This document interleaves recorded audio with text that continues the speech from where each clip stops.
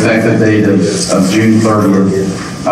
It's been a great ride. I remember when I first was elected chairman the night before, being greeted with many gifts.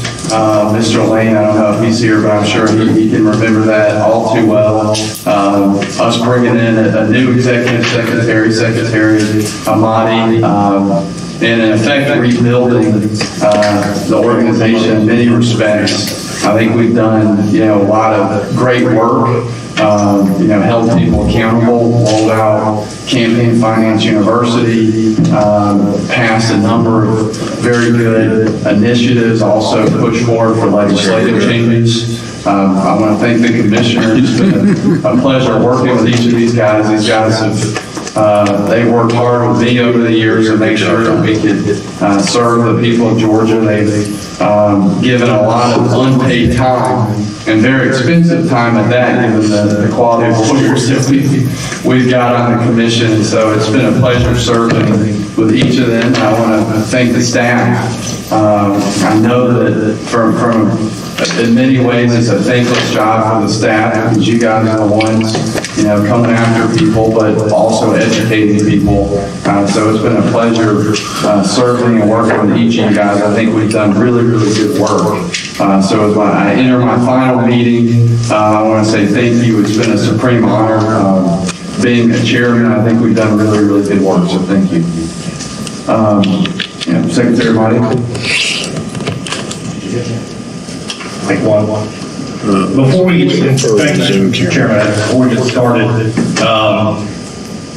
when you let me know that you'd be resigning a little while ago, I found myself lamenting, kind of your point, that we do have a board of commissioners, lawyers, and non-lawyers, Commissioner Thompson, whose time is very valuable.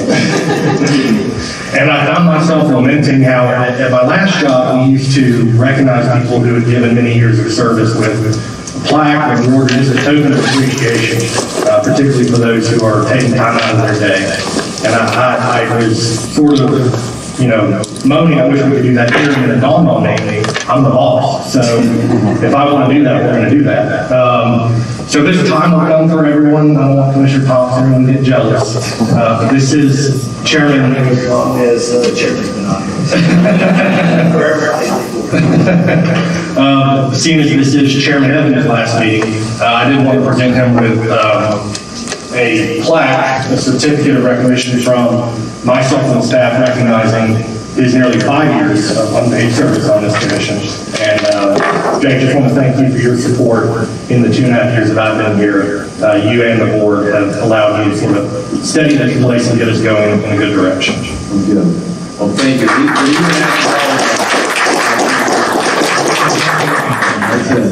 Yeah, one day when David's famous, this will be worth a lot of money. I'm hoping to do that. Oh, good. Well, I appreciate that.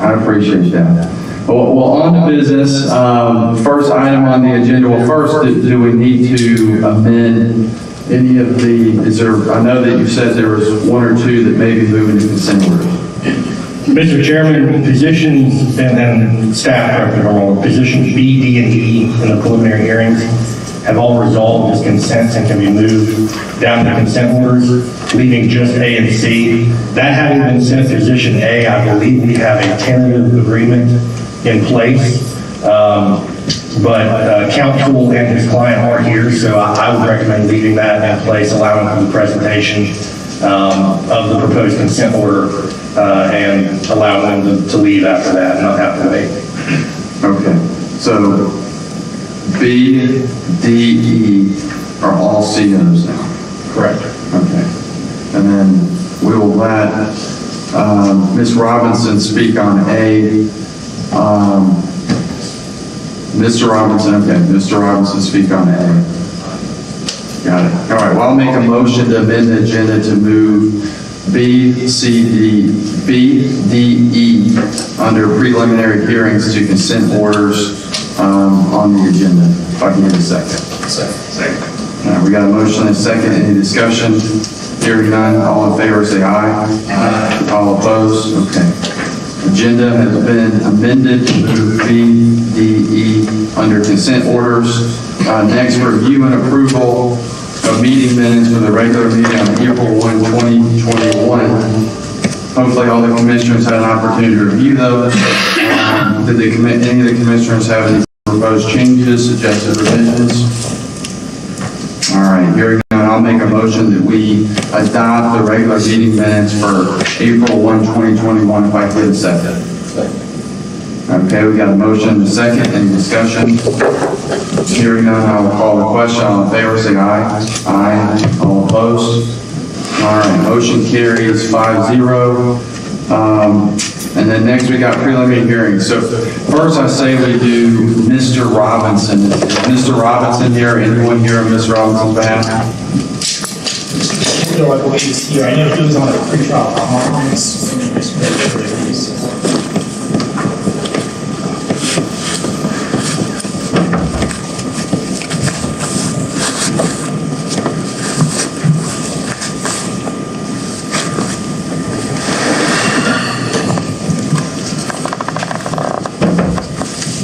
And Mr. Kendall is representing Mr. Robinson. Okay. Mr. Kendall? Say that again, don't. That it was an agreement reached or was no agreement reached? There's been an agreement reached. Oh, there has been an agreement reached? Okay, great. And commissioners, if you don't mind, I'm going to present it orally because we just can't do this agreement, but I will have a consent order to be signed after. So I can give you the parameters of what occurred and then what the civil penalty is going to be. Okay, great. Whenever you're ready. All right. This is case number 20-0034-C. This is in the matter of Kelly Glenn Robinson. This case centers around basically two violations that happened numerous times, and they happened from about 2019 to 2020, late 2019 to 2020. Mr. Robinson is the current county commissioner serving on the Douglas County Board of Commissioners. He is the District 2 Douglas County Commissioner. He was first elected in 2008 and has served in that position since that time. He qualified to run for re-election on March 6th of 2020, and he was re-elected in this past general election cycle. This came in as a third-party complaint on May 15th of 2020 and was amended by commission staff on January 28th of 2021. There was a notice of additional allegations also sent in this matter. We received bank records from the campaign's activity from SunTrust and Truist Bank, or now Truist Bank. There are, in this matter, about 20 violations. The consent order will have all of those violations listed, but they are violations of OCGA 21-534, in which some expenditures were improperly reported, and OCGA 21-533A, which is the ordinary and necessary expenses clause. That contribution shall be utilized only to defray ordinary and necessary expenses. What happened in this case is upon an audit that was done and matching up the CCDRs in this case from the December 31st, 2019 CCDR until the final CCDR that we had on file, which was the October 25th, 2020 CCDR. There were various bank withdrawals or ATM withdrawals, cash, that were never reported to the tune of about $3,500 to almost $4,000 in this case. And those were never reported on any campaign contribution disclosure report. The commission alleged that since these were never reported, these were not an ordinary and necessary expense, and that these ATM withdrawals of cash were not ordinary and necessary campaign expenses. And just to give you all an example, there was, I think the last CCR showed it was just a zeroed CCR where there was no activity, no contributions or expenditures, but the bank records show, I believe, about $300 in cash being withdrawn from the account. So in this matter, Mr. Robinson has agreed to a $5,000 civil penalty that will pay back what was the amount in the campaign, and then also a civil penalty on top of that. So that $5,000 will resolve this matter for Mr. Robinson. Okay. And Mr. Kendall, do you agree with that? And go ahead, let's hear what your comments are. I agree with the resolution. As you can see, Mr. Robinson is visually impaired. And because of that, he has to have someone to escort him and take him everywhere he goes. And so we just did proper improper bookkeeping on making these withdrawals out of ATM to pay that escort and travel person every time he had to go to some campaign event. We've got it straight now. We're gonna properly document that, because he cannot drive, cannot see, has to take out the money to travel and have escort. We usually pay someone $50 an hour to be with him, and that's what most of these, all of these withdrawals were for.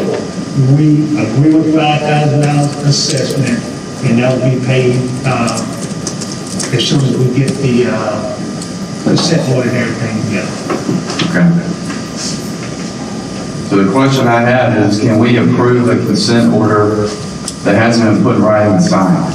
We can? Okay. Yes. All right.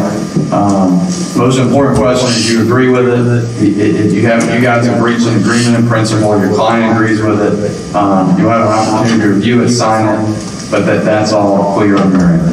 That's correct. Okay. All right. Thank you. Okay. All right. I have a couple questions. Commissioner Granville, is that you?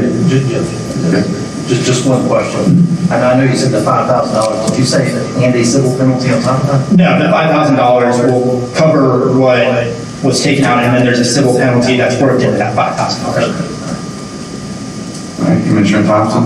I'm just curious if staff believes that type of expenditure would be appropriate if properly reported. If properly reported and travel logs were kept for that transportation to an event that is an ordinary necessary expense to go to a campaign event, then it would be proper. Yes, it could be a proper expense if it's properly bookkeeped and for something to further the campaign or in fulfillment of their office. All right, any other questions or comments from the commissioners? Okay, hearing none, I'll make a motion that we adopt the consent order as proposed in the matter 20-0034-C and the matter of Kelly G. Robinson. All right, we have a motion and a second. Any discussion? Hearing none, I'll call the question. All in favor, say aye. Aye. All opposed? Okay, motion carries 5-0, and thank you, Mr. Kendall, for coming. You're welcome to leave. So next we've got, it looks like Deborah Reed, we moved to consent order, and so we have in the matter of Chip Rogers, and I believe that's Ms. Goldberg. So Ms. Goldberg, whenever you're ready. And Mr. Rogers, is he here or is he represented by anyone that's here? Mr. Chairman, I'm Doug Chalmers, I'm representing former Senator Rogers. Okay, thank you.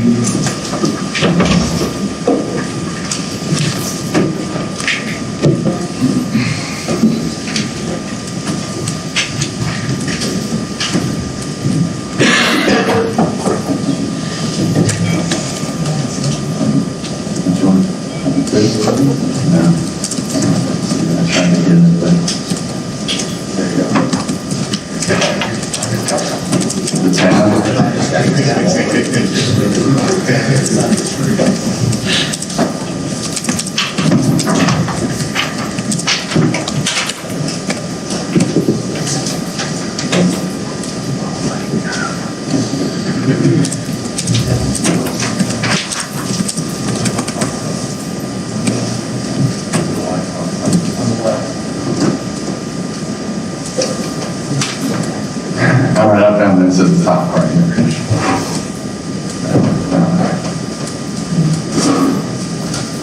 You're not very tech savvy.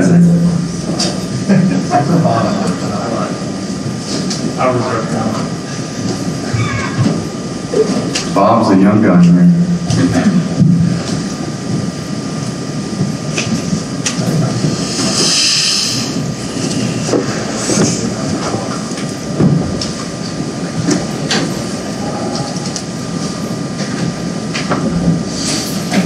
Good morning, Commissioners.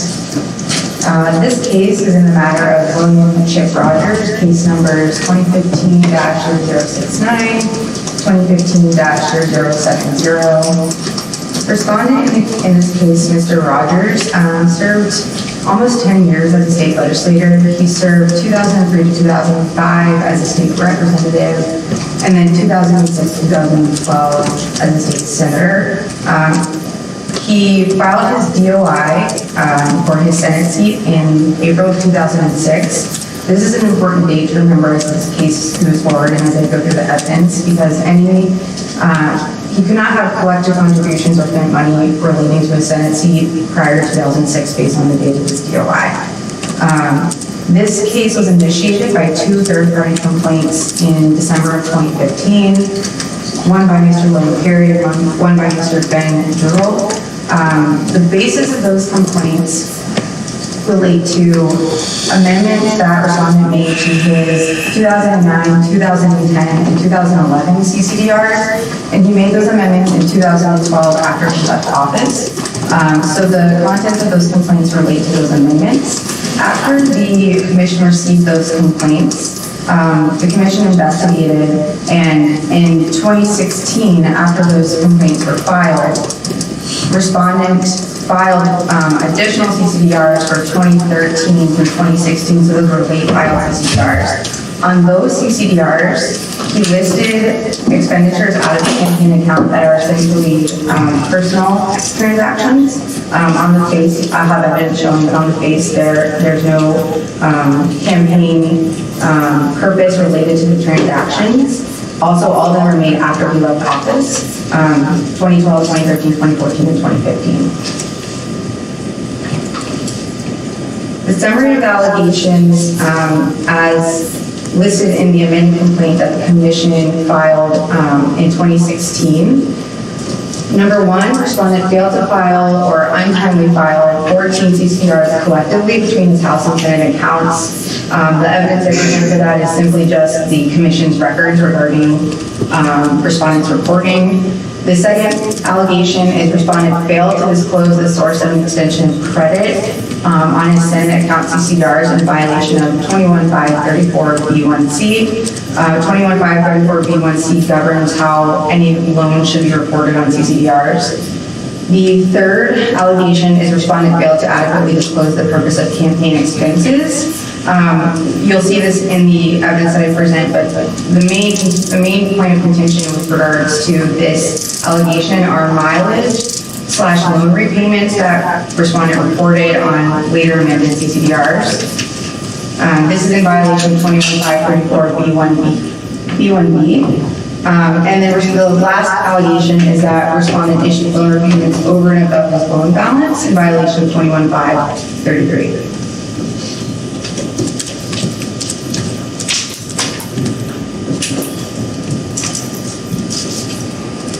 So, to start off with, the standard of review of this evidence is evidence sufficient to find reasonable grounds to believe that a violation of the act has occurred. So, reasonable grounds is sort of an ambiguous term. I looked at Black's Law Dictionary, which equates reasonable grounds to probable cause, which I think sometimes this commission sort of uses those terms interchangeably. Probable cause is essentially a reasonable ground to suspect that a person has violated the law. So this should be a little bit more than bare suspicion, but less than evidence to justify a conviction. And I maintain today that the evidence I present to you is sufficient to find reasonable grounds that violations of the law have occurred, namely these violations. So this is the easier of the allegations. These are just untimely and late filings. We have the dates listed out in this chart of when he either untimely filed or late filed.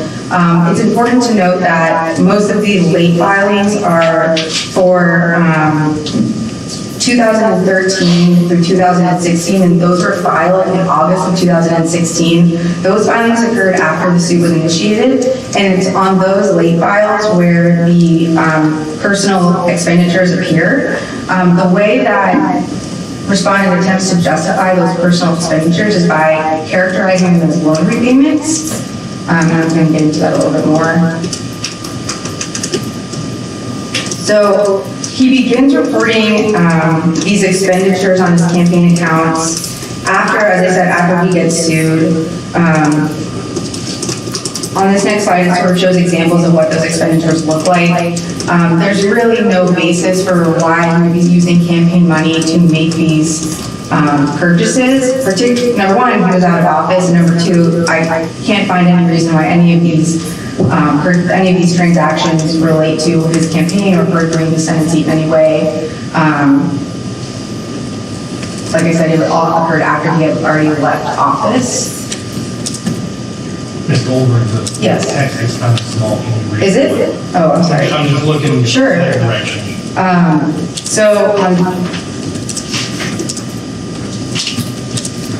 PGA Superstore? Yes, that is, so PJ's, and these are just examples, if you look through his bank records from 2013 to 2016, it's sort of littered with transactions like this. I pulled a few just as an example. PJ Superstore, USF Bookstore, transactions in New York City, Best Buy, multiple transactions at Dillard's, used luxury car dealer in Florida, Redbox. He takes what appear to be multiple trips to other states. Shaky Boots Music Festival? Yes. And like I said, the only purpose that he could be using that campaign money from out of his campaign account would be for ordinary necessary expenses. These all occur after he's left office. They don't appear to be ordinary or necessary. Commissioner Watts, are you six? Yeah. Okay, go ahead. Just so I'm clear, based on the slide that you're doing here, these are expenditures made from Mr. Rogers' campaign account. Yes, Commissioner. So we have records stemming back to 2009. I'm really only looking at 2013 to 2016 for purposes of this case. Those are the years when he was out of office. If you go through, we've gone through those bank records extensively. The transactions from 2013 to 2016 are all like this. So essentially, what it appears to me is he was sort of using this account as a supplemental personal account. When he left office, I believe he had about $130,000 left in the account. I think he was just using it as if it were, I think, he had his personal debit card and maybe his campaign debit card, and sometimes he used his personal debit card, and sometimes he used his campaign debit card. There's no real rhyme or reason for, why he purchased what when, but from 2013 to 2016, he was using his campaign money to pay for personal expenses. And these were all disclosed by Mr. Rogers? When he filed his late filed CCDRs in 2016, he disclosed the majority of these transactions on those CCDRs. He attempted to characterize these transactions as loan repayments. One permissible way to use money after you've left office, if you have money remaining in your campaign account, is to repay loans. So essentially what he did after he got sued is he reported these transactions, which the commission would inevitably see on his campaign bank records, and attempted to characterize them as loan repayments. So, in other words, he apparently had a loan from PGA Superstore? No, he, I'll get into this a little bit more as I dive into some of his earlier CCDRs, but he made loans to his campaign, and as he went back and amended 2009, 2010, and 2011 CCDRs, those amendments operated to inflate his loan balance. So it looks like he loaned anywhere from $80,000, and that number sort of fluctuates from 2009 to 2011 based on his amendments. And he's claiming that these transactions are repayments on that loan. So rather than, writing himself a check out of his campaign account where he would say repayment of loan $80,000, he did this instead. Yeah. Any other questions?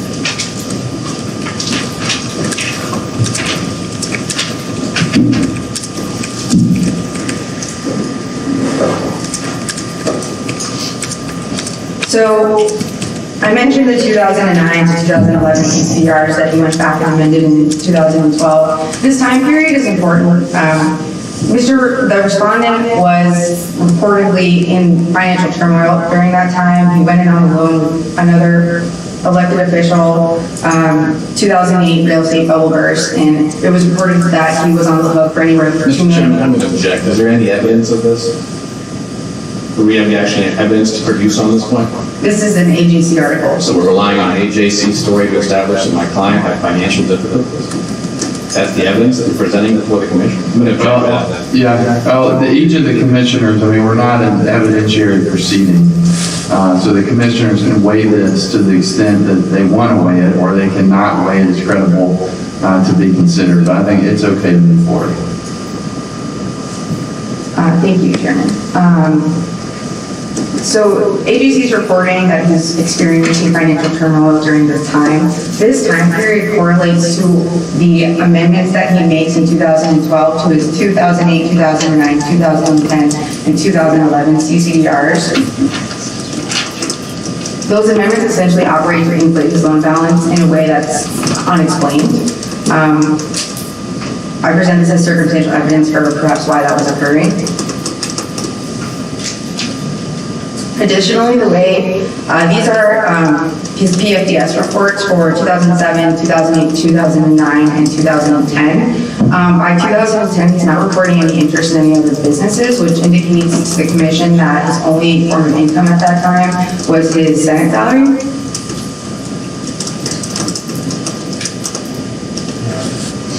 Is it not? Is it lagging?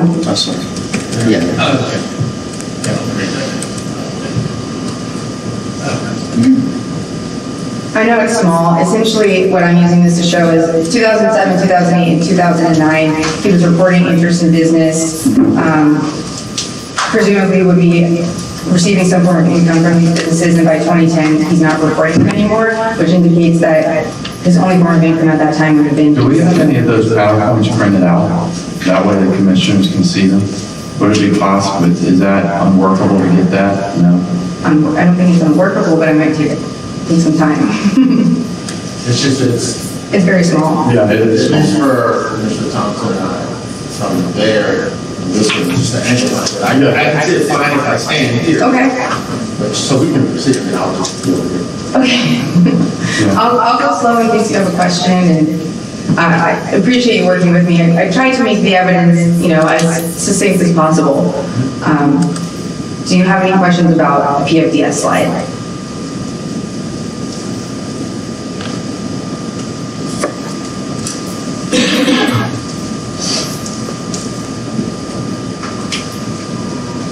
So getting into the amendments he makes in 2009, in 2012 to his 2009, 2010, 2011 CCDRs, the commission has looked into these amendments pretty extensively. What looks like is happening is, he originally reports, for example, in March 2010, on his original CCDR, he reported a $64,612 loan balance. An amendment was made to this 2010 CCDR in 2012. On that 2012 amendment, the amount of the loan increased by about $24,000 to $89,236. There's really no explanation for where this loan came from. In some of the addendums to these amendments, respondent lists that he had mileage or phone bills that he paid for. I have yet to see anything backing up that he paid for that mileage or those phone bills. I've yet to see anything that shows that he actually made these loans to his campaign, other than respondent simply just increasing the amount of the loan on these amendments. Now, is there any statute of limitations issue, given that we're talking back to 2009, 2010? So because these amendments were made in 2012, the third-party complaints were filed December 2nd, 2015, and that was about just in the nick of time. Statute of limitations is good on those. We didn't know that there was an issue with the loan reporting until he made these amendments to his CCDRs. So on his original CCDRs, there's no reason to really take pause because unless we did an extensive investigation into his bank records, we wouldn't know that he did or didn't make those loans necessarily. As soon as he's going back and making these amendments 2 and 3 years after the fact when the loan gets larger, that raises suspicion. Okay.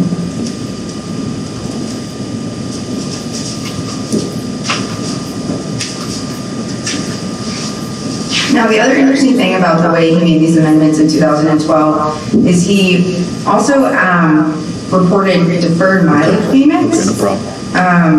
These deferred mileage payments have a similar effect. They also increase the overall total of the loan balance. There has been no mileage log provided to the commission that explains exactly where he was driving to justify these mileage deferred payments. He made these amendments in 2012, which would have been 2 and 3 years after the fact. So assuming he was keeping a log, why wouldn't he have reported this, number one, on his original CCDRs? And if he planned to get paid back for mileage, why hasn't he shown the commission the log that he was keeping if he was always intending to get paid back? The interesting thing about the way that he reports the mileage is, so for example, on the June 20th, 2011, which should be up on the screen currently, on the June 20th, 2011 amended CCDR, he lists a 4,743 deferred mileage payment. So based on this report, and using the standard mileage rate, which is 56 cents a mile, he would have had to have traveled 8,469 miles related to his campaign or to his Senate seat during that time period. So June 2011 would have covered January to June 2011, and presumably respondent would have been in session during that time. The distance from his home to the legislature is roughly 80-ish miles round trip. So, even if he drove to the Capitol every weekday during the legislative session, that only comes out to about 3,600 miles, which is roughly $2,000. It's hard to imagine where this sort of random $4,000 number comes from.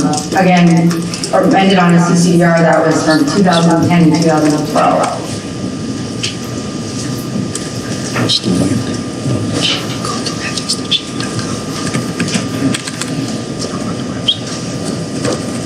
Commissioner Watts?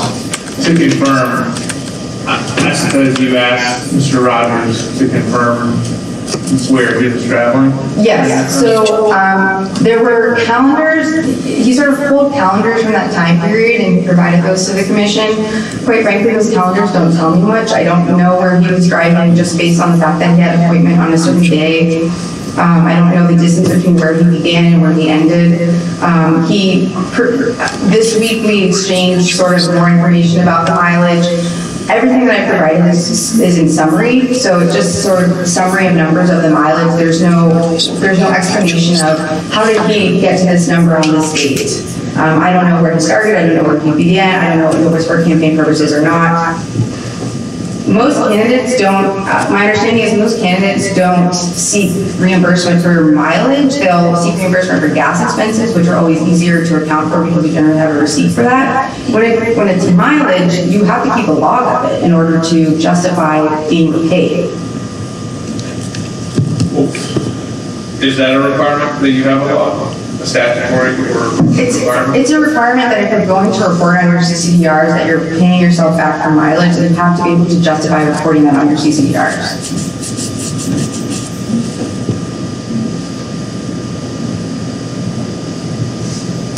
Okay, this is the next slide. So he's continuing to amend after the fact. He amends in 2013, he amends in 2014. All of these amendments basically operate to continue to inflate the loan balance. As the slide says, as of the new amendments, the new loan balance is about $40,000 higher than he originally reported. Still no justification for where exactly this $40,000 came from. The other interesting thing about him going back and making these amendments and claiming this deferred mileage is that from 2009 to almost when he leaves office, his account balance is anywhere from $200,000 to $300,000 in it. And it's just interesting that, number one, his loans continue to increase rather than decrease. It appeared that he would have had the ability to pay himself back at least incrementally over time. And also that he's continuing to defer payments when he clearly had the money to pay for it. Any questions on that?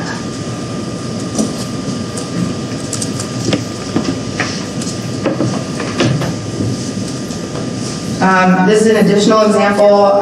This is a little bit closer up, so it might be easier to see. In December of 2012, respondent amended his December 2009 CCDR and reported that he was owed $85,517. This is about $21,000 more than he originally reported. There's no real explanation of where this $21,000 comes from.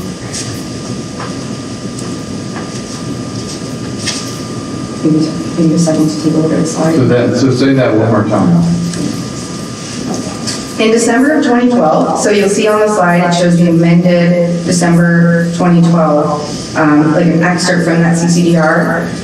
He amended the December 2009 CCDR to report that he was owed $85,517. If you compare the amended CCDR to the original CCDR, that's about a $21,000 difference in the loan balance.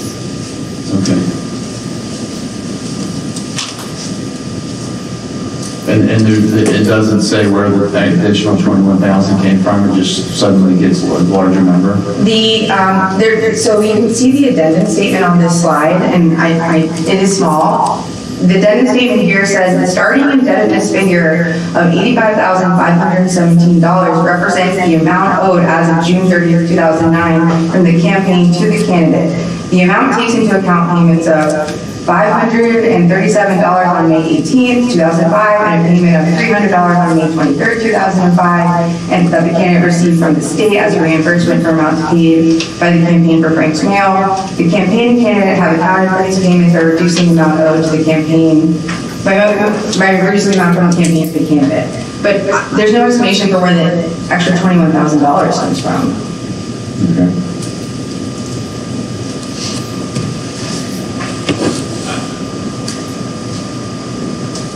I mean, that statement doesn't have anything to do with the increased loan balance. That's the way that I read it.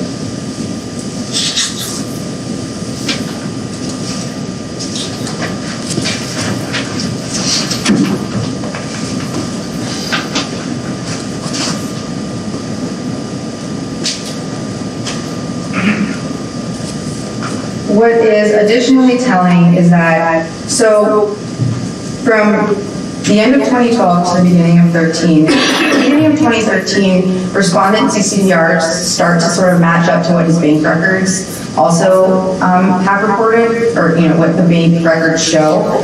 And if you look at the last 2012 CCDR, and his original is amended, and then what the following CCDR looks like. The December 31st, 2012 balance in the bank account is $138,472. That excerpt on the right-hand side of the screen, that's from the bank account records. What he reports on the amendment is, on the December 31st, 2012 amendment is a balance of $250,784. That's a difference of $96,000. So there's a discrepancy between what he's reporting and his bank account of around $96,000. I have yet to receive any justification for where that $96,000 went. And so it's your position that that's a violation of the act because you have to articulate where expenditures are going or contributions are coming from?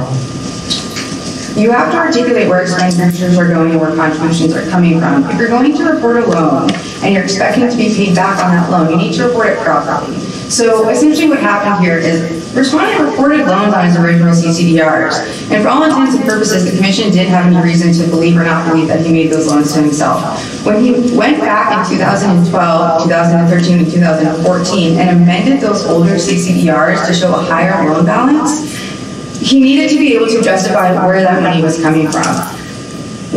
From what I can tell, those new amendments basically operated to inflate his loan balance because he was spending money out of his account on the back end from personal expenses. The only way that he could justify spending that money out of the account on personal expenses is if he was repaying the loan.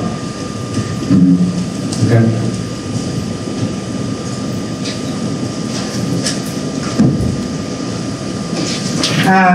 This slide I provide just as sort of an example. As I mentioned, respondent spent a fair amount of time as a state legislator and state representative.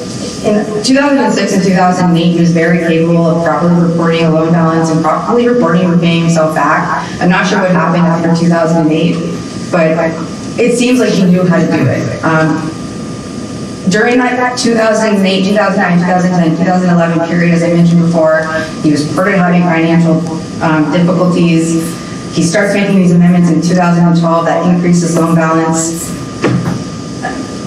if you sort of look at all the evidence together, you start to see a picture of something weird was going on here. Why was he needing to inflate his loan balance this way? Why was he spending money on his account that way in order to attempt to repay a loan when he clearly knew how to report properly how to repay a loan? Is it proper for you to, let's just assume that you did make a loan to a campaign. And let's just say the loan amount is $1,000. Is it proper, instead of repaying yourself personally the $1,000, to just bill $1,000 out of your campaign account? When you say pay yourself personally $1,000, what do you mean? So if I create a campaign and I loan that campaign $1,000. Sure. Then my campaign concludes and the campaign pays me back $1,000. That's Yes. proper, right? Yes, correct. So, same analogy, I loan myself $1,000, campaign concludes, I want to get back that $1,000. Instead of having the campaign pay me back $1,000, I just get my debit card for the campaign account and just charge $1,000 worth of expenses into the campaign account. Would that be proper? If I understand your analogy correctly, it's the commission's position that's not proper because that's essentially commingling funds. At that point, it becomes sort of a conversion of campaign money into personal money. In order to spend the money the way that the respondent wants to spend it, the respondent needs to have the campaign write him a check that indicates that it's a loan repayment. That check needs to be placed back into the candidate's personal bank account, and then the candidate can spend that money how he wants. For the entire length of time that that money sits in the campaign account, it's essentially a public trust. It's public money that's regulated by this commission and by our code. You can't just spend money, without regard for the rules because you loaned your campaign money at one point in time, or you claim you loaned your campaign money at one time. You have to abide by the proper accounting, and you have to properly report and properly explain what you're doing with the money because it's public money once it goes into the campaign So account. it's your position that, so we got the loan issue, but even irrespective of the loan issue, you can't use campaign money for personal expenditures. Correct. Commissioner Thompson? Ms. 11, of the farm? Man, they've got these numbers all messed up. They just redid it they just undid COVID, and so they did 6 Yeah. Okay, go ahead, Commissioner Barnes. Ms. Goldberg, I want to follow up on the chairman's question, and I want to play on that analogy a little more. So we've agreed that if the candidate loans her or his campaign money, the campaign concludes, the campaign can then write a check back to that candidate to repay. To repay the loan, correct. Well, a permissible way to disperse money after a campaign has concluded, one of those permissible ways is to repay debt. Okay. If the campaign did not have the entire amount in their funds, could they repay that loan back in increments, like $20 at a time? I don't see any problem with it as long as it's reported properly. Right. So then is the issue that the campaign, let's just take the argument as the candidate's argument, is the issue that the campaign, the way the campaign paid, so it wasn't cash, but perhaps assuming expenses on behalf of the candidate, or paying for services on behalf of the candidate. If the candidate wanted to go get a haircut, could the campaign pay the salon or pay the barber as part of a loan repayment to the candidate? If the candidate is still in office and he's using campaign money to pay for a haircut, arguably that's an ordinary and necessary expense. We're talking about this Okay. scenario Okay. that we've been So, talking about, right? The In campaign's this over. instance, the Right. campaign's over, the candidate goes to get a haircut, uses campaign money to pay for the haircut, and he just says, is this a loan repayment? Well, let's say the candidate says, hey, I gotta get a haircut. You owe me $1,000. I realize you don't have it. Tell you what, when you pay the salon, you pay the barber, and we'll just pay off your debt like that. We'll just work off like that. Campaign writes a $20 check or PayPal, Cash App, whatever, to the barber, done, $20. The way that the statute reads, it's repayment of debt. What you're suggesting is sort of a runaround of, I have debt, but I also have this expense. So if you can pay this expense and that can go towards my debt. That's right. I think in order to do that in a proper way that doesn't violate the code and doesn't violate public trust essentially, is you would have to structure a payment plan where you indicate this is how we're going to do this. I mean, you can't just, sort of willy-nilly say, I'm going to pay for this haircut today and it's going to count as a loan repayment and that works for me, it works for you. That's just misuse of campaign funds. Okay, do you have any authority for that? Or it just doesn't feel right to you? The code provides ways that 21.533 provides ways that you can disperse funds after the campaign is closed. Of those ways, one of which is repayment of debt. Repayment of debt is money from the campaign going back to the debt holder. Not right? to a third Not party. to a third party. Okay. All right. Commissioner Watts? So, just following up on Commissioner Barnum's question, is there some statutory authority that is an outright prohibition from doing what we've described, or is it your position that there is probable cause to believe that because the money was spent in the manner in which we've just described in the past several minutes, it was used personally rather than as prescribed in the act? I'm going to go back to my original allegation slide because I think this might help.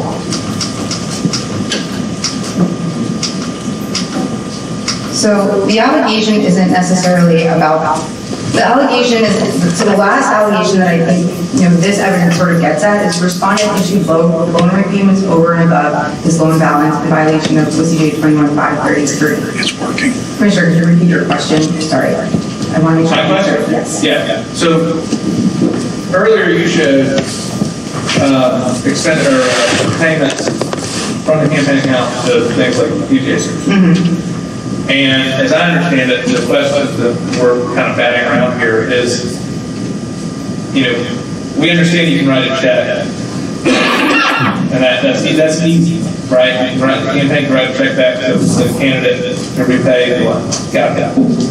But is there an outright prohibition from using your campaign credit card, or debit card, or whatever, to pay for something and call that a repayment of the?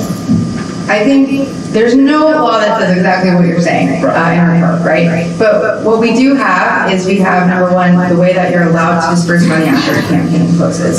And the reason why we have that statute is to make sure that there's not misuse of funds after a candidate leaves office. It's not uncommon for candidates, because the eyes are no longer on them anymore, to misuse remaining funds in their campaign accounts. That's why that code exists.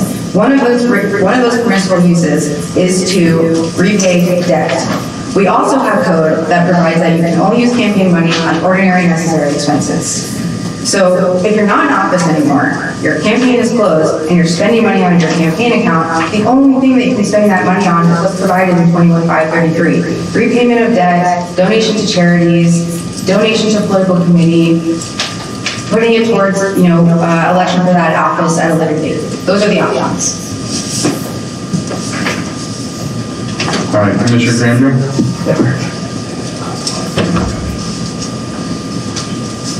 Additionally, 21.530C requires you to maintain a deposit account, a campaign bank account that's not commingled with your personal expenses. That's exactly where I was going. Great. Because it sounded to me like the chairman's scenario and Commissioner Barnum's scenario was not all that different.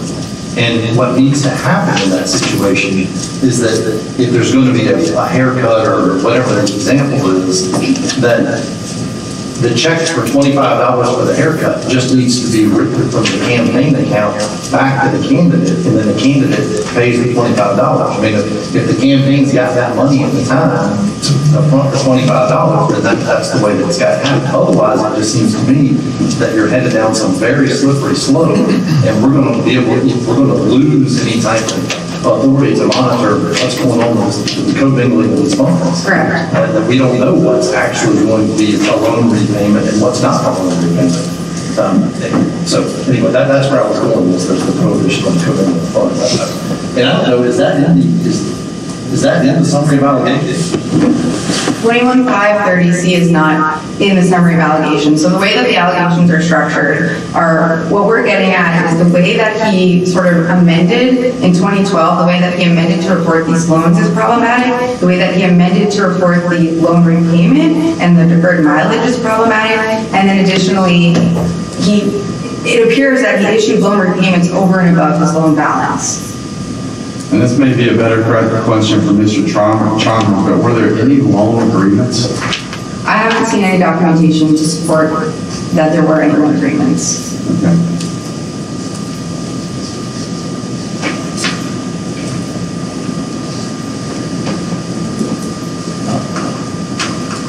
Okay. And then an additional way that we sort of took a look at these numbers was we did an audit of all of the respondents' originally filed CCDRs and compared that to an audit of all of his amended CCDRs. And we went ahead and calculated the percent of deviation between the reported balance on the CCDRs and the balance that is in his bank statements.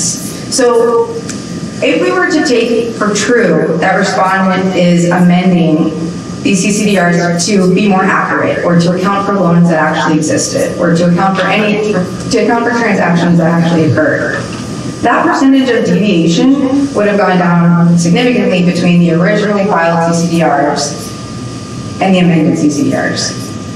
That deviation did not do that.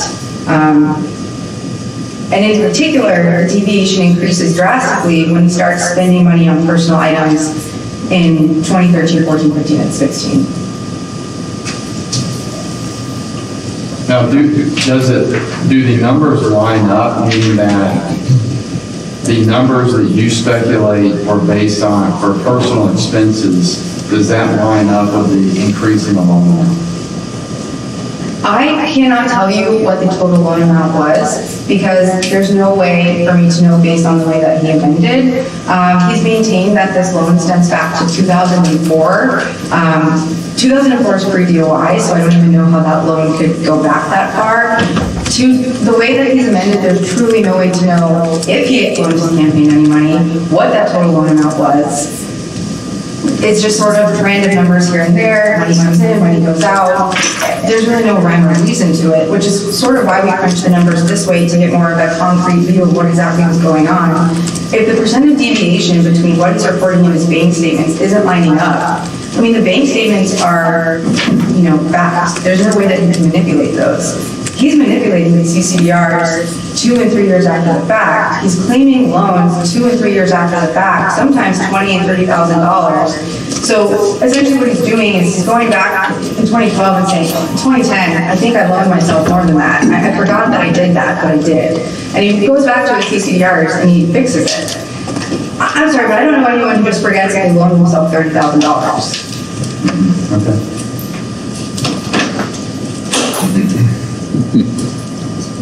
Are there any additional questions about this deviation slide?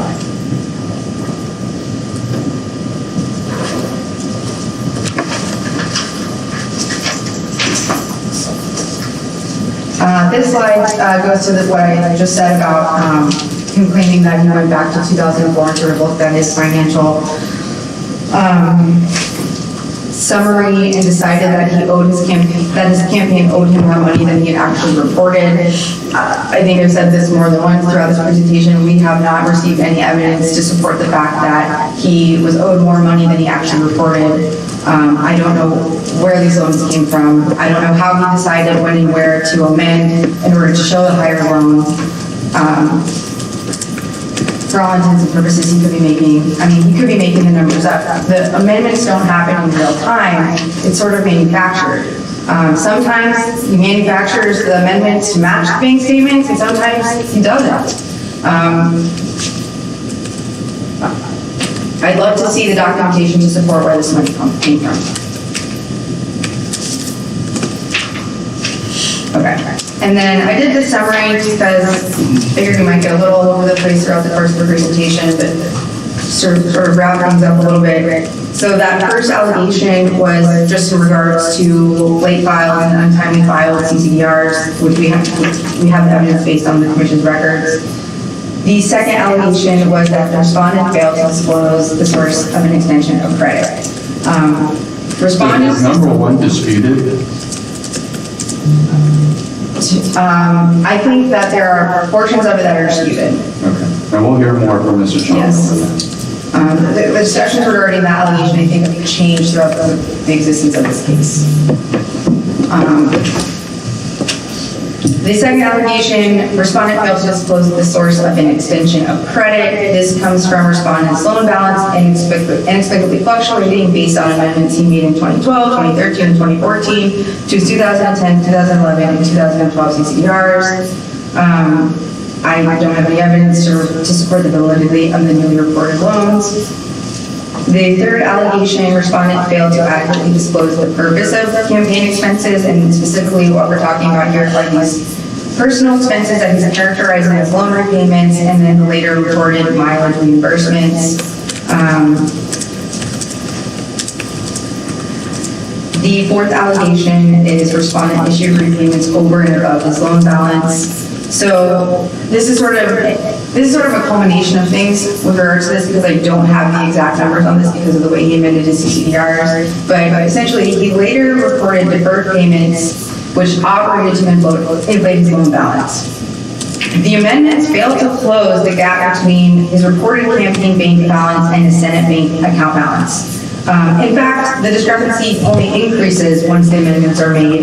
And even assuming respondent's amended reporting is correct, the deviation between what he reports after leaving office and his bank statements is between 40 and 65%, which is an extremely high deviation.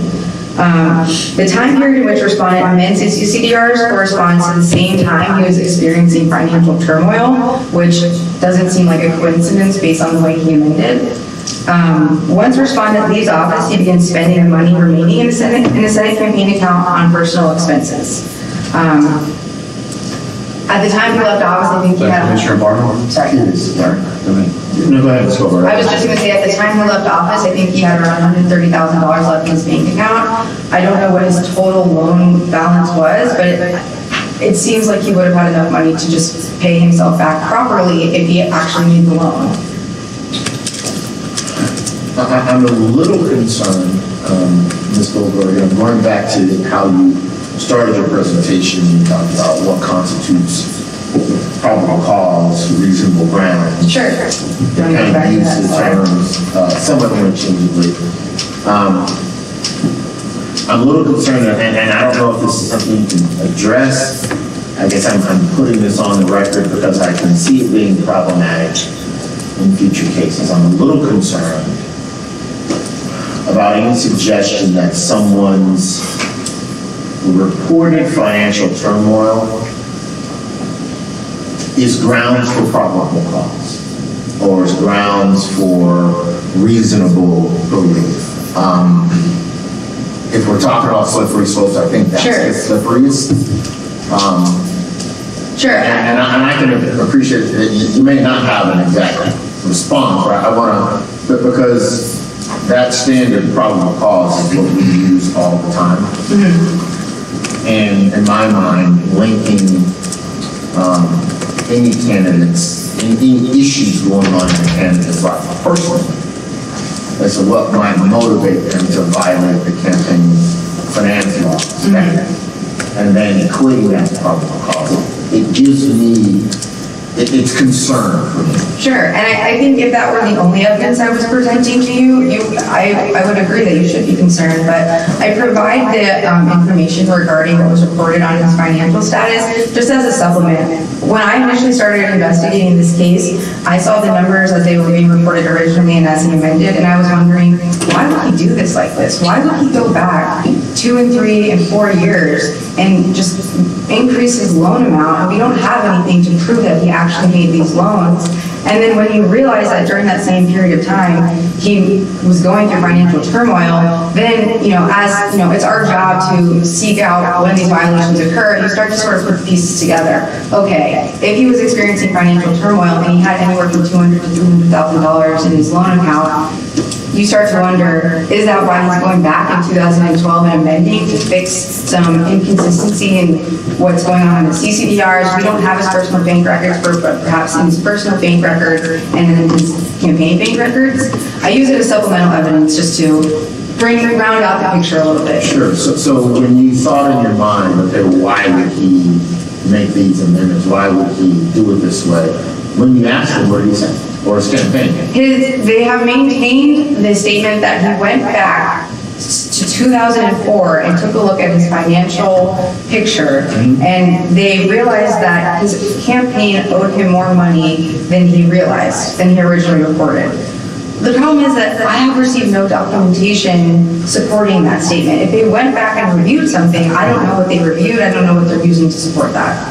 I assume Mr. Chalmers will address that, because when you get up, Mr. Chalmers, I am particularly interested in, if Ms. Goldberg can go back to the summary slide at the end, right, that allegation number 4, the summary of the allegation, and the allegation that the reimbursements were above and beyond the reported loan balances. I'm particularly interested in that. So when you, I'm sure you'll address that. Yes, sir.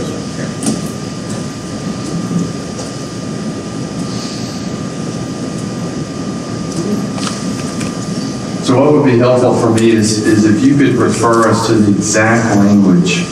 I mean, to me, there's a couple of issues here. The first issue is expenditures are being incurred after the conclusion of a campaign. That raises the question, why should a campaign be expending any expenditures if the campaign's been concluded? So I can read you the code section. Yeah, with regards to that'd be that. So that is, the code section is 21.534B1B. Essentially, that code section governs how expenditures are supposed to be reported. It reads, as to any expenditure of more than $100, its amount and date of expenditure, the name and mailing address of the recipient receiving the expenditure, and if that recipient is an individual, that individual's occupation and the name of his or her employer and the general purpose of that expenditure. That is the specific section that's cited with regards to allegations. There's additional support in the code that requires claimants to keep accurate accounting of their CCDRs as well. But with regards to the issue on the expenditures, that's the code section.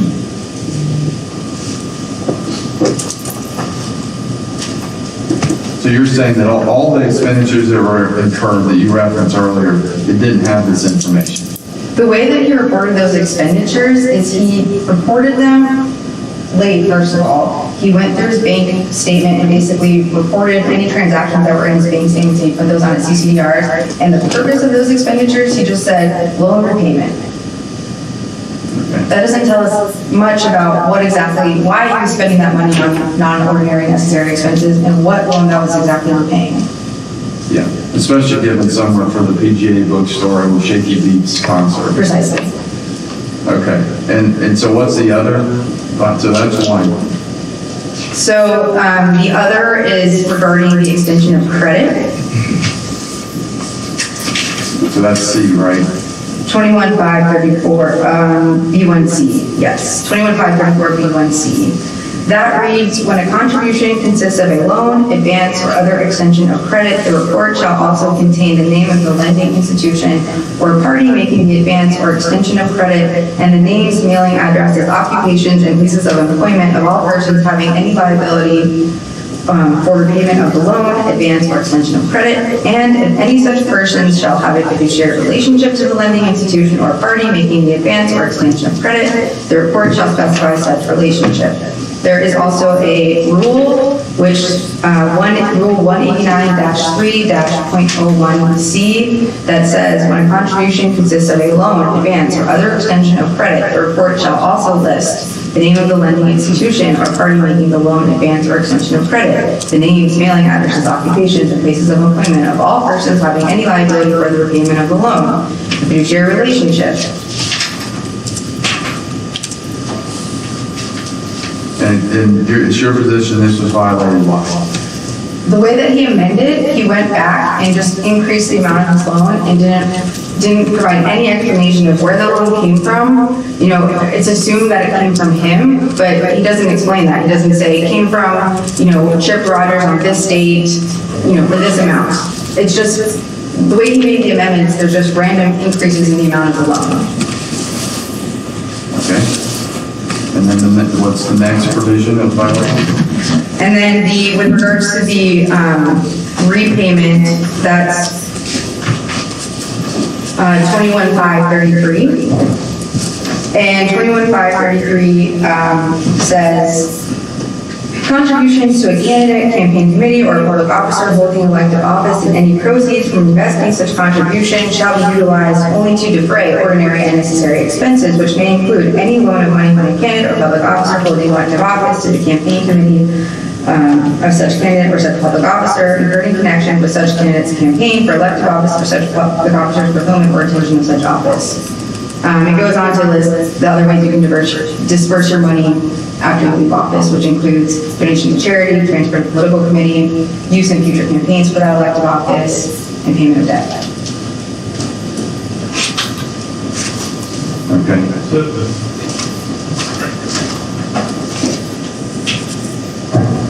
Commissioner Watts? So the allegation of the way you listed it here is respondent issued repayments over and above the balance.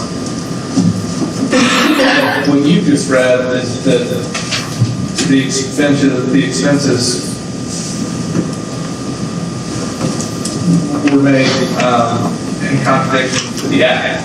I mean, there was nothing about that. So the way that, and the reason why we allege it this way is because when he reported in 2016, he characterized the transactions as loan repayments. So yes, it was unordinary and necessary, but he called them loan repayments. And he's calling them loan repayments on a loan amount that we don't have any knowledge of. Okay, but I don't know, but again, what you just read has nothing to do with repayment over and above the loan balance. It's payments that are outside what is prescribed in the act following your conclusion of your run campaign for office. So, where's what you have to pay for, and how do you do that? Give me 1 second.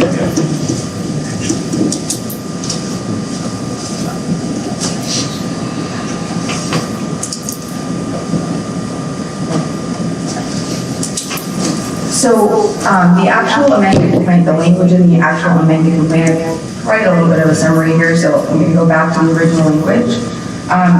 The way that it's phrased in the complaint is that he converted money, and that's why we cite this code section, is the way that he reported it, he reports it as a loan repayment when it was actually conversion.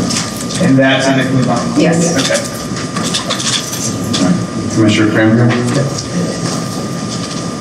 Maybe you just answered it right there, but now maybe I'm a little bit more confused than I was, because there's not an allegation, I mean, to be fair, there's not an allegation, and the candidate never contended that many of the charges that we looked at, many of the examples that you had on the PGA Superstore and whatnot, it never said that those were related in any way, you know, to the campaign. Correct.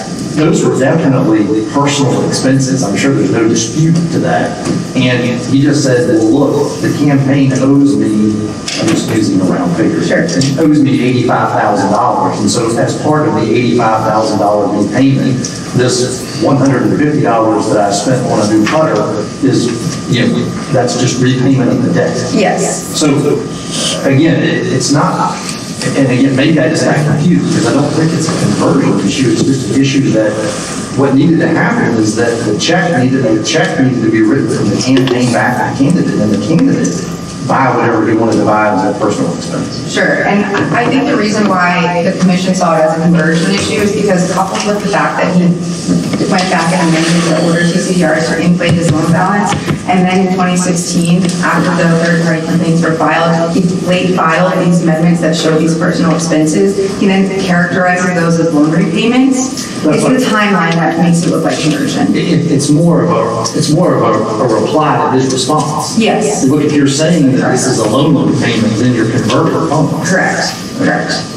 And that allegation was added after he made those filings in 2016, which were, the third-party complaints came in 2015, the filings came in 2016, and then the commission filed a complaint. All right, good. Anything else? Okay, so for now. Well, thank you. I'm sure you'll have more questions coming. Mr. Chalmers, whenever you're ready. Rachel, if you would mind, go to page 6 of your seat, of your presentation. If you don't mind, I'm going to address the last point you just made first, if that's all right.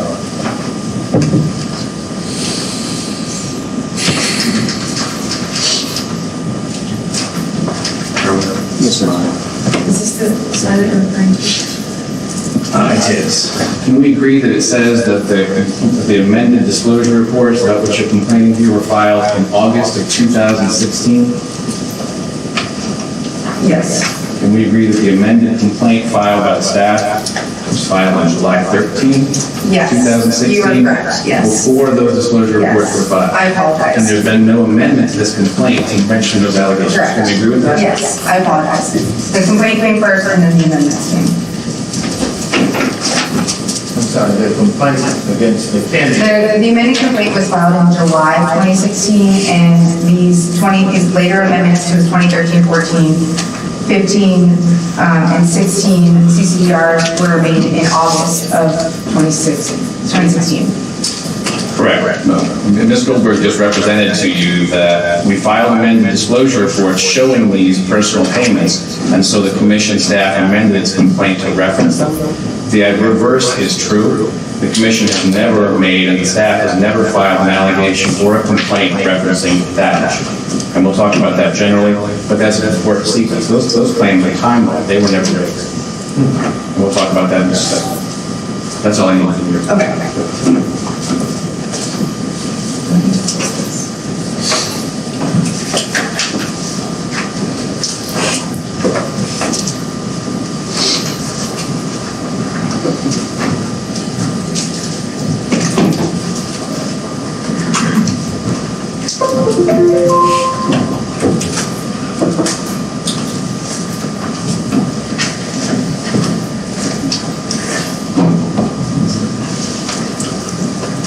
No.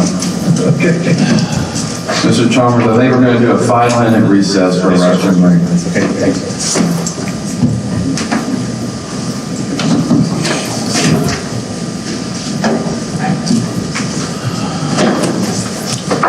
Okay, I'm not going to stop anything on my side.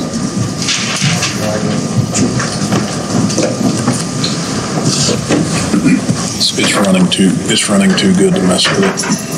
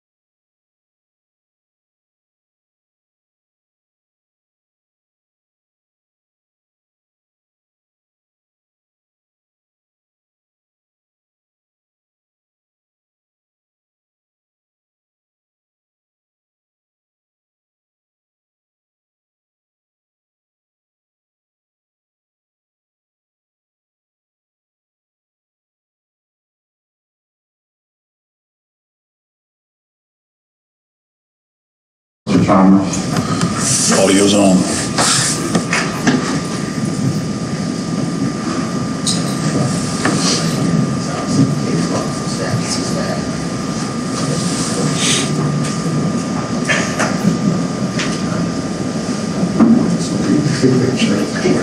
Where do I point the computer or point at this device right here? Okay. Thank you, Mr. Chairman. For the record, my name is Doug Chalmers, and I'm here representing former State Senator Chip Robbins.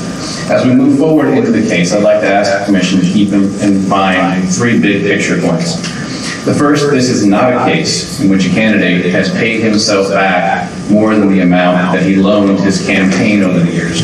The reason for that is that Chip loaned his campaign many tens of thousands of dollars in actual cash contributions, and he also incurred over his 10-year career in the Senate very large unreimbursed expenses for mileage for campaign and official purposes and for phone charges in that time frame. He is not seeking at this point to pay himself anything more back than he's already been paid. He's already given about $30,000 to charity in the last few years, waiting for this case to be concluded. His intent when this case is concluded is to give the remaining funds, which are about $60,000, to charity and ideally put up his public service behind him. The second point to remember is that the staff's allegations about the so-called personal assets issue, 21533, the overpayment issue, is time-barred. It's not properly before the Commission. It was never asserted in the manner required by the statute of limitations within the relevant time frame, and it's not properly before you. Just as the allegation we just talked about, where you were talking about whether or not a candidate may use campaign funds to pay off personal expenses as a means of paying off a previous loan from the candidate's campaign, that is also time-barred when not properly before you. It was never alleged previously. The third the third point I'd like you all to keep in mind is that this case should be dismissed. Hold on one second, I just want to make sure. So I'm operating on her, Ms. Goldberg had 1 to 4, so which one were you saying is time bar? Do you remember? Well, for that purpose, it's 4. But some of the allegations she's making in that summary 1 to 4 are either not in the complaints that were actually filed previously, and so we're operating off a little bit of a different summary. I didn't see that until today and didn't know what she was going to be presenting. Allegation number 4 in her summary is the one I'm talking about. It was never asserted previously. Is that the overpayment issue or the expense issue? This is the overpayment issue. There's only 2 issues in this case. One is, one category is reporting violations. There are a lot of violations alleged of 21534, which are simply reporting issues. How are things reported on the disclosure reports? There's one, which is the overpayment issue. And in the amended complaint that was filed by the staff, the citation was 21533C, which is what is commonly referred to as the personal use provision. It actually says the campaign funds shall not constitute personal assets, but that's what was alleged. But the third point I'd like you all to keep in mind is that this case is now stale. We are talking about trying to move forward now to an APA hearing, which may take place a year or 2 from now, if we're lucky, on financial activity that dated from 6 to 17 years ago. 17 years ago. There are no longer complete sets of banking records, and there were not at the time the complaints were filed. There are no longer complete sets of disclosure reports. The Campaign Finance Commission's own system only goes back to 2006, and the reports for 2004 and 2005 don't exist. Chip luckily saved some of those. I've just provided the Commission staff with copies of those so we can document some of the early financial loans. But the bottom line is this case is stale. Based on Commission precedent on that issue, it should be dismissed. The bottom line is that these cases should have been dismissed years ago. They should be dismissed today. Our client should be allowed to terminate his campaign accounts, put his long ago completed public service behind him, and move on with his life as a private citizen. By way of background on Chip, he was elected first to the Senate in 2004. He served until 2012. He left office nearly a decade ago. He has not got any intention to run for office again. When he left office in 2012, filed amendments to his disclosure reports dating back 3 years, the statute of limitations period dating back to 2009. Those amendments took into account the fact that over the course of his 10-year career in the legislature, 8 in the Senate, 2 in the House before that, he had incurred significant unreimbursed mileage expenses and phone expenses for campaign and official purposes. He had not fought during that time frame, it's undisputed, in the 2004 and 2010 time frame, to treat those as reimbursable expenses, and they were not listed as loans on his disclosure reports. The cash loans that he made to the campaign were listed. The mileage costs and the phone costs that he paid personally for campaign and official use were not. Our contention is, to the extent that's a violation, it's a violation of the reporting rules on the contribution time period, which would have been in 2004 and 2010 when that took place. Those allegations, if they were made, would be time-bound. The fact is, though, that we didn't go back to amend his earlier reports going back 8 years, because at that point it wasn't practical to do it. We didn't have banking records going back from 2012 to 2004. So there was no good practical way to file new amended disclosure reports for that entire time frame, starting a new statute of limitations clock running on circumstances where we didn't have banking records. But we did know that he did in fact incur the mileage, and we'll talk about that in a second. The staff's representation that was not provided back after that is categorically wrong. We provided that in 2016. He was out of pocket, and he was entitled to pay himself back. So, what's the procedural background of the case? In 2015, almost exactly 3 years to the date after the amended disclosure reports were filed, 2 complaints were filed by 2 third parties, William Perry and Ben Duro. As I mentioned before, the complaints alleged only reporting violations. 21-534 was the only statute cited. We responded to each complaint, noting that the allegations were unclear, that they violated the Commission's rule requiring specificity in pleading, they failed to state violations of the Act, and they alleged claims that were time-bound. We've now been waiting 5.5 years for a hearing on those arguments. This is the preliminary hearing. In 2016, a year later, the staff filed its own so-called amended complaint. Rather than filing its own new allegations, they filed an amended complaint using the same case numbers that had been used by the original third-party complaints. 2 things happened in that amended complaint, and they're procedurally important. One is the staff purported to amend the allegations made by Mr. Dewar and by Mr. Perry. They actually restated those allegations in a way to avoid the defenses that we had spelled out in our responses back in 2015. We respectfully submit that is improper. We are entitled to rulings on the merits of those allegations as they were initially filed. The staff cannot amend somebody else's allegations. They can add new ones. They can't amend them. So no new allegations were made? That was, I would say, the second part of our 2 parts was the staff also added new allegations. Okay. Yes, sir. So they did add new allegations. The allegations that they added were some disclosure reports had not been timely filed, and they added the overpayment issue, the personal assets violation that we're now talking about, but that we spend most of the time talking about. In 2016, the staff also filed a subpoena, or served a subpoena. We responded with a motion to quash, which has never been ruled upon and is still pending.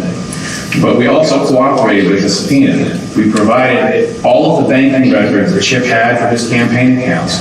But at that point, they only dated back to about 2011, going back about 5 years. We gave all of those to the commission staff. We also gave the commission staff copies of Chip's calendar dating back to 2003.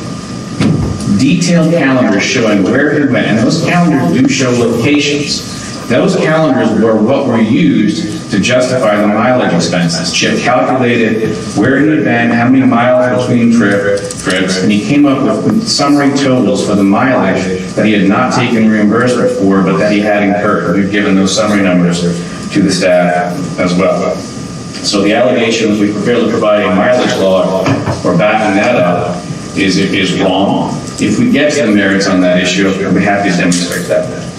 So in talking with the staff, we decided to recommend to you all that we structure the argument as follows. First, I think we need to deal with the amendment issue.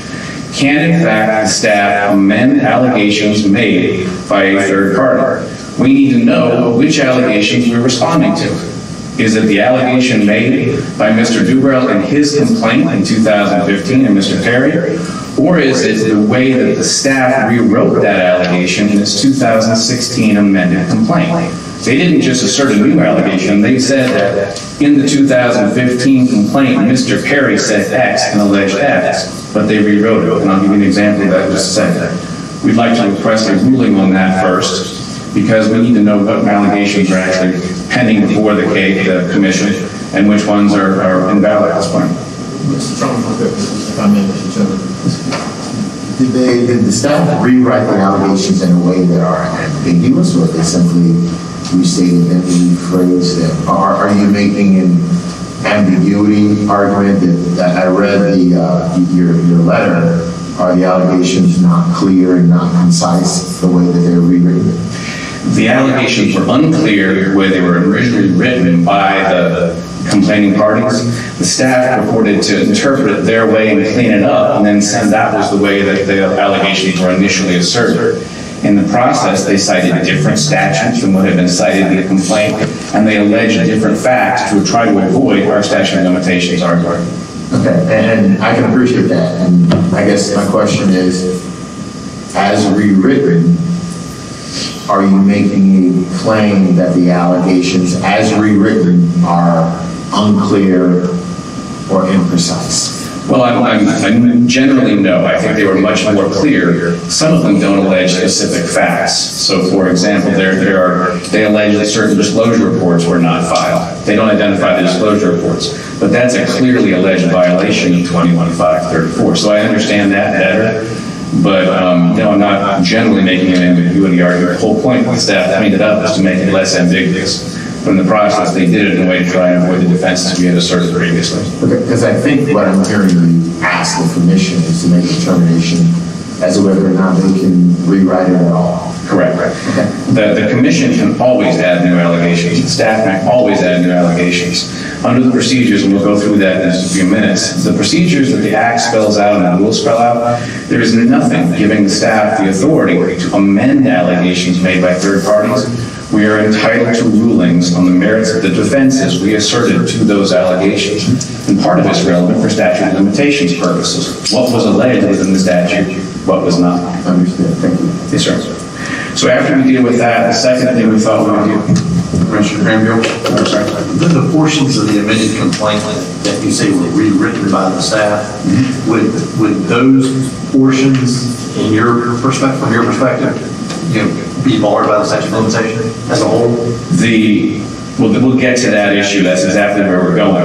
The staff's amended complaint was not a verified third-party written complaint, nor is it a notice of APA hearing. In other words, it did not commence an action for purposes of the statute of limitations. Anything new in there is clearly time-barred at this point. The amended allegations depend on which ones we're talking about. If we have to respond to the new versions of those allegations, then those are also time-barred because they were in an unverified written complaint. That's what I was getting at. Let's assume that the original complaint by the third parties, let's just assume that never happened. Yes, sir. And that the staff initiated the case with what we now know to be the amended complaint at that point in time. If they had made the allegations that they made, that you say were actually restatements of the third-party complaints, would they have been time-bound?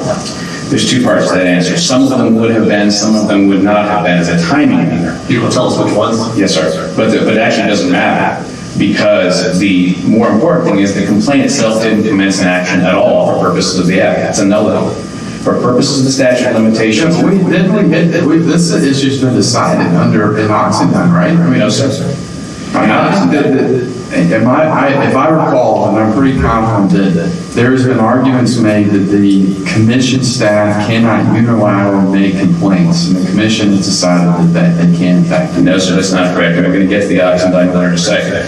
What happened in Oxendine in 2015 was that the staff amended a complaint and added new allegations. We argued that the commission staff could not use the same case number and amend those allegations by filing in that case. The commission disagreed with us and denied our motion to sever, basically holding that the staff can add new allegations into an existing third-party complaint. It was not at issue in that case whether they can amend the initial allegation made by Mr. Anderson in that case. This is a slightly different issue. I'm not, at this point, arguing that the staff could not add these additional allegations into this case. I'm arguing that by virtue of changing the allegations that have been made previously, that's a violation of the act. Does that make sense? But didn't you say that the commission can make allegations at any point? Sure, there's no. Yes, sir. Okay. And those are additional allegations that were asserted in the amended complaint. You can make, the commission staff can file a complaint. The statute is very clear. The commission can file a complaint. For purposes of the statute of limitations, you still have to determine if that action commences an action within the time limits. That's a slightly different issue. What I'm talking about on the amendment issue, that it's an important distinction. I'm not saying that the staff cannot add new allegations under the same case number. That was decided not to by against us. What I'm saying is, when it restates the allegations by the initial party, that's a violation of the law. And that's what's happened here. For example, well, we'll get to that in just a minute, but that's it. Go ahead. Yes, sir. So we need a ruling on that, because I need to know what is the operative complaint. Are the initial complaints now a nullity because the staff has restated the allegations made there in the amended complaint? Which ones do we respond to? We shouldn't have to respond to both. Well, we'll have to hear from Ms. Goldberg on that. Well, first, I want to hear from the commissioners what their inclination is on bifurcating on this issue. First, making a determination is Mr. Chalmers is making a recommendation, and then Ms. Goldberg, do you have a position on this, on whether we should bifurcate it? Okay, go ahead. Position on bifurcating? I mean, it might be less confusing if we do it that way. Okay. Commissioners? I think I'd like to, maybe it's not officially bifurcation. I certainly want to try to resolve the statute of limitations issues. Yes, sir, but before we can resolve the statute of limitations issues, we need to know which allegations are we talking about. And that deals with the amendment issue. Am I having to respond to the allegations that were made by Mr. Doolittle and Mr. Perry, as stated there, which were filed in 2015? Or am I having to respond to the restatement of those allegations, which in at least one case cite a totally different statute and was filed later by the staff? Well, I guess I'm not as concerned, Mr. Chalmers, about which complaint you need to respond to. There is an operative complaint. Which one? The amended complaint. So that means the original complaints are now null, and I don't have to respond to those allegations? In my mind, I would say yes, because if we just applied, civil procedure standards, there can only be one operative complaint in an action. Okay, if there is a complaint, there are amended complaints, depending on what court you're in, you have to seek leave to file further amended complaints, but there can only be one operative complaint. That's where I'm at. So the fact that the staff chose to rewrite, and I'm giving credit to how you characterize it, I haven't seen the language, I might disagree. But if the complaint has been rewritten in such a way, for whatever reasons, there can only be one operative complaint in my mind.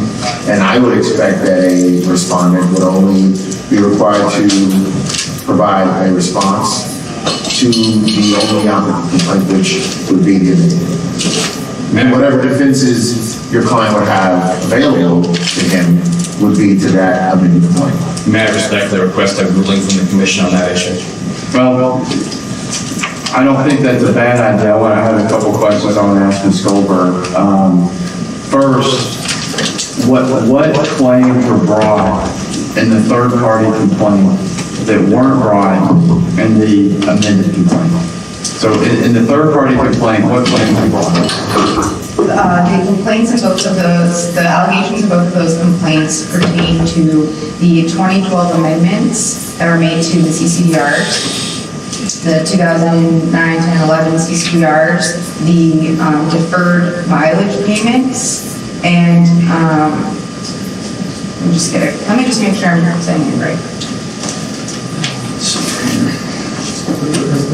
Mr. Chairman, I don't disagree with Mr. Farmer's position, Ms. Goldberg.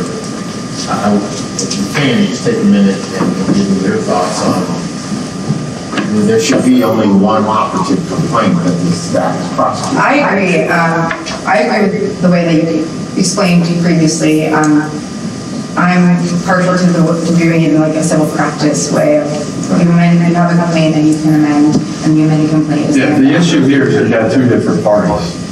I mean, so you've got a third party who filed it, and they can amend, and they can only have one operative complaint, you got the commission. So each of the parties can only have one operative complaint. We've got two parties. And so what I'm trying to figure out is, and I don't want to overly complicate this issue. I mean, I would love if you guys could agree to the extent you can on the claims pending before the commission. If we can't do that, that's fine. I'm not sure we can. We have discussed this before in this meeting, but it's the staff. So it's the staff commonly receives third-party complaints. Oftentimes, those complaints are written by lay people who don't necessarily understand the nuances. Secretary Bonnie, go ahead. Yeah, I'm just going to cut through it. There are two parties. We've addressed this issue before. When a third party files a complaint, we are the litigant. Remember when we went through the attorney's fees issues and there was a question of whether the third party complainant has to show up, and they don't because they don't have standing.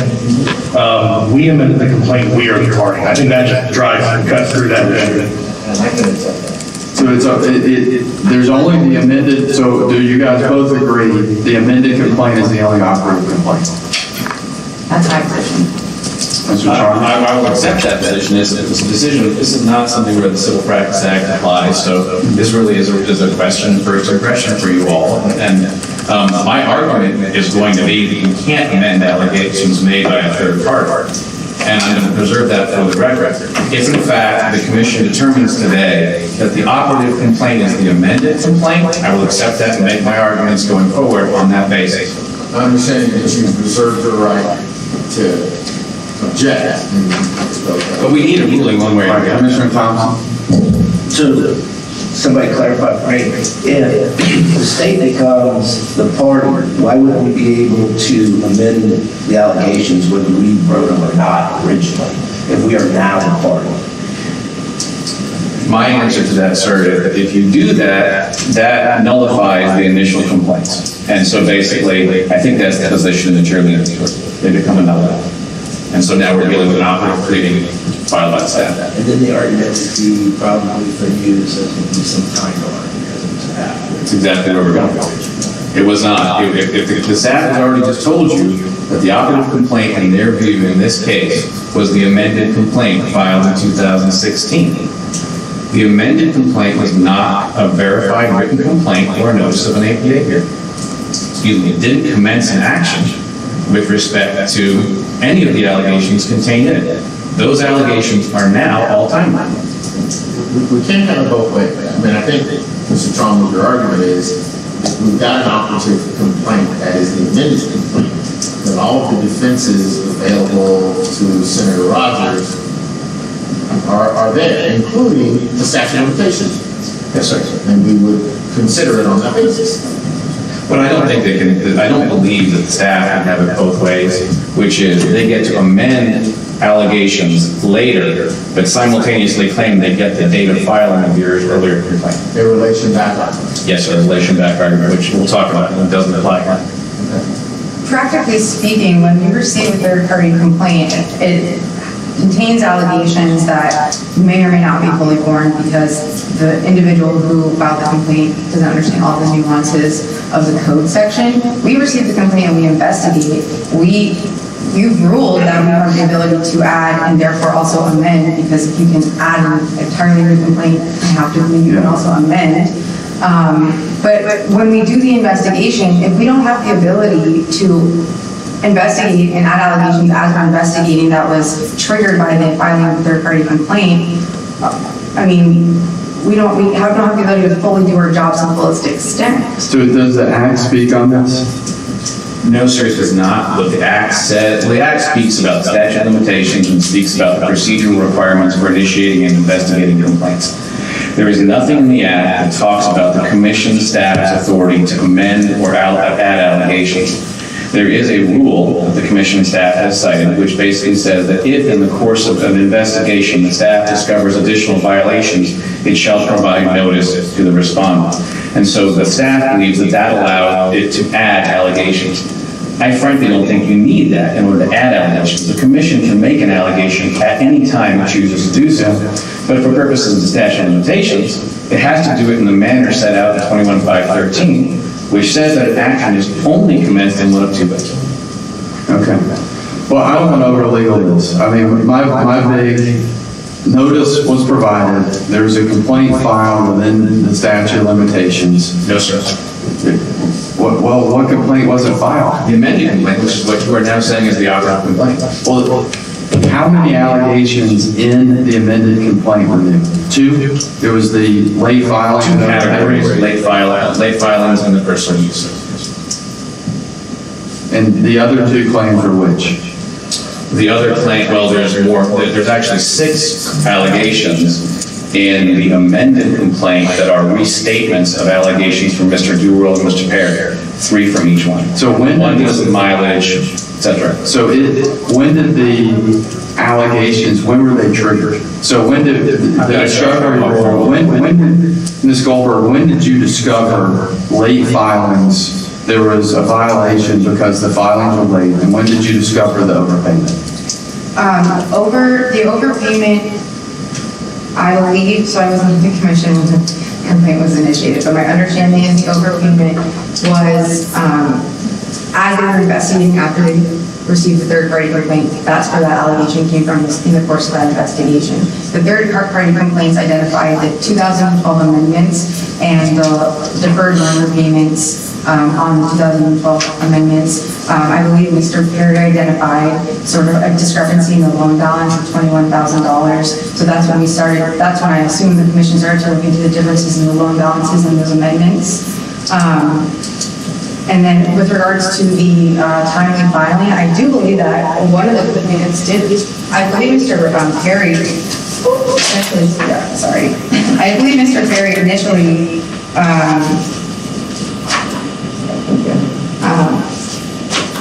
in his third-party complaint identified issues with filing as well. Oh, he did? Mm-hmm. With the late filings? Yes. Well, so the 2016 late filings came after the third-party complaints, but the 2012 amendments are what were at issue. Couple things, Mr. Chairman. Number 1, there's no discovery order. And number 2, I think... But they can file, if a complaint's filed, and they commence an investigation and find additional allegations, they can bring those forward. Correct. But that is a separate procedural question of whether they may assert new allegations, which they can do at any time in any place they want to, whether those new allegations were commenced in the manner required by the statute of limitations. And our contention is that they were not. We're sort of working our way backwards from what result we want under the statute of limitations to what's the operative pleading. The way this should be working is we decide what is the operative pleading first. Is it the amended complaint or the initial complaint? That decision should be made in isolation, independent of whether the result we want to get on the statute of limitations. And once that determination is made, the chips fall where they may. We can go on to the statute of limitations argument. Well, it seems like you guys have agreement on that the amended complaint is the operative complaint. I'm preserving my objection that the initial allegations were entitled to a ruling as they stand. I understand that you all believe that if the commission rules that it was the amended complaint, my argument will be structured differently. I will address the merits of the allegations in the amended complaint and not the original. Commissioner Watts? Yeah, so I agree. The reservation is fine. We've got the staff telling us that they believe the amended complaint is the operative complaint. I think that's the operative complaint. I think we should proceed with arguments about the statute of limitations thereafter and figure out, whether anything's been preserved or not. So I'll go ahead and make a motion that we adopt the amended complaint as the operative complaint in this action and then proceed with the arguments. I mean, do we need I don't know if we need a motion on that. I think you guys should just, if you're in agreement, proceed on it. And no, sir, I request for the record a ruling on that issue. And I second the motion. Okay. We've got a motion, we've got a second. Any discussion?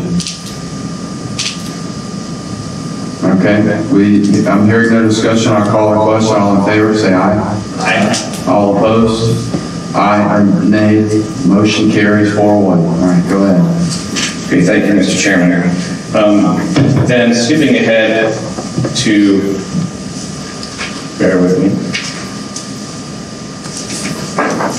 We'll now talk about staleness for a second, which is a related argument to statute of limitations, but not entirely the same.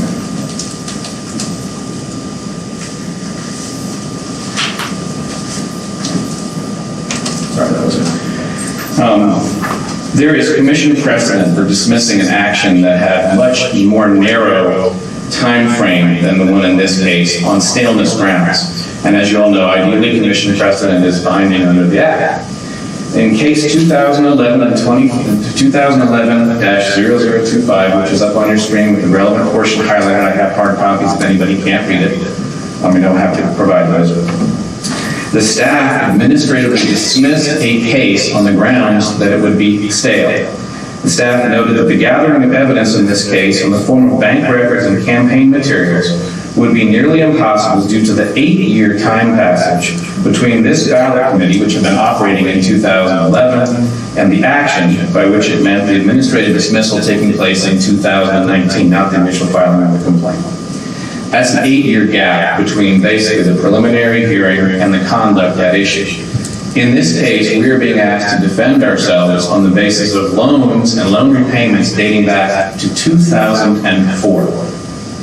The banking records don't exist. To my knowledge, the commission has not subpoenaed the banking records from the campaign account, but going back only 7 years, they wouldn't exist anymore. Chip has provided everything he had. The disclosure reports for 2004 don't even exist, a full set, is my understanding. They're not available at the Secretary of State's website. How is the staff supposed to prosecute this case? How are we supposed to defend ourselves in this case with that time frame? I'm happy to let the staff respond, but I think let's have just a little context. This is the preliminary hearing, just the initial hearing. 5.5 years after the initial complaints were filed, which dated to disclosure reports dating back 3 years before that, 2012. So is this just an AO? Is this the only authority? It's not an advisory opinion, it's an administrative dismissal by the staff under the authority granted to it by the commission to administratively dismiss cases. And I believe it was actually subsequently verified by the commission, although I don't think that's necessary. It's an actual order. So we're talking about complaints filed in 2015 relating to disclosure reports filed in 2012 that cover a time period dating back to 2009, and in which the issue that the staff wants to litigate at an APA hearing to be held a year or two from now, if we're lucky based on precedent, would concern whether Senator Rogers, a man who left the Senate a decade ago, paid himself too much back for loans he made in the period between 2004 and 2012. I respectfully submit to you that, based on the Commission's own precedent, this case is stale and should be dismissed for that reason before we even get to statute of limitations. Happy to let staff respond.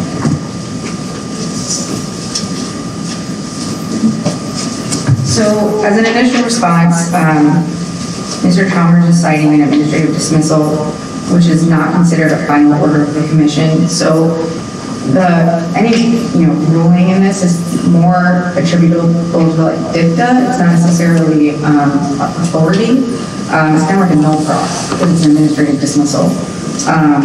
Additionally, the issue of staleness was addressed by the Court of Appeals in one of the Oxidine cases, 2017. Specifically, the court pretty much quickly dismissed the argument for staleness. The factors that you would have to consider if you were making a staleness argument is what sort of, damages did the individual incur that would warrant a ruling on the staleness? Did they lose business? Was their, family relationship affected? The court in that case essentially said, just because you were sued by the commission for, campaign finance allegations, campaign finance violations, that's not necessarily, there's no harm that you incurred, and just because the case sat for a while, that's problematic, but it doesn't warrant a staleness ruling. And that applies here. It's controlling authority here. Yeah, two responses on that. No, Oxidine is not controlling authority. It was not a staleness issue.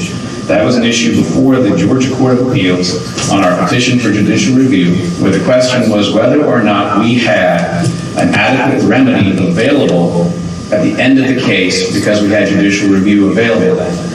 It was not an allegation that the allegations couldn't be proven themselves or defended at the outset because the evidence was stale. Two totally different issues. One is a proof issue on stale evidence.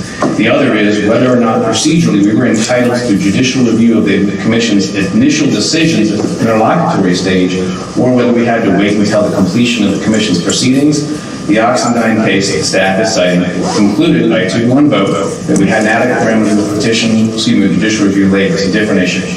The second thing is the Commission's rules do in fact state that an administrative dismissal is binding. The staff has been delegated the authority to administratively dismiss cases that it concludes are without merit or cannot be prosecuted.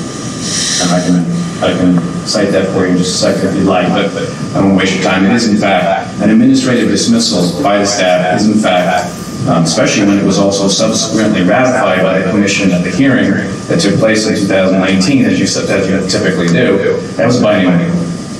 Yeah, but it does, go ahead, Mr. Chairman. Well, it does, we've hit this issue many times before with consent orders and other orders that have been adopted by the Commission, which are, they don't have precedential impact. The consent order doesn't have precedential impact as a party has agreed to it as part of a settlement agreement. This, an administrative dismissal is the staff's determination ratified by the Commission under authority given to the staff by the Commission that the case cannot be prosecuted. And, let's see. But what authority do you have to say that this is precedential, requiring us to act pursuant to every administrative dismissal that, and we're not even ratified. We don't ratify administrative dismissals. We don't make any ruling on administrative dismissals unless we overturn them. Well, my argument is that you can't do that either, but I'll cite to you. So the we can't do what? We do whatever we need. Let's do it. I know. I mean, I feel as though we're in that my inclination is that we move forward on here are the merits of the case, having an administrative dismissal which hasn't been adopted by the Commission. We don't have any authority to say that it's precedential or bound to act pursuant to it is insufficient for us to make a determination at this stage. Okay. For the record, I would like to say that the administrative dismissal was ratified by the Commission. You all have meetings in which the staff presents the administrative dismissals, and you typically go to approve them all in lunch. No, actually, we don't, because there's always been a joke that I would bring up the point that we don't do anything in response to them. All we do is just hear what cases were administrative. Unless, listen, we're just, that is. All right, well, if I'm wrong on that, I like that, because I thought that was the way it was. But in any event, whether or not it's binding or not, this is, I think it's a pretty meritorious argument that this evidence is stale, and it's virtually impossible for the case to be proven or defended at this point.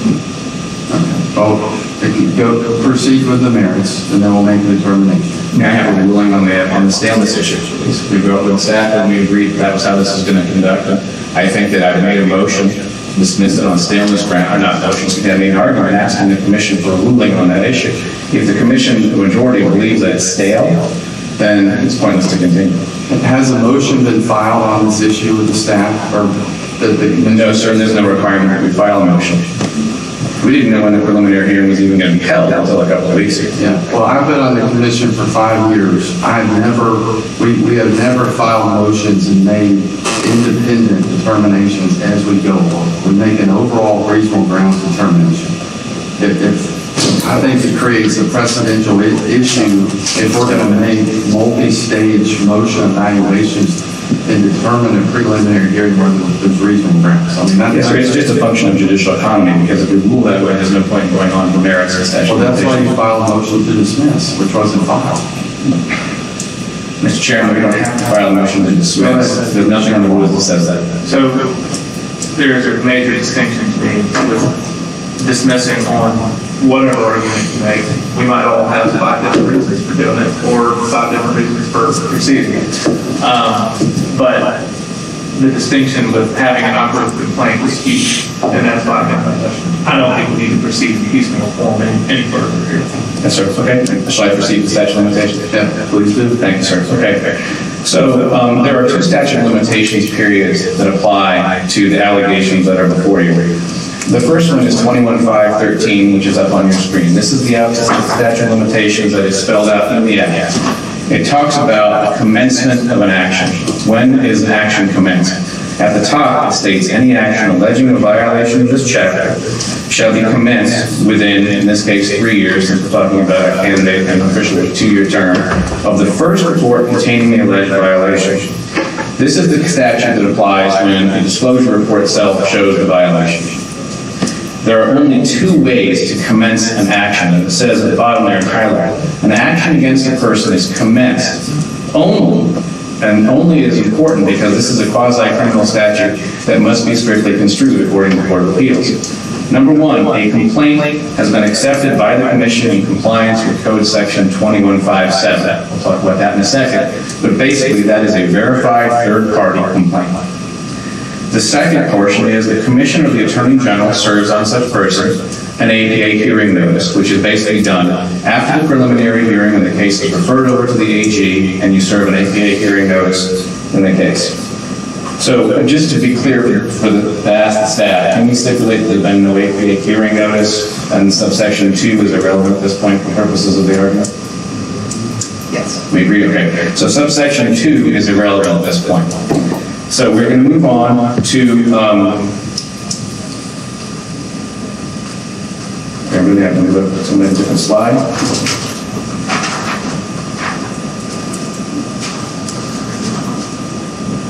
Apologize, Mr. Chairman, I wasn't sure whether I was going to have to argue that. I just wanted to get on.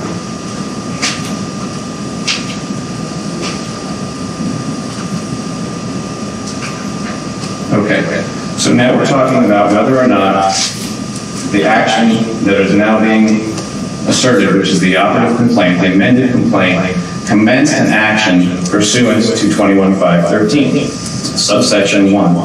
That says that an action is commenced only when a complaint is accepted by is important by the Commission in accordance with 21.5.7.1. Notice up at the top, it says in 21.5.7, which is this statute, the Commission shall not initiate any investigation or inquiry into any matter under its jurisdiction based upon the complaint of such person unless that person shall produce the same in writing and verify the same under oath to the best information, knowledge, and belief of such person, the falsification of which is punishable as false swearing under Code Section 16-10-71.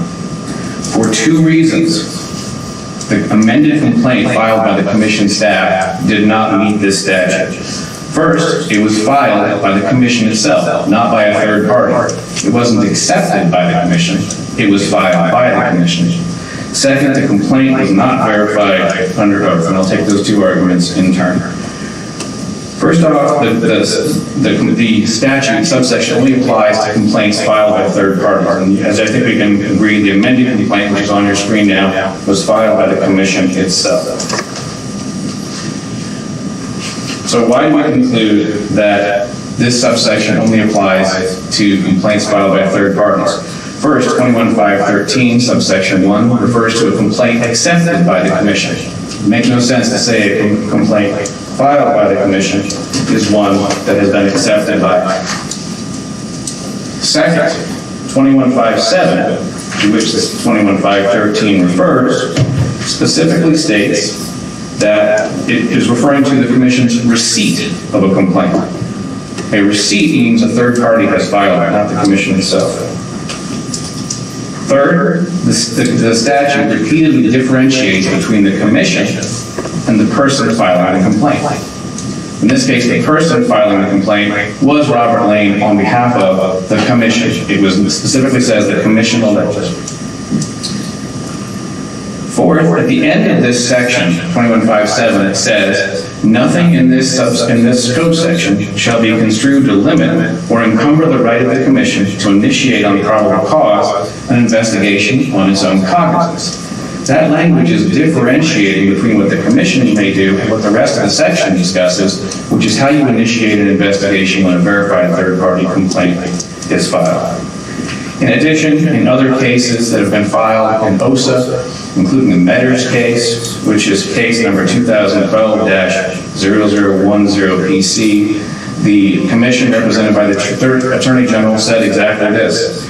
A complaint may be commenced when either one, clear reference to subsection 1, a third-party complaint in writing has been accepted by the commission. So the commission itself has basically agreed with that. So for all those reasons, respectfully submit an amended complaint or a complaint filed by the commission staff does not meet subsection 1 of 13 and doesn't comply with 21.5.7. Commissioner Barnum? Sure, Mr. Chalmers, and I just want to make sure I'm understanding. I think we've already decided as a commission that the operative complaint is an amendment to a complaint that was filed by a third party. Using terms that I'm familiar with, that operative complaint relates back to the third party. We'll get, with your permission, that is actually a major part of our presentation. But I want to focus on this.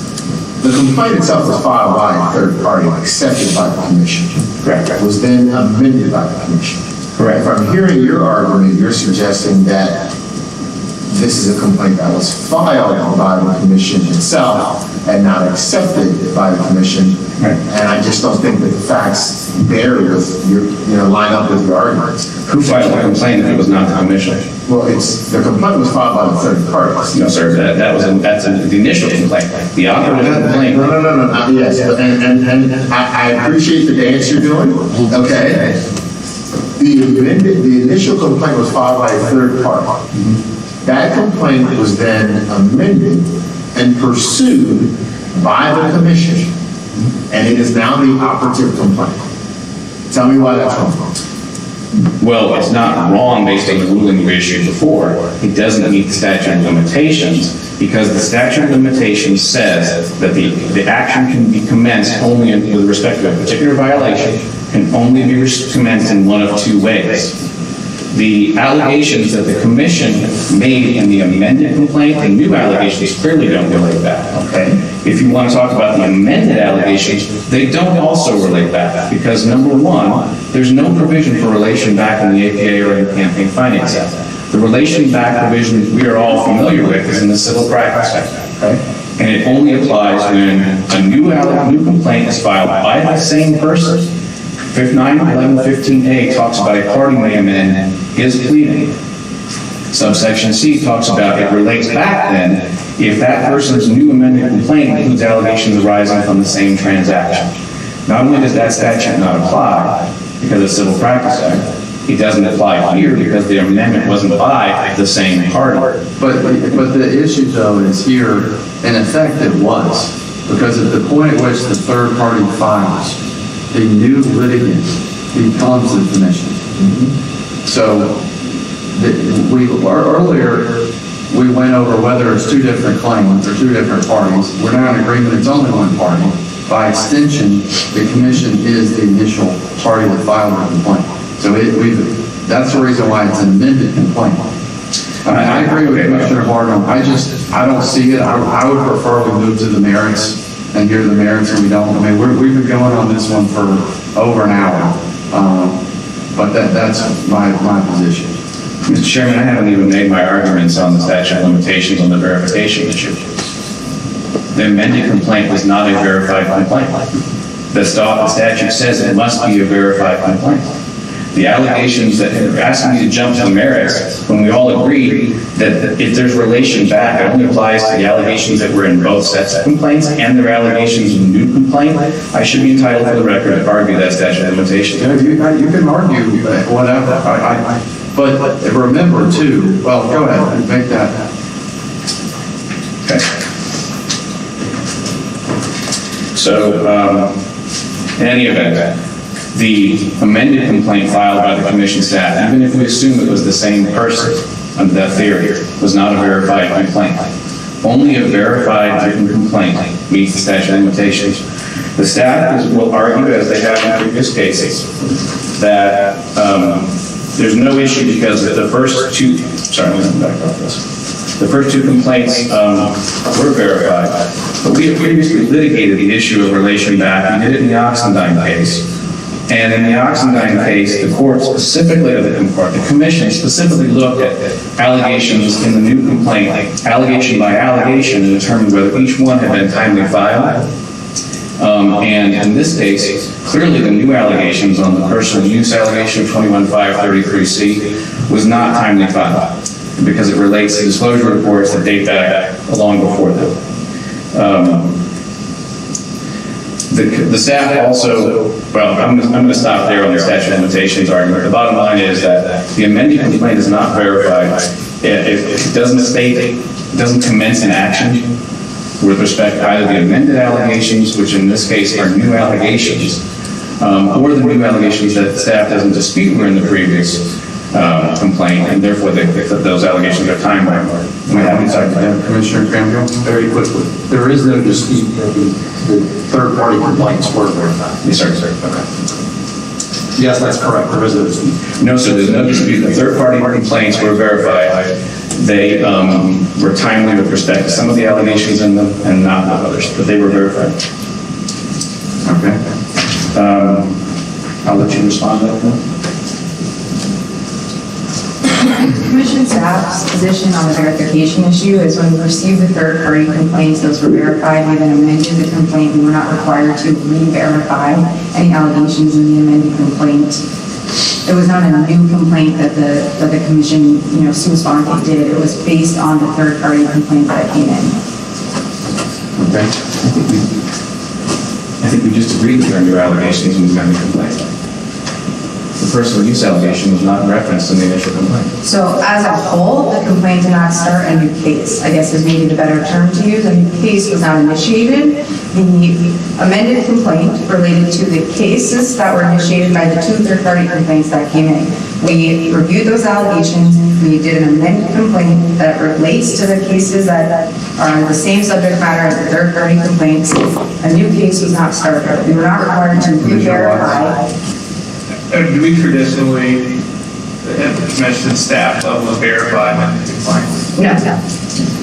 No, and that's why, Commissioner, subsection 2 of 13 exists. When the commission initiates an investigation, I'll go back to it. The commission staff needs to get to the point of serving an APA notice within the deadline. Sorry, I put it back now. Okay, so basically 21.513.1 applies when the third-party written complaint is filed, verified third-party complaint. When the commission itself initiates an action, it has to comply with subsection 2. It has to initiate an APA hearing within the deadline. That's what the code says. And one reason we're not talking about subsection 2 is because there's been no APA hearing or serious. All right, Commissioner Barnum. Mr. Chalmers, it would help me if you stated with specificity the allegations in the amended complaint that Senator Rogers was not on notice of prior to filing the amended complaint. Can I approach and give you a copy of the chart that shows? You can approach me now, by the way, That is a chart that shows the allegations.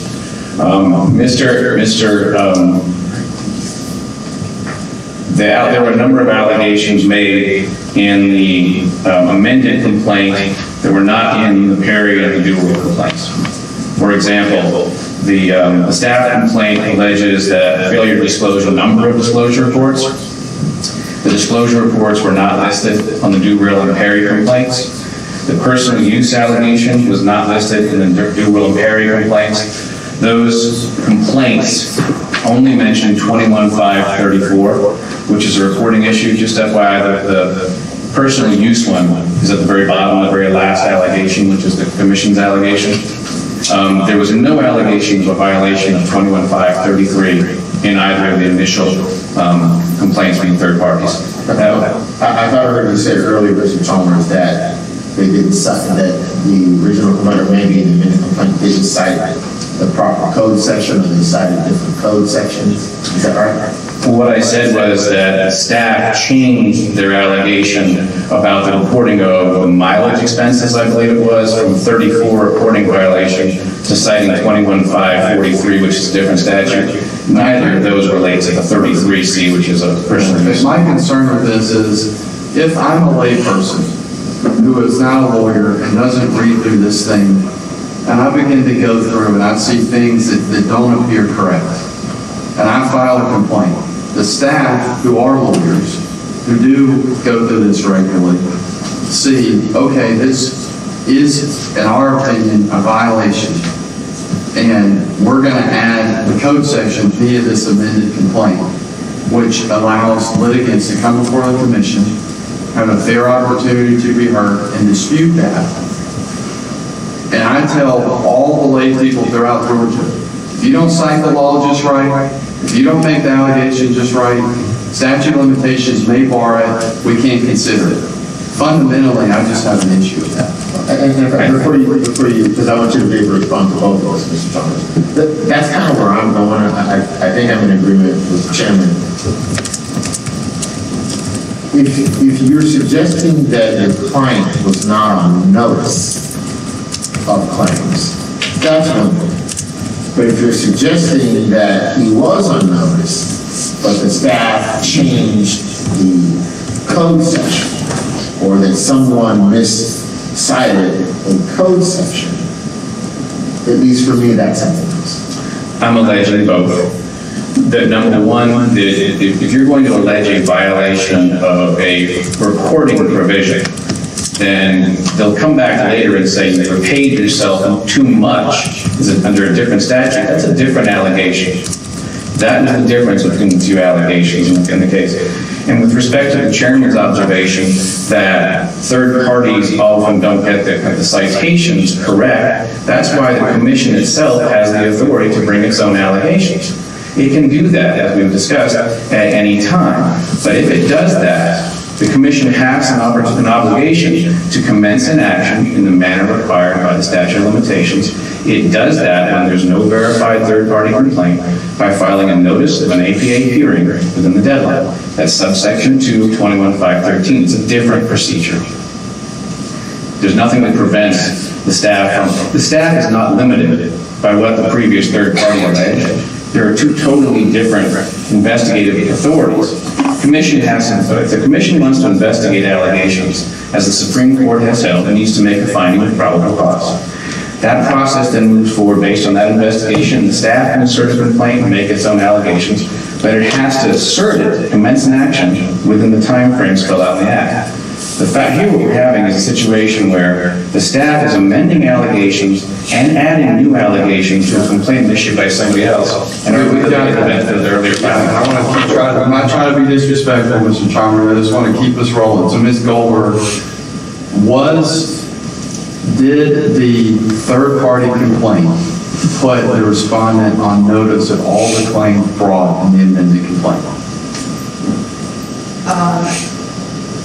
For the issue of notice, the one additional allegation, the 33 allegation, that was an additional allegation that was added on top of what was in the third-party complaints. So when we amended the complaint, that's when I guess technical notice of that would have been provided. But we would maintain that statute of limitation was told as soon as those third-party complaints were filed, and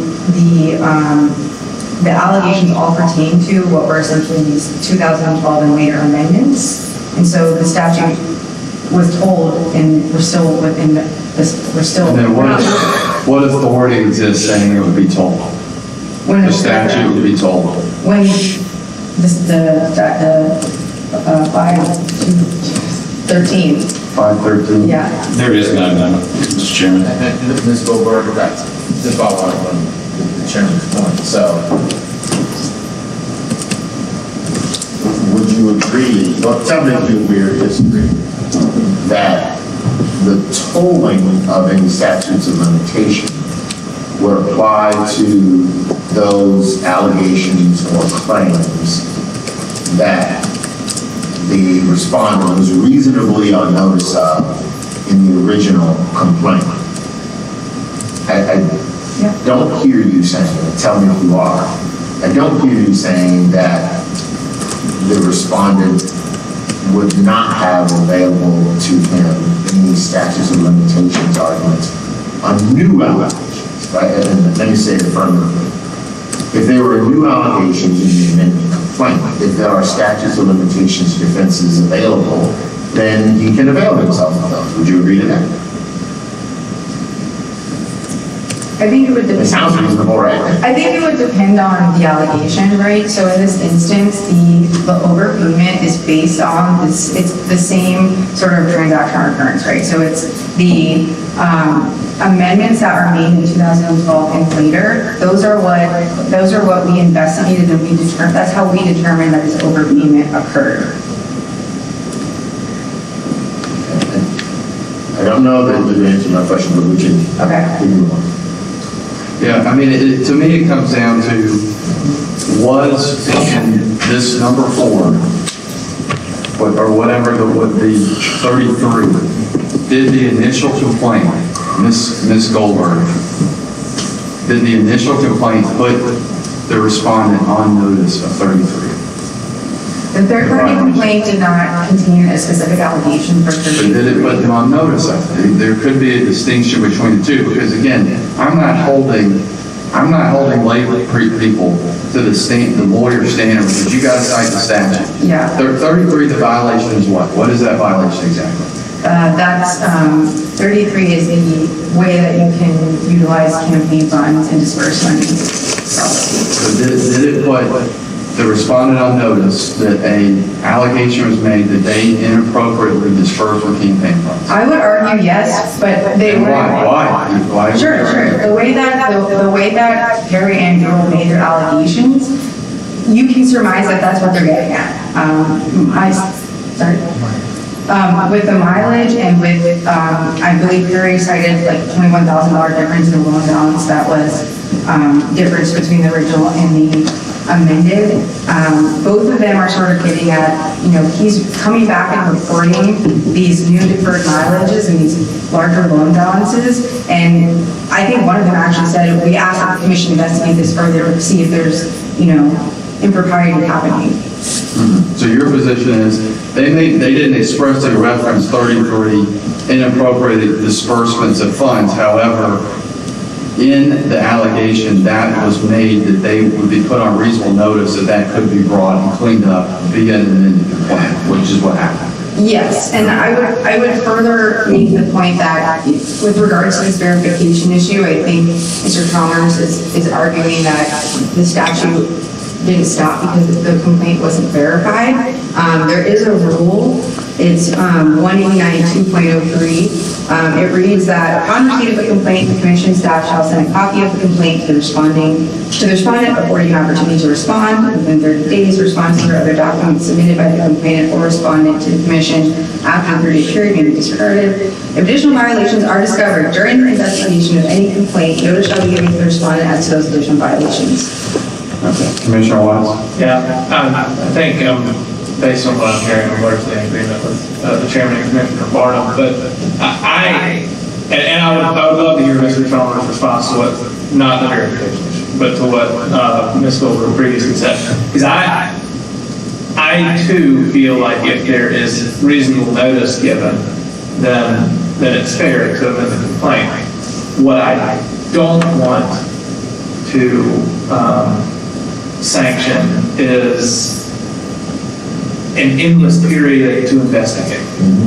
And we can't get there. We can't get to that point. There has to be some line. So I think notice, I'm generally comfortable with if notice can be said to have been provided in the original complaints for whatever category of violation it may be without citation statutes, fine. But I do think we need to be careful about I think it would be helpful, Mr. Chalmers, you respond. Ms. Goldberg, I've got the Georgia Watchdog ethics complaint, the initial complaint. If you could find the exact language in that complaint. And Mr. Chairman, you're referring to the December 2nd stuff. Yep. Thank you. Yep. So if you could refer to the exact language in that complaint to put them on notice of the 33 allegations. That would be helpful. Yes. Couple of quick responses, and then we'll take up too much time. Number one, the whole concept of tolling is non-existent. There is nothing, tolling is a statutory concept that applies. It says that if you take certain action, if you have a disability, the statute of limitations is tolled for a period of time.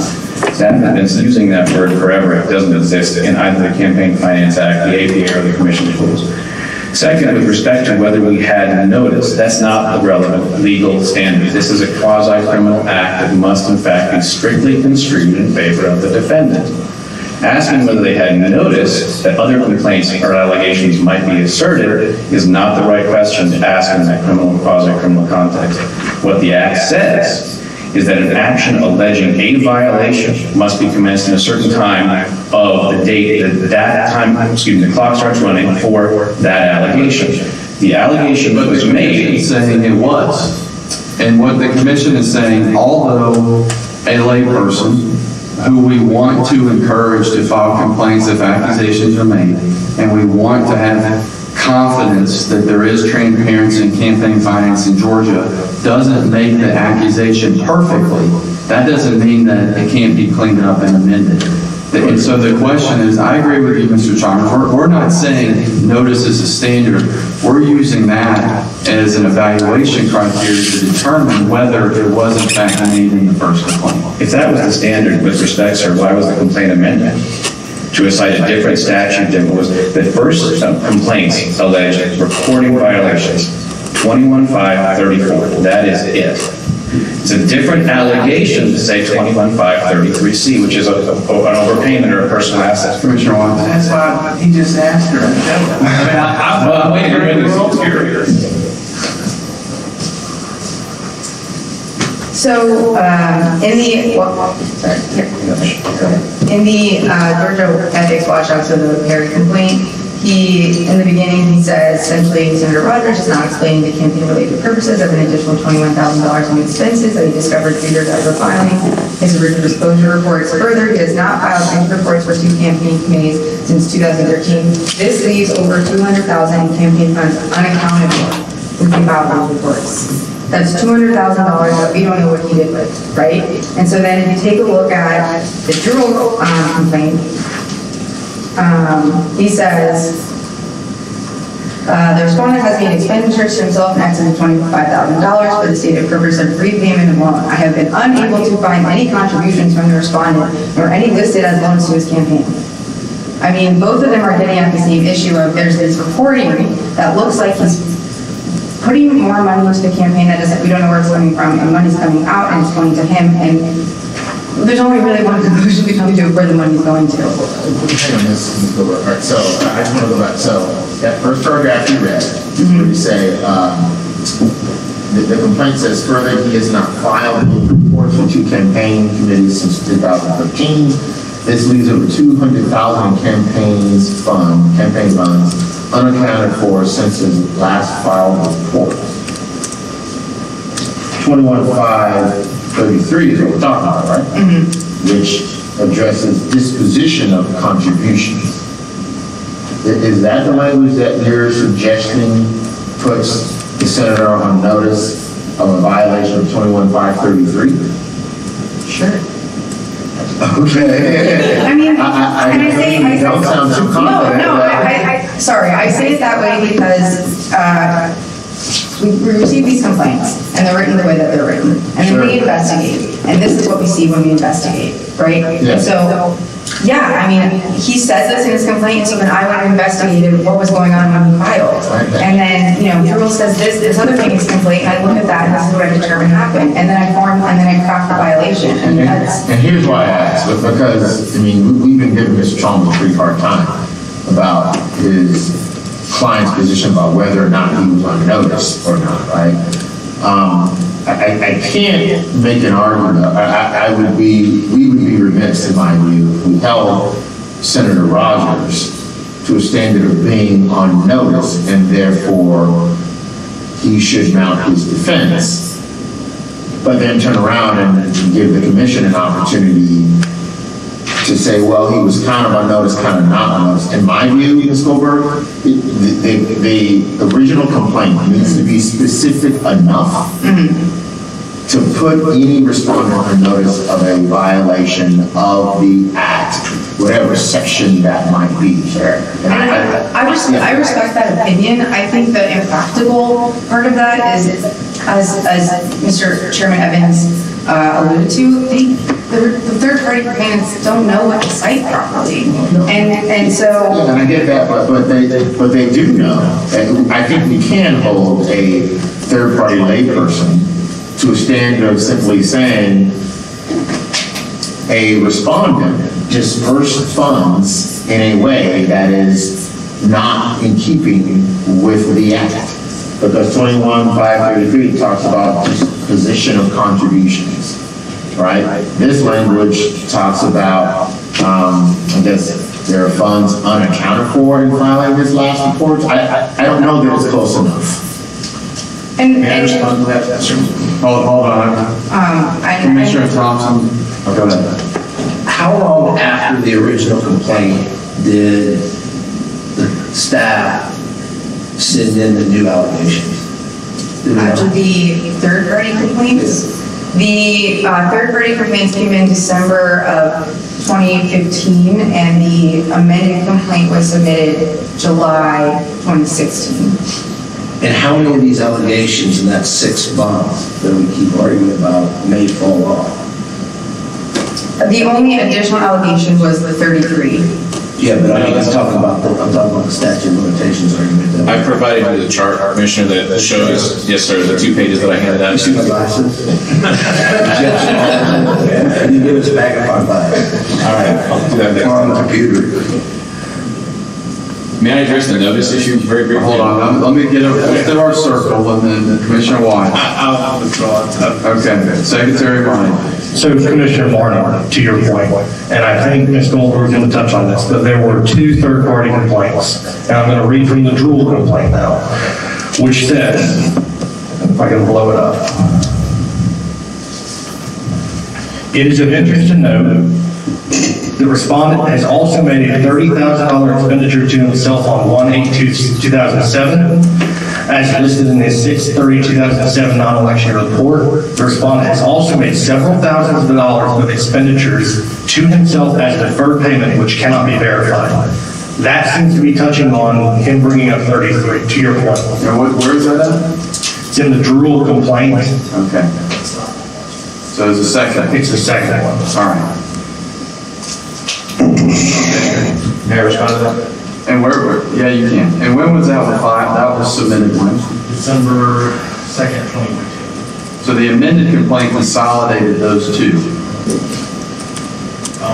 Yes, with some clarification, but I'm not trying to take a piece. I mean, our position is we amended the complaint and it provided additional due process to the respondent because it clarified the allegation and clearly stated what exactly we were alleging. Okay. All right. I just wanted to point out that Commissioner Martin said, well, is there anything that clearly seems to touch on 33, and I can address that. Addressing that very briefly, the screen that you have up in front of you that shows now the way the commission staff characterized the Dubrell and the Perry complaints when they filed the amended complaint in 2016. They said Mr. Perry said failed to disclose the purpose of campaign expenses, failed to disclose the source of an extension of credit, failed to file disclosure reports, etc. All of those cite 21-534, which are all reporting violations. None of those said, even if notice was the relevant standard, that he violated the law by paying himself back too much. And in addition, the allegations, this is a sort of a short, handy summary of it, but Mr. Dubrell alleged about the deferred payments that we had failed to disclose what the mileage was for because he couldn't verify it. That's a totally different allegation. The staff is now characterizing that as part of the overpayment. It's not. On the disclosure reports that were filed for 2009 and 2010, there were deferred payments showed for expenditures of mileage incurred in that period. So I don't think that notice is the standard. The statute requires that you look at the allegation. To be clear, no one's suggesting notice is the standard. We're just using that to determine whether it was initially put. And we can just not use it anymore, because I don't disagree with you on that, although the predicate justifying moving to dismiss a complaint, especially in the 12B6, I understand it's not civil procedures, but are you put on notice of the claim?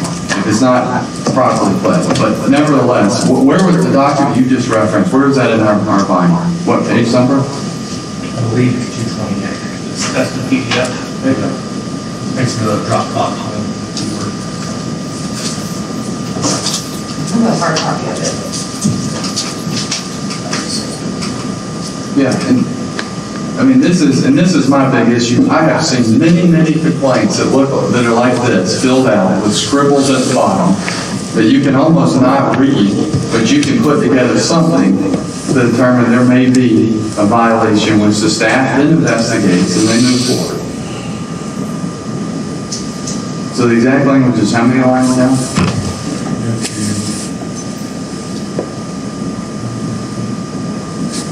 Fifth line, you're gonna take the notes.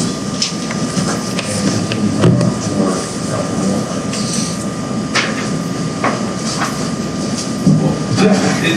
Hold on.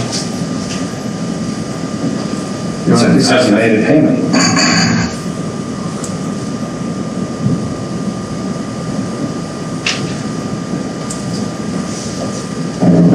Excuse me. So that you, Ms. Goldberg, your allegation of violation 33 is, read the exact language. Give me 1 second.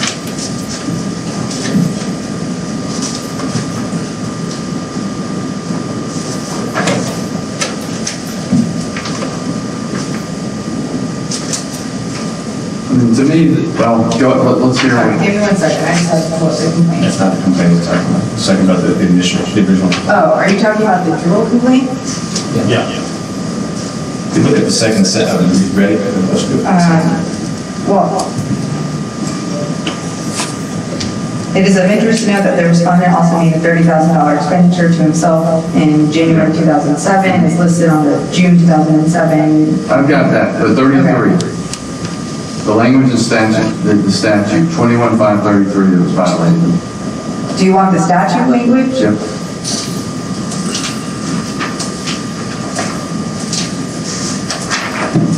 Campaign contributions and interest thereon shall not constitute personal assets of the campaign. I think she's referring to A. C is the one that was pled, and the amended complaint, C.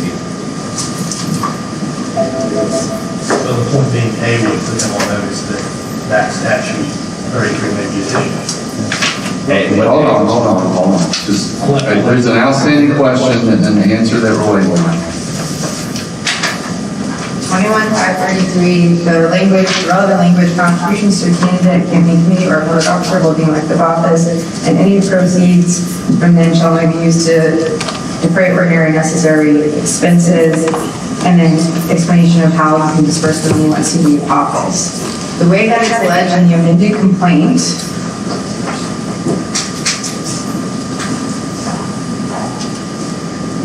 so paragraph 14 of the amended complaint, the above notwithstanding, a candidate and or campaign committee is not permitted to reimburse a loan holder on an amount greater than the principal amount loaned to the campaign unless the candidate campaign committee has agreed to repayment terms which include a provision for the repayment of said outstanding loan with interest.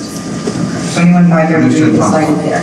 Well, I think that you go back to the Jewel, however you say his name there, complaint, and he actually points out in his complaint that the respondent has also made several thousands of dollars in expenditures to himself as a deferred payment for his mileage, which cannot be verified.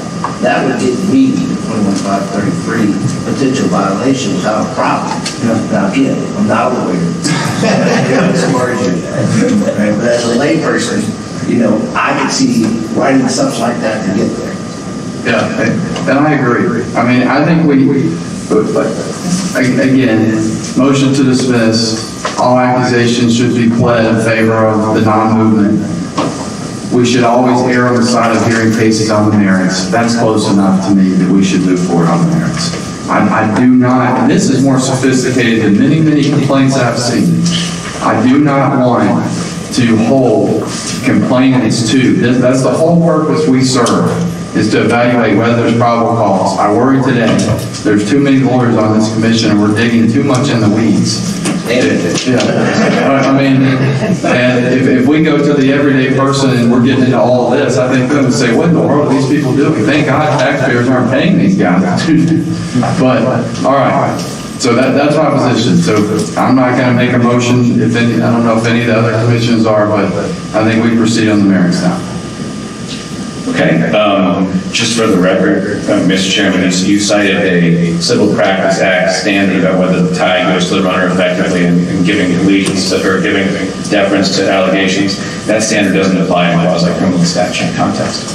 So I respectfully just make that right. All right, so we'll go on to the merits of the allegations, and now we are talking about the allegations from Dubreuil and Perry as restated by the commission staff.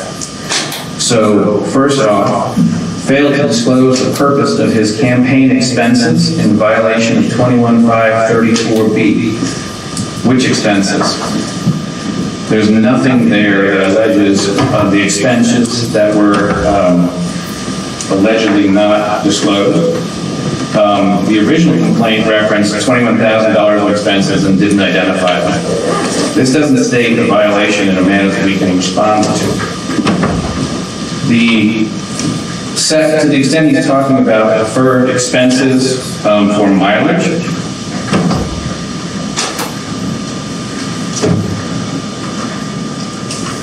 this is the Perry complaint, and I'll sort of use that as a basis because I didn't re-summarize much of the commission's restatement of it. But this is what he's complaining about there. They didn't disclose what the deferred payments were for. Mr. Perry overlooked the addendum to the disclosure reports that were filed back then. This is an example of one. It says the amount listed as a deferred payment to the candidate is the net unpaid mileage, etc. We very clearly disclosed on the addendum what the deferred payments of mileage were for. There's nothing in the 21-534B that includes, I'm sorry, that's the wrong one, but includes anything about requiring additional expenses for mileage. You show who the person was, you show the name of the recipient, the address, we included all that. Then the complaint doesn't even say, sorry, I'm getting a little tired. The complaint doesn't even say what we supposedly overlooked, and frankly, we reported the mileage exactly correctly for the deferred expenses. So that's allegation number one. There's no reasonable ground there. Going back to, let's see, what's allegation number two. Allegation number two in the Perry complaint, as stated by the commission staff in the amended complaint, we failed to disclose the source of an extension of credit in 34B1C. I want to go back 1 second to one. And I just want to make sure I'm comprehending right. So one is that the allegation, and maybe Ms. Goldberg, you speak on this, and I want Mr. Chalmers to respond. Is that the allegation that the expenses for the PGA bookstore or the PGA Superstore, all of those were not properly reported because they were reported as a loan repayment? No, sir. This complaint was filed before that arose. Okay, got it. I just want to make sure. I've got my numbers different, so I want to make sure I'm on board with your numbers.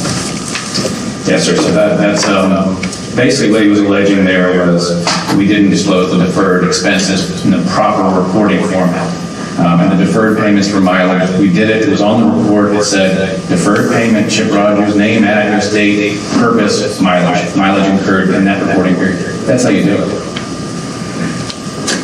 The second allegation is that we failed to disclose an extension of credit.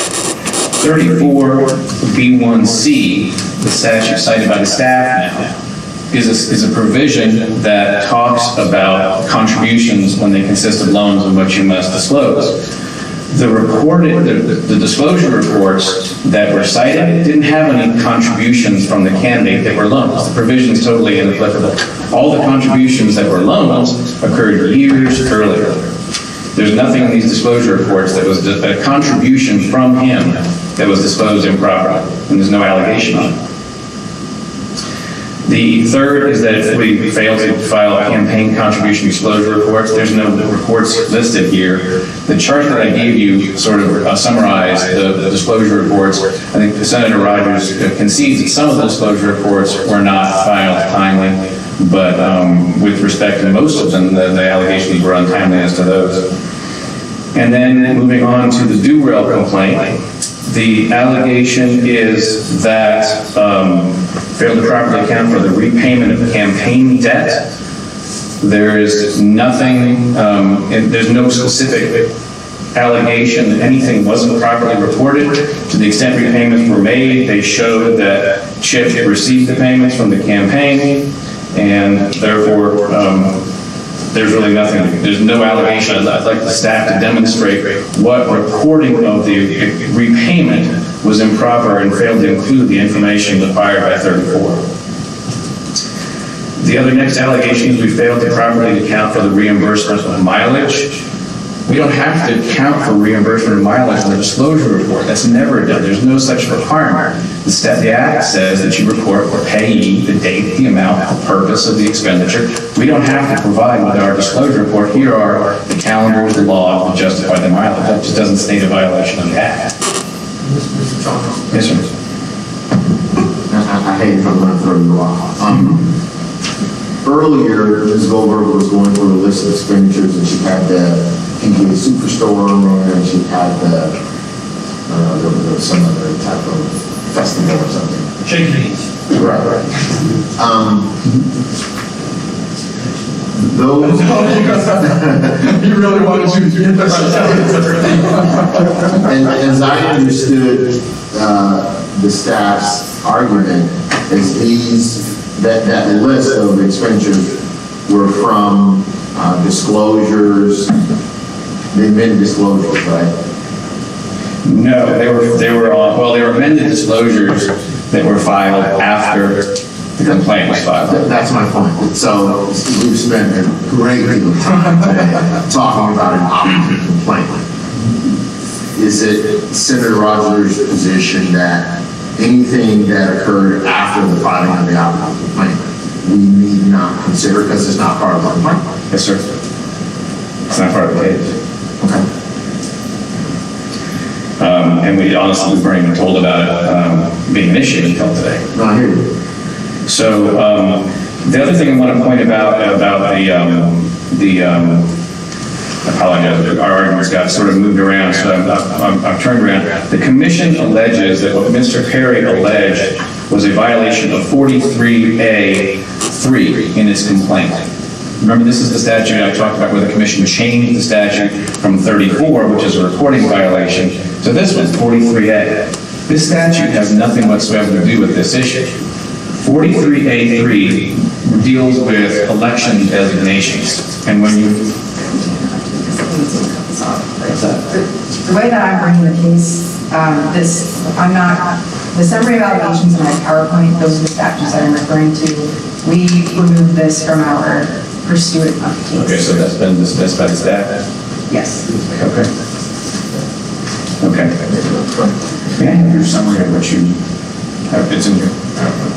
Yeah, that would be good, because I think that's what the chairman is working on. Yeah. That's what I'm talking about. What I'm going to propose is that let's print those off. I'm starving, unfortunately, I'm really sorry. Yeah. So let's take a 30-minute lunch break. So let's come back here at 1:25 and let's get that printed. I mean, if we could get 5 of the PowerPoint just printed off, that'd be helpful. Definitely that list of 1 to 4, and that way we can go down those one by one. That's going to be most helpful. Okay, so we're going to do a 30-minute recess. We'll be back at 1:25 in round 1. And we're talking about the merits, right? Or we're talking about... Yeah. What you're saying is, we have the allegations that we're all working off of. Mr. Trump, if you can address the allegations and speak to the merits of the allegations.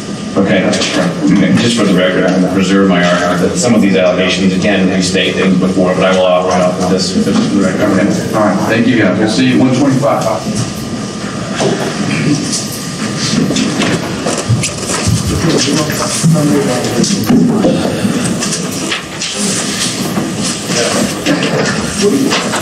Yeah. Put it on 135.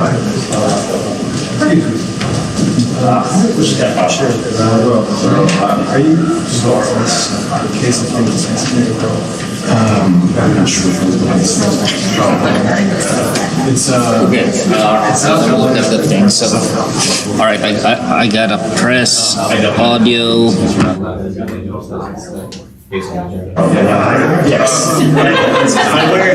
Standing, do you press audio to stop? Yeah, so if I press, if it's on red, is it off?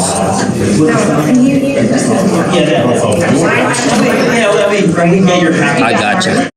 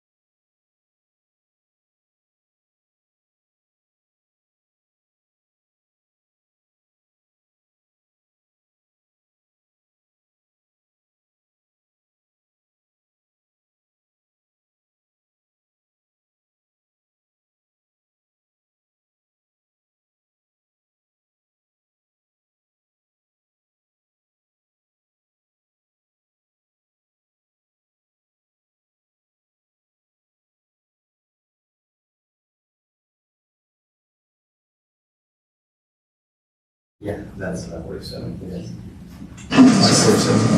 Hey, they're going live. It's like 47. I got it. 47. Thank you.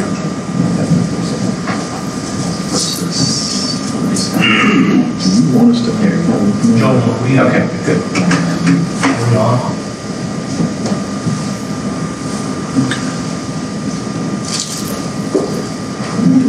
All right, good. So we'll get back started again. And as we said, Mr. Chalmers, what would be most helpful, and the way I think we'll do this is go these one by one. Hear from you, and hear from, how do I forget your name?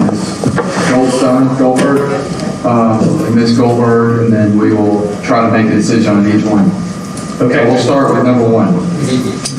Respondent failed to file, or untimely filed 11 CCDRs collectively between his House and Senate accounts. I don't think that we need to debate that one. I don't know that it was 14. I know that there was overdue filings, and so I think there's reasonable grounds to believe there was a violation, a reporting violation with respect to some of the disclosure reports. We're not going to contest that. I will contest, as we move forward, that a number of them are time barred. I've given you a chart that shows why I think they're time barred, but we don't contest that there were some that were untimely. Okay, look at that, man. We're off to a good start. That's hot. Yeah, I feel itchy now. Now, to be clear, so I would prefer that we resolve this and make a motion. Are you saying that there is reasonable grounds to believe, and that's it? Or are you creating a defense about time barred, or what? Well, no, I have already, honestly, I wasn't given an opportunity to go through the disclosure reports line by line and say which ones are time barred. I've given you a spreadsheet that shows the allegations made by Mr. Dool or Mr. Perry or by the commission, and each one of those lists the disclosure report that was allegedly not filed and whether it's time barred or not. Is it the same time barred argument you made earlier, or is it a different one? It's a little bit of a different one. It's a different one. The argument with respect to non-filings of disclosure reports, and I don't want to spend a lot of time on this, but it's a different statute of limitations. It's OCGA 9-3-28, because the statute of limitations in 21-513 starts running when the violation is contained in a filed report. And as the staff has agreed in another case, the 1 year statute of limitations in 9-3-28, which was applied by the commission before the statute of limitations in 21-513 was adopted, applies there. So there is 1 year from the date of non-filing of the disclosure report, which is clear and obvious to everybody, to file a complaint with respect to that. Even the Durrell and Perry complaints were not timely with respect to some of the reports cited. Ms. Goldberg, do we have to make a finding on each independently, or do we just make a finding that there is reasonable grounds to believe that they were not timely? Some CCDRs are not timely filed. The latter, Okay, just an overall finding. yes. All right. Secretary Biden? I was just going to point out, and not to quibble with Mr. Chalmers, but the commission rejected the staff and Mr. Chalmers' argument on that point of the ballot for hearing. Can respectfully disagree, they overturned it for different reasons, but okay. All right, well, that's fine. We don't have to make a finding for each one. Mr. Chalmers has been kind enough to concede this point. Just as long as I'm only conceding that there's reasonable grounds to say that there were some violations, and I can argue the specific ones later. Well, Ms. Goldberg said that's fine. So I will make the motion that there is reasonable grounds to believe that the respondent failed to timely file some CCDRs in violation of OCGA 21-534. Second. All right, motion and a second. Any discussion? Hearing none, I'll call the question. All in favor, say aye. Aye. All opposed? All right, motion carries 5-0. So next we've got respondent failed to disclose the source of an extension of credit. Yes, sir. Hold on. Mr. Cranfield, Commissioner Cranfield. Sorry, Ms. Goldberg, do you have the other, and I'm not trying to send you to get more copies, but the one that has the allegations as opposed to the summary? Yep. You should send someone else so you can listen to. You know which one I'm talking about? Yeah. It was like the first page. It was like the first page. Anyway, don't go ahead, I just, so much to work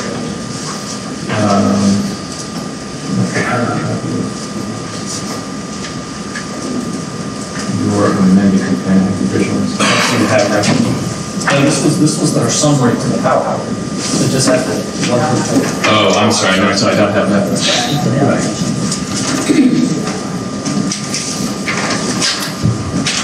This is your PowerPoint, would you like this? I'll just have to make a copy. Alright, here.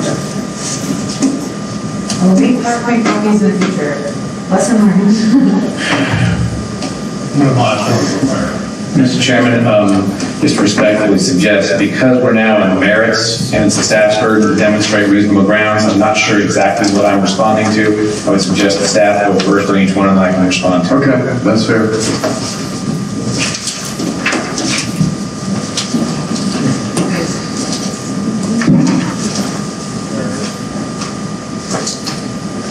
Yes, everything.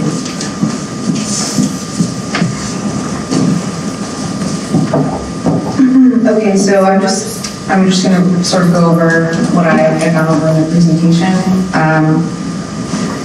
We're not debating, we're not getting into the merits of the timely or untimely filing, so I'm gonna skip over that one. The respondent doesn't disclose the source of the extension of credit. I presented evidence showing that respondent's loan balances inexplicably fluctuated based on amendments he made in 2012, 2013, and 2014 to his 2010, 2011, and 2012 CCDRs. I also have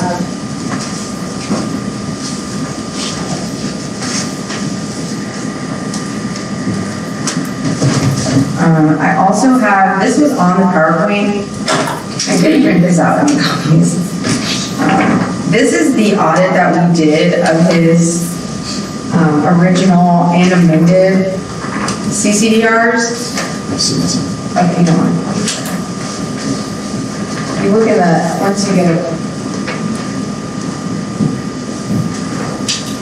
You look at the top, the first column sort of just, whether it's in the original.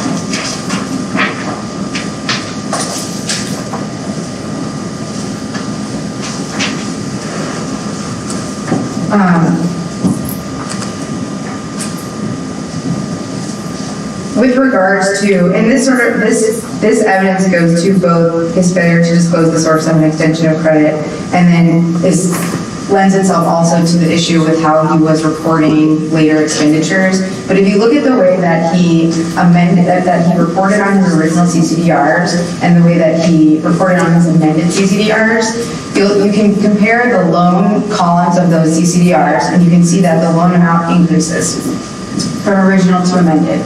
If you take a look at the deviation column, we calculated the percent of deviation between the balance that he was reporting on his original and his amended CCDRs and compared that to his bank balance. If he was amending his CCDRs for accuracy or to correct an error before, then that percentage of deviation should have gone down. If you look at the chart, it doesn't.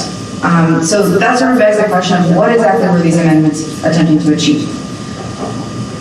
Based on our allegations, respondent failed to disclose the source of the loan extension. When he went back and he amended later after the fact, he made his loan larger. We don't know where those loans came from. Those loans don't match his bank records.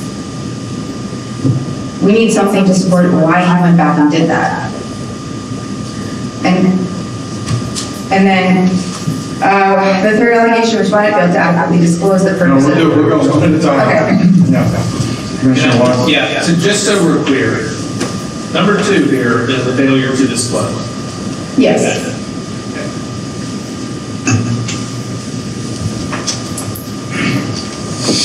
All right, Commissioners, any other questions? Okay, Mr. Chalmers?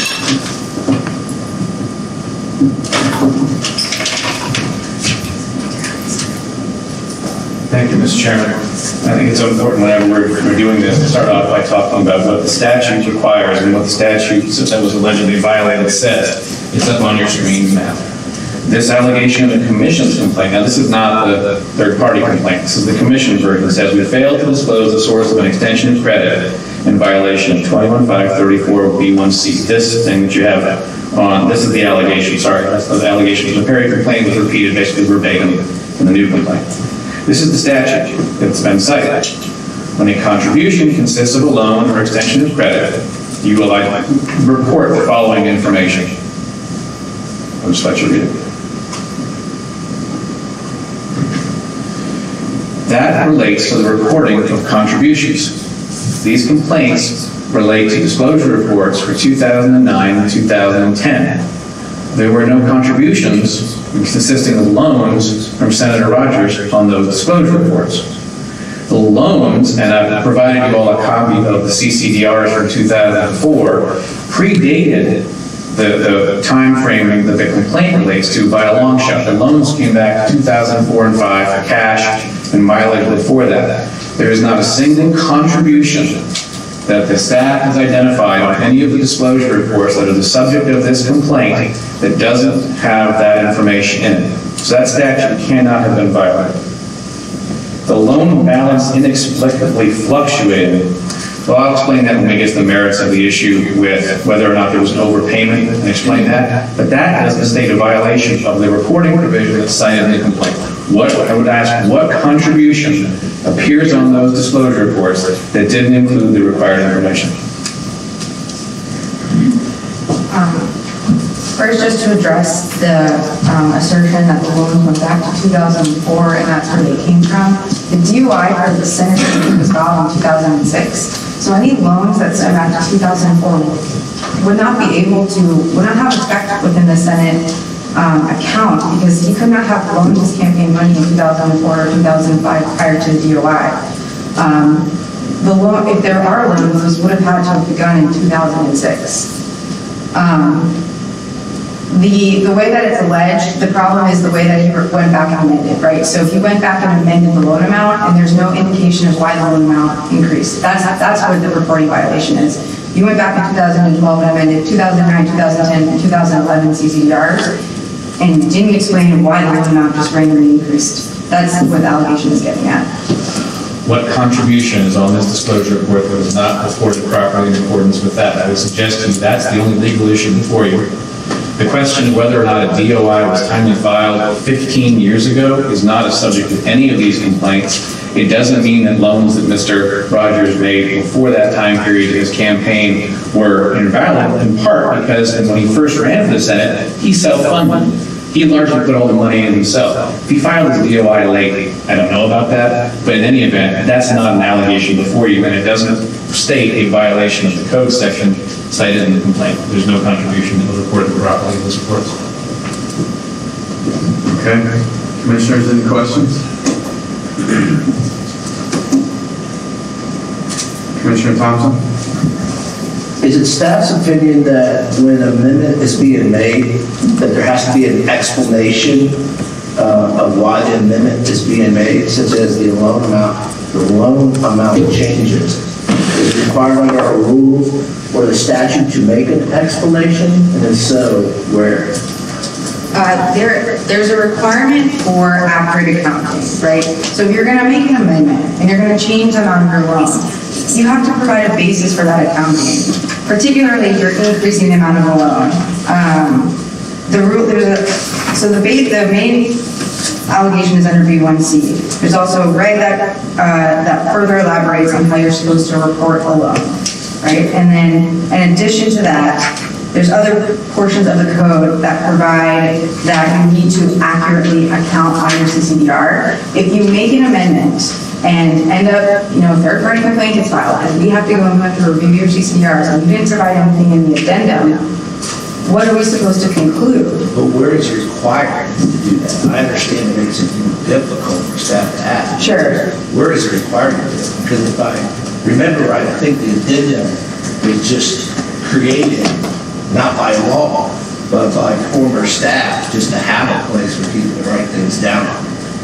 But I don't know that there's a requirement to explain an amendment, unlike federal law. There's not an explicit requirement to explain an amendment, but 21-532 requires that accounts that are kept by a candidate be detailed and current. So if you're going to make the amendment and you're not going to write in the addendum, at the very least, you have to have something to back it up if you get asked about it.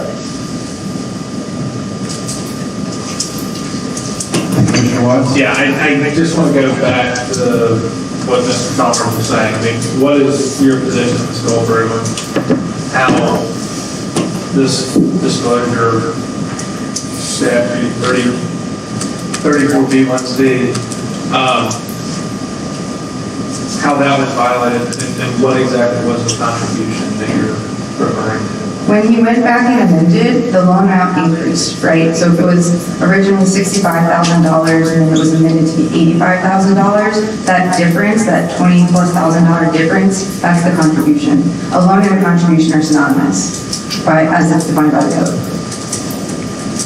So if it's just a miscalculation of something done in the past that was a previous loan, and that was adequately disclosed in 2000 whatever, then is your position that you have to disclose every single time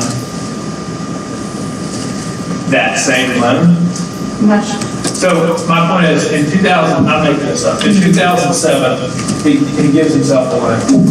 He amends the 3 times you're talking about, and I think it's 12, 13, and 14. And the loan value goes up. But it's all because he goes back, I think Mr. Chalmers said this, he goes back and realizes, I loaned myself more money on X date, and that loan on X date was previously inadequately disclosed. Technically, it's not a new contribution. He just went back and figured out, I actually loaned myself more money than I thought. If that's Mr. Chalmers' position, then my take would be, it's not a new loan, it's not a new contribution. You're accounting for something, and understand to Commissioner Thompson's point, while it may be helpful to provide an accounting for an addendum, that's not necessarily required. What Mr. Chalmers is getting at, I think, is that this was never a new contribution, so what had to be disclosed was already disclosed. Sure.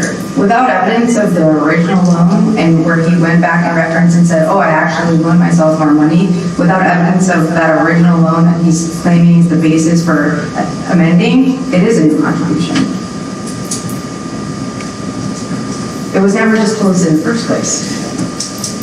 We're talking about reporting issues that took place on earlier disclosure reports. This provision may only be violated, and I think, Commissioner, you're exactly right. If you correct the amount of total debt that is owed by the campaign to the candidate, that doesn't amount to a contribution during that reporting period. It could, I mean, look, if Mr. Rogers on April 1st, 2007, loaned himself money, and then on April 2nd, 2007, loaned himself money, that's 2 contributions. That's correct. So if he goes back and makes an accounting for, realizes, say he's disclosed both of those, then he realizes 8 years later, oh no, on April 3rd, 2007, I actually made a loan to the campaign for some other reason. Well, that's a third contribution. If that's why that debt value went up, then that would need to be disclosed to Ms. Goldberg. No, sir, that's not an additional contribution. The whole disclosure reports cover the time period in which the transaction occurs. So if a contribution, as many loans as you want within that time period is one loan? Well, remember, we're talking, all the cash loans were disclosed. We're talking about mileage. Really, that's what is at issue here. The mileage was not previously recorded, but the mileage was incurred back then. If this statute was to have been violated, it would have been violated in 2004, 5, 6, and 7 when he didn't report the mileage. That's not what's alleged in the complaint. The complaint is alleging that this statute was violated in the 2009-10 reports because some contribution was received in that reporting period that didn't contain the required information. My point is there was no contribution in that reporting period. An amendment to clarify how much debt you were owed for previous years is not a contribution, it's a reporting issue. Nothing new of value was provided to the campaign in that time frame. I guess to your point, well, actually, let me pose this to you. Okay, if there is a statute of limitations, as we discussed for various reasons, if there's a statute of limitations, and can you amend for contributions, if you amend for contributions made 8 years prior, again, using hypothetical. And is it your position that the violation would be because the contribution wasn't disclosed 8 years prior? Well, you would never know that if you didn't amend. That's an argument for the General Assembly. The reporting violation only occurs at the time of the transaction, the financial activity. The way you have a violation there is a reporting violation. If the commission makes the allegation in time, great, then that is a violation. But there is no discovery rule under the Campaign Finance Act. We're talking about, again, limitations. On this, what we're talking about is merits. We skip past statute of limitations. And on the merits, they need to identify a contribution that has come in this reporting period on these reports that was failed to be reported properly. They have not identified the contribution or what wasn't disclosed. We specifically said in the addendum it was a debt to the candidate who adjusted his debt figure. Even if it was a contribution, and I understand your point, that the increasing of the prior debt was a contribution in that reporting period, which I respectfully disagree with, what wasn't disclosed about that? What in the statute wasn't disclosed? It said it was debt owed to the candidate. Well, I mean, we're not talking about debt owed to a bank or some other financial institution with more information required. Candidate's information is all over the disclosure reports. So I respect. So what, Ms. Goldberg, what was supposed to be included in the disclosure that wasn't included? He didn't indicate where the additional money came from. He just added it to the balance. So the balance changed when he made the amendments, and there's no indication where or why that happened. But does the statute require him to do that? If he's indicating that a loan is coming from him, yes. It was never disclosed before. So there was never a disclosure of a loan to him?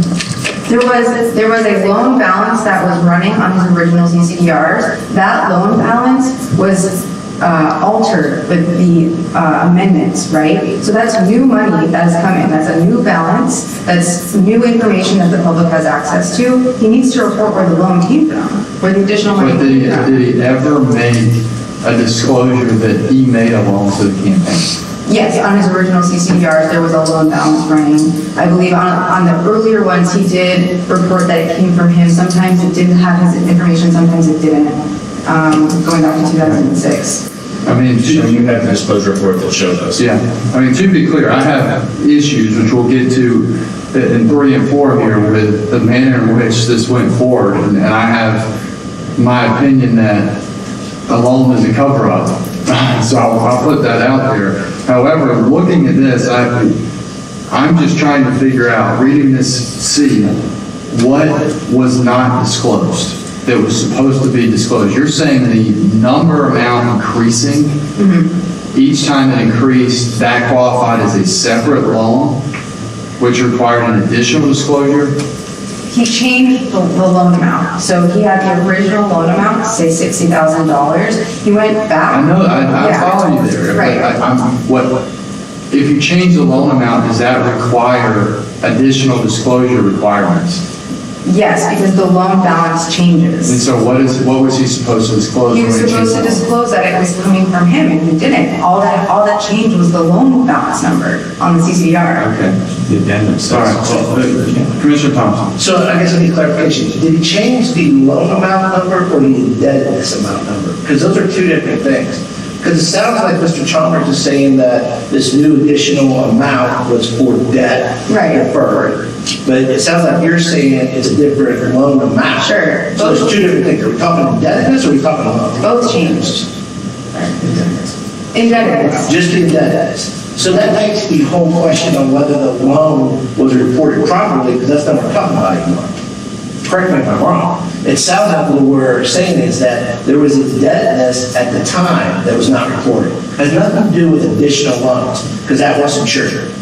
I mean, that's, right? Would you concede to that? I don't know if there were or weren't. Okay, you don't know if there were or weren't, but we're talking about, we don't have any evidence to show they were. Because Mr. Chalmers himself said the indebtedness amount that increased was because of this mileage that supposedly was there. So there's no additional loan reporting requirement. There was missed deferred payments or missed indebtedness not loans, because a loan, as you pointed out earlier, is a contribution, which is cash usually. You don't do an in-kind loan. Sure. So that would change your balance on your bank account in addition to your indebtedness. Correct. Yes. If it is a deferred payment, your bank account balance doesn't change.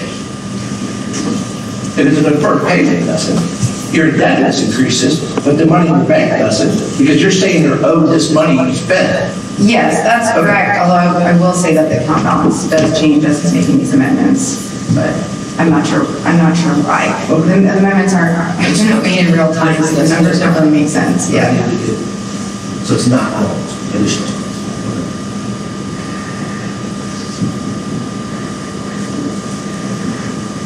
I think it's also important to remember that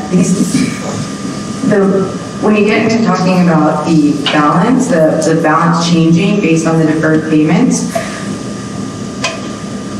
as he's making these amendments, nothing corresponds to what's actually in these bank statements, which is just confusing, honestly. I'll be happy to respond to that later, but that doesn't address this issue. All right. Commissioner Cranfield? No thoughts? This one, I don't, if it was already reported at the beginning, which it sounds like you said it was reported at the beginning, the amount changed, but my question is, where is that requiring the additional reporting that wasn't already provided? I don't think that's what she's saying. Okay. The loan amount is not changing. The indebtedness amount is changing. So it's two different things. So there is a loan, it's just the amount owed on the loan is changing. No, okay, so there was a cash loan. So let's say they put $50,000 in. Well, now the campaign is saying many years later that there's an additional $3,000 that goes onto the indebtedness, not on the loan, but goes onto the indebtedness for all this mileage they spent. So now the indebtedness went from, what is it, $20,000 to $23,000. Indebtedness, not the loan. It's still owed, but it's indebtedness. The difference between indebtedness and loan is what's important for it. Is that right? The loan is a transaction and when it occurred. I think Commissioner Thompson is talking about is the reporting of the indebtedness is how much is owed on the loan. The reporting of the indebtedness is not a contribution and it's not a loan. Is that basically correct? Well, that's correct. And you're saying the reason why the amount went up is because he all of a sudden was owed all this mileage that he provided county. Is that not true? Yes, sir. Okay. So that has nothing to do with the loan. It has to do with the total amount of indebtedness.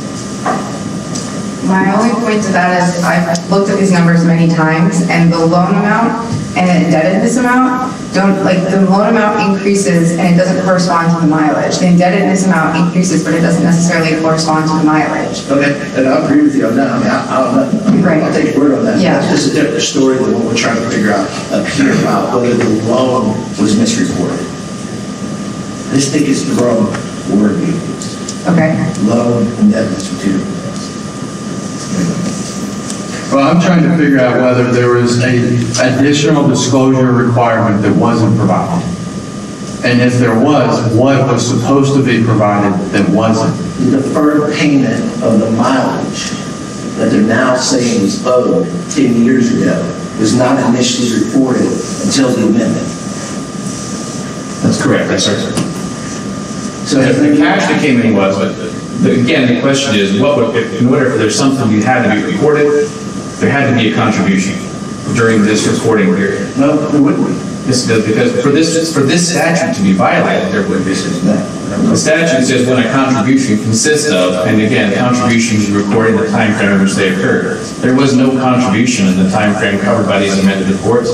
All we did was adjust the debt figures to show how much was owed for previous contribution. Could not an extension of credit be considered contribution? Because if you have a deferred payment, is that not an extension of credit, which then allows your indebtedness to go up? The deferred payment is a different issue, and we're talking about that, I think, in the next allegation for the mileage. But I'm saying that, that's how it's reported, but it is technically considered an extension of credit if it is a deferred payment. Yes, sir. Sure. And does that not fall under the statute?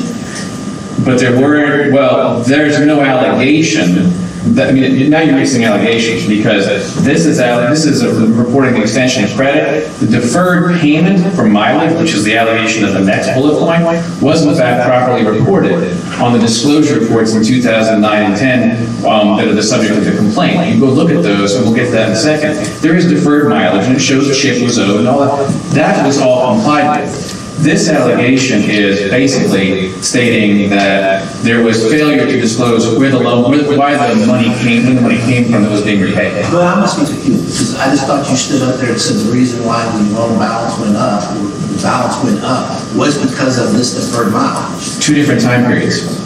One is, remember what happened was, we went back and amended for a 3-year time frame. The loan amount, the indebtedness amount that was owed for the earlier time periods bumped up on the first disclosure report that was covered with the amendments.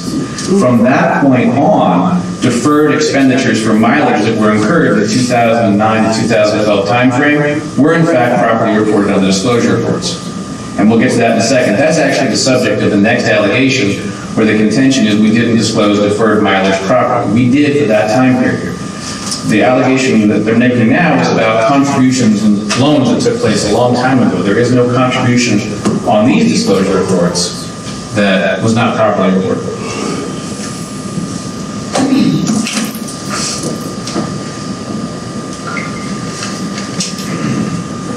All right. Very simple question. Ms. Goldberg, what should have been disclosed that wasn't disclosed?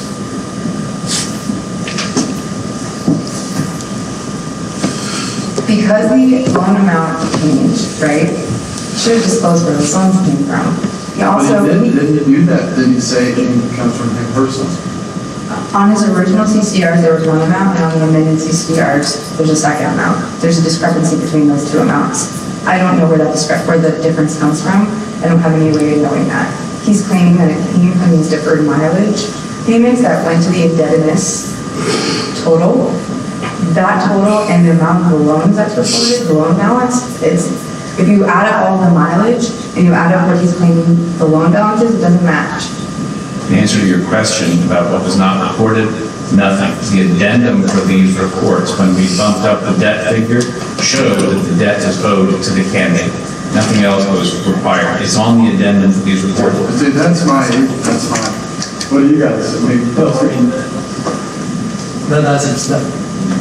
Well, unfortunately, that's where I'm coming down on this particular allegation, is that I don't see where there's anything that required a report that wasn't reported.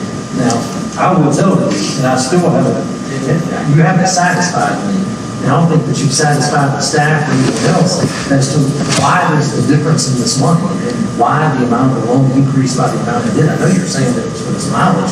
I don't think it corresponds. And I don't think that, again, that you're satisfied. Unfortunately, that's not the question. That's not the second allegation that you're considering. I think that Ms. Goldberg is saying that, well, this is almost like an IRS audit. Once I find that there's a discrepancy in there, I want you to come in and show me why the discrepancy exists. Well, that may be an altogether different issue, but I don't think that that shows a reporting violation. Again, it's unfortunate. I don't like having to come down that way necessarily on this, when you haven't satisfied me as to why this just difference in loan amount has suddenly appeared. I'll get to that in the next one. Okay. Maybe you'll satisfy me. well, Mr. Kubiel, sounds like you want to make a motion. I'll make the motion that we don't find reasonable grounds for the respondent failing to disclose the source of the credit on the Senate account CCBR in violation of OCGA 21-534B1C. Okay. Second. We got a motion, we got a second. I will call the question, or any discussion. Hearing none, I'll call the question. All in favor, say aye. Aye. All opposed? Okay. Motion carries 5-0. So we'll move on to the next one. Respondent failed to adequately disclose the purpose of campaign expenses on a Senate account CCDR is a violation of OCGA 21-534. And Ms. Goldberg, Let me ask you a quick question. There are 2 bullet points. The second bullet point relates to the disclosure reports that were filed after the original complaint. I'm talking about this one. That's where I am, Mr. After the suit was initiated? I think that is necessarily dismissed because it was never in the July 2016 complaint. There's no allegation based on it. That's why. So in order to save some time, I think we're only focusing on bullet point number 1. Mr. Chairman, if I'm remembering the discussion before lunch, well, at least there was some discussion up here that the amendments that occurred after the complaint are not part of the case, and I did hear Ms. Goldberg disagree with that because we should only, then we had a small discussion about the applicant complaint. And so I think that's where we are, right? Ms. Goldberg?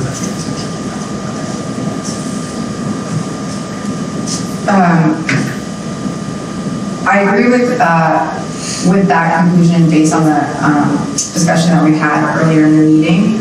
These latter transactions that were filed in 2016 essentially function as a defense to the allegations that were alleged in third-party complaints. So those filings were not made. So the complaint was filed, the amended complaint was filed, and then the amendments were made to the 2013 or actually they were never filed. So they were newly filed 2013 to 2016 CCDRs that had all these personal transactions on them that he characterized as loan payments. Those didn't get filed until we filed the amended complaint. And I get that. I want to reiterate that because I agree that for purposes of making a determination on the allegation, it's not necessarily evidence, but it does go to the greater weight of the case. But I guess I can't get to basing allegations or claims on violations related to these later filed, I guess, August filed CCDRs. Sure. If they're not part of the case, we can't. They're part of the case in the sense that they're a defense, is what they are. I don't mind hearing from Mr. Lane. Go ahead, Mr. Lane. Sorry, Commissioners. The transactions were not filed until after Mr. Rogers was sued. So what we said was the first part of that allegation was you failed to tell us what you spent X number of dollars on. To which he then files amendments that says, oh, here are all these transactions, the repayments for debt at PGA 64 and what have you. We didn't have those as transactions because if we had had them when we were writing the complaint, we would have said these following transactions are conversion to, So your position is they affirm the fact that you didn't initially disclose them. And they're coming back saying, here they are. Yeah, so you're saying you failed to disclose them, and in response to say, oh, here they are, which affirms that they existed and that they didn't disclose them whenever they were. Correct, and the defense was they're loan repayments, they're not expenditures. But as low as I am to say this, shouldn't there have been a further amended complaint then? Technically, yes, but then we also run into the risk of... I mean, we live in technicalities though, right? No, we did. But why technically, yes, if I can jump in here, if there was initial question on the initial complaint that brought into question whether or not the funds were being used for personal reasons,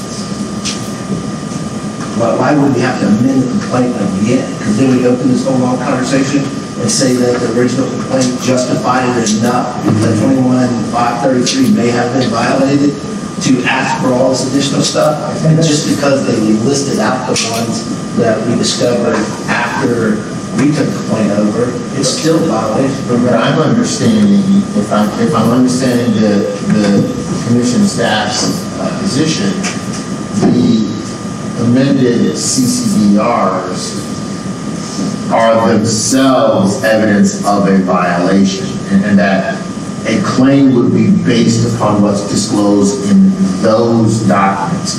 We are now in 2021. Those documents were disclosed in 2016. I don't think that there's an argument that can be made that we're just finding out about them. There was plenty of time to file an amended complaint to base claims against Senator Rogers on those amended CCDRs. One thing we were trying to avoid is this argument about are they proper loan repayments? We're trying to stay out of the weeds of All right, well, let's get to, Ms. Goldberg, you tell us in 3 sentences what the violation was. You should be able to do that. So effectively, well, it's your turn. I'm not going to say what it is, but He failed to disclose the purpose of campaign expenses. He did that by way of going back and amending to show these deferred payments that did or didn't exist. And it's shown in the discrepancy between his bank account and what he reported on his CCDRs. Something is missing, and that's what it is, and it's confirmed when he later files the 2016 CCDRs. okay. Mr. Chalmers? Thank you, Mr. Chairman. Again, I think we start with the statute. The statute that the staff has cited in the amended complaint is now up on your screen. And it's 21-534B1B. This is a reporting issue that describes the reporting requirements for expenditures made in the reporting period. It says any expenditure must disclose the name and mailing address of the recipient, and if that person is an individual, occupation, name of the employer, and the general purpose of the expenditure. Ms. Goldberg has not identified a single expenditure on any of these disclosure reports that did not have that information. It's the same issue that we just had previously. When we talk about also, sorry, go ahead. Yeah. Here's an example of Why was there any additional expenditures named after the complaint was made? I'm sorry, say that. So the amended complaints filed, and my understanding is there's additional expenditures which are then reported. Is that right? I don't remember, honestly. It's been Ms. so Goldberg, long. is that right? Yes. Yeah. So, But that's not the subject of the disclosure report that is the subject of the complaint. That is later. And yeah, again, but my point is that you can't have your cake and eat it too. It's either going to be, you're claiming that the later personal expenses, that shouldn't be considered because the violation was just made on the failure to disclose. So is that your position? Not at all. So the personal expenses should be considered. there were no personal expenses. I'll get back to that in a second. We're talking Answer about that quote, because so we got 2 prongs here. The first prong is, we're going on deferred payments in the form of mileage. The second is, respondent reported personal expenses as campaign expenditures on 2016 late filed CCDRs. Are we considering both of those? Are we considering both of those? Yeah. No, I don't believe. Why are we not considering both? Because they are not allegations that are in this case.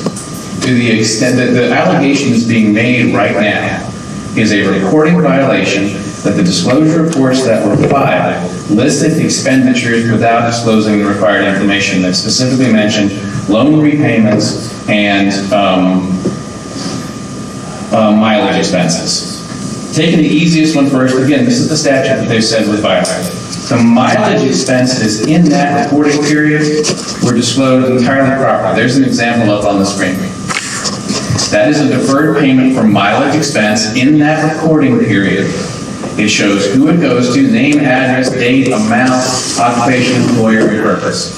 The mileage expenses. Well, I just want to wrap my head. So, Ms. Goldberg, is the allegation just that the expenditures that were disclosed were insufficient, or is the allegation that expenditures that should have been disclosed weren't disclosed?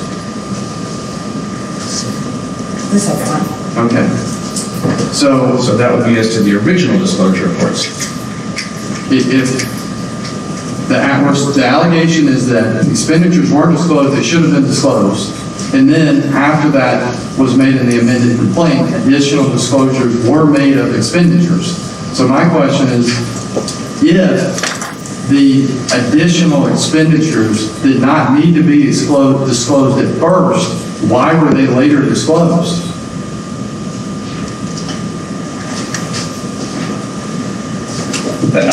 Well, I think that what happened was that Chip was using, when we get to this is sort of a worded allegation for, well, I'll jump ahead.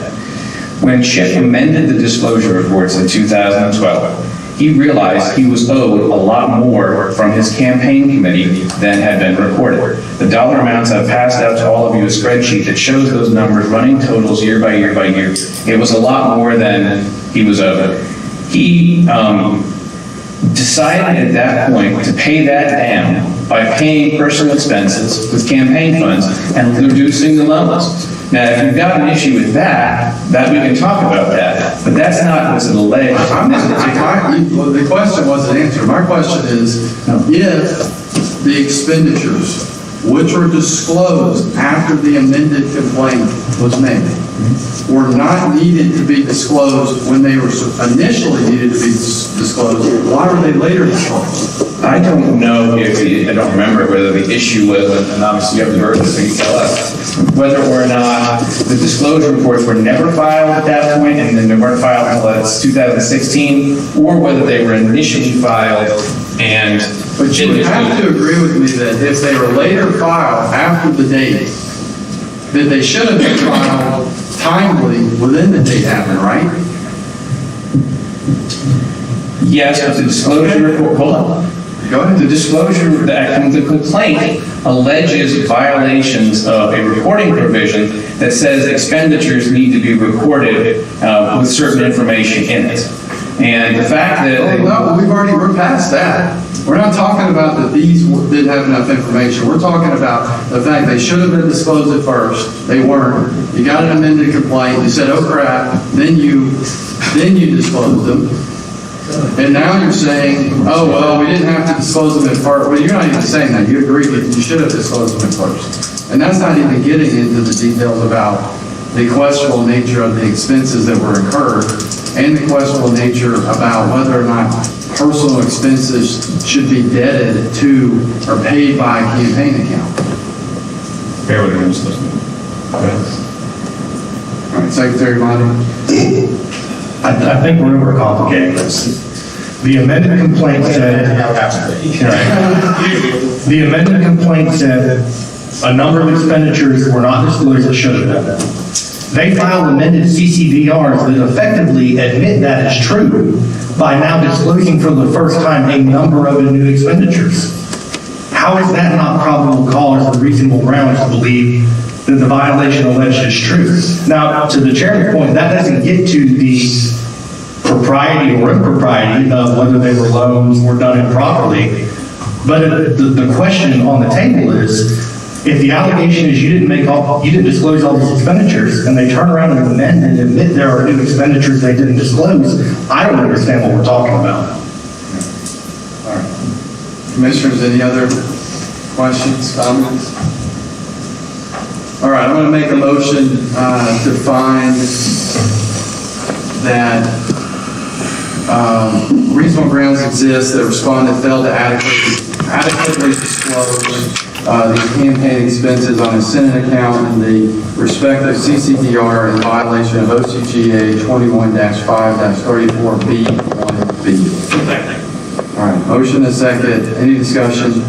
Hearing none, I call the question. All in favor, say aye. Aye. All opposed? All right, last but not least, respondent issued loan repayments over and above his loan balance in violation of OCGA 21-5-34. Ms. Goldberg. So it'd be very convenient if I had the exact loan amount and the exact amount that he paid, that he spent on personal expenses. I can tell you exactly how the overpayment occurred. I don't have that. What I have is all the evidence that we sort of gone over today. I have, these later reported deferred payments that essentially operated to inflate his loan balance, which what that effectively does is allow him to say, oh yeah, I'm repaying myself on that loan balance that I claimed that I changed a couple years ago and it's higher now, and I'm paying, and this is me paying myself back. That's basically what's happening with all the evidence that we have. Respondents' amendments, so as I mentioned this before, the two charts that I handed out to everybody demonstrates this. If he was making these amendments to correct CCDRs, which is generally what an amendment does, the percent of deviation between his CCDR balances and his bank balance would be going down. That doesn't happen. right? So we did an audit, and the percent of deviation is kind of, it remains fairly similar between his original CCDRs and his amended CCDRs. And then it sort of gets much bigger when he starts spending personal money out of the account later.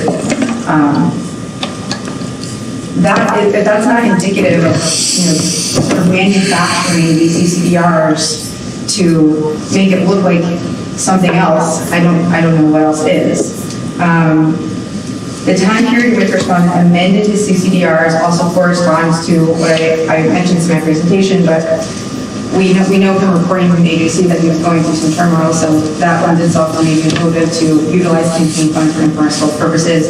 He had anywhere from $200,000 to $300,000 while he was in office. When he left office, I think there was $130,000 left in the account. And then on top of that, Is the application of the amended complaint that the contributions,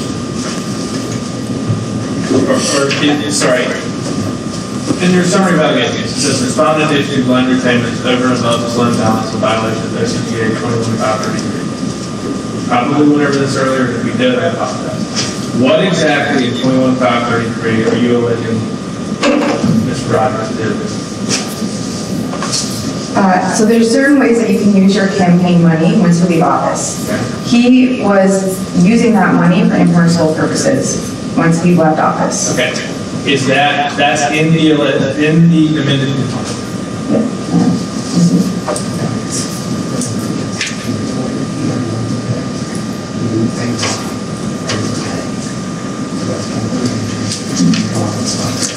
Right.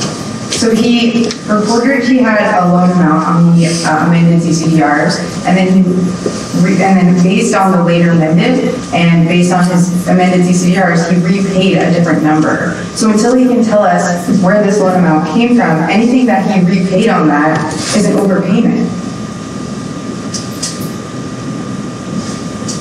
Robert, sorry. Yes. Sorry. I guess what I'm asking is. I got it. Sure, in the complaint, what happened is we had a gap when we first got this case. Mr. Rogers said, and I'm just going to pull numbers for simple math, I loaned myself $10,000. I paid myself $20,000. Well, he's out of office, so none of the transactions, which we didn't have, could be authorized campaign expenses because he's out of office. So the only thing he had available to him would be to make donations, give money back to contributors, or repay debt. So we said he overpaid himself $27,000 because the difference between his X and his Y was $27,000 on the overpayment. If his X had been another $27,000, there would be no allegation because he said, I loaned $100, I repaid $100, that's fine. But what he said was, I loaned $80, I paid $100. We charged, you overpaid by $27,000. His defense then was, oh, wait a minute, I have loan repayments. And then he amended his reports to add in all those personal transactions, and that's when the mileage shows up, and the phone bill, and that's why we left the allegation the same. We've never been given evidence, and we've asked for it. Where's your $27,000 that should be in your X column that you originally loaned to your campaign? I'm glad you have explained to me how you classify these transactions as loan repayments. You've never explained to me how X, your loan amount, reaches the amount you repaid. You still overpay. So if you're overpaying yourself for loan reimbursements, you are converting money for personal use because you didn't loan anything. You're basically just taking money out of it and saying it's loan repayment. So what statutory provision is that violating? 21-530 subsection C. 33. I got excited. But it's subsection C. Yeah, I know, exactly. Shall not constitute.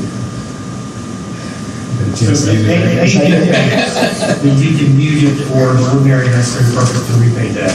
Correct. But if you pay above the amount of debt you have, then you convert it under 733C, which is the violation of 33. And honestly, if Mr. Rogers had ever come and said, here's your $27,000 loan or some calculation to get to that number, we would dismiss the allegation. He was never able to show us where this loan amount came from or when he made it. It just, trust me, I made one. All right, Mr. Chalmers? Thank you, Mr. Chairman. Yes, the right point. Okay, so the allegation is 21,533C. I have handed out to all of you two documents that I think is relevant on this. One is a chart of the loans dating back to 2004, cash, mileage, and phone expenses, and that shows the running total that is owed on the debt. And those numbers show, they match up with the disclosure reports since 2012, and probably 2009 since the amendments, and they show that he still owed $25,000.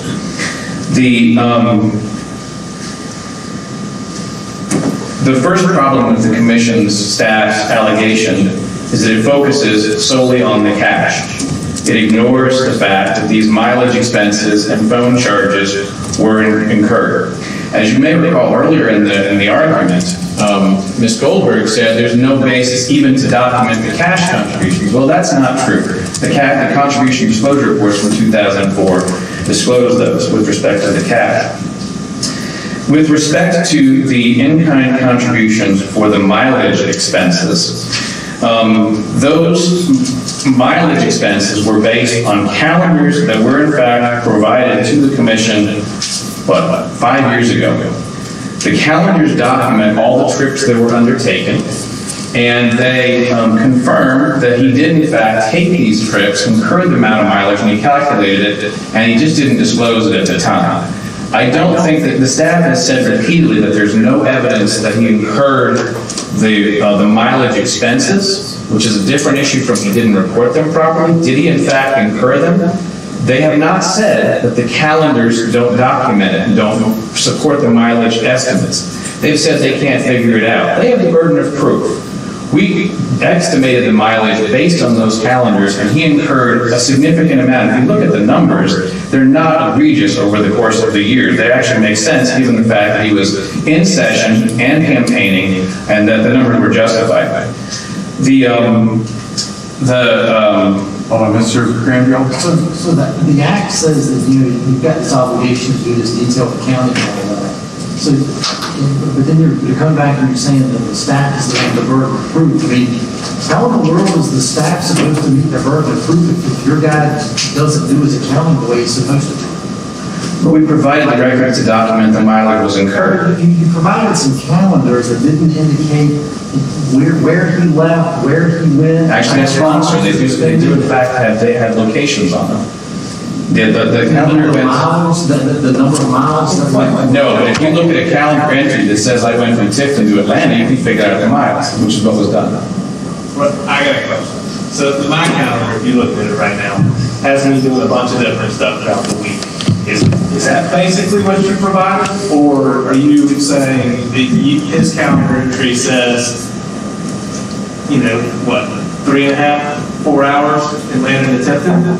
Doesn't say 3.5 to 4 hours. I know. It shows every day going back to 2003, campaign meeting here, official meeting here, meeting with constituent there, and it shows the locations where these all took And place. when did you file? When did you amend again with these calendars? We amended it. See, this is another thing Mr. Lane just misstated. He claimed that after the complaint was filed in 15, we amended to include all the mileage. That's not correct. We filed the amended disclosure reports in 2012 and put on the starting debt number for 2009 the mileage that had been incurred before that point, which is what bumped up the total indebtedness figure from the numbers that were discussed up to what's on the documents that you have in front of you.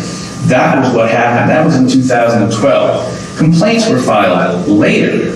So it's saying that we amended the mileage in responses and came up with these numbers is not correct. That happened 3 years before any complaint was filed. So in 2012, Mr. Rogers sat down with his 2003 calendar and said, this is where I went every day for X amount or whatever reporting period, based on just the location, that says I need to meet so-and-so there.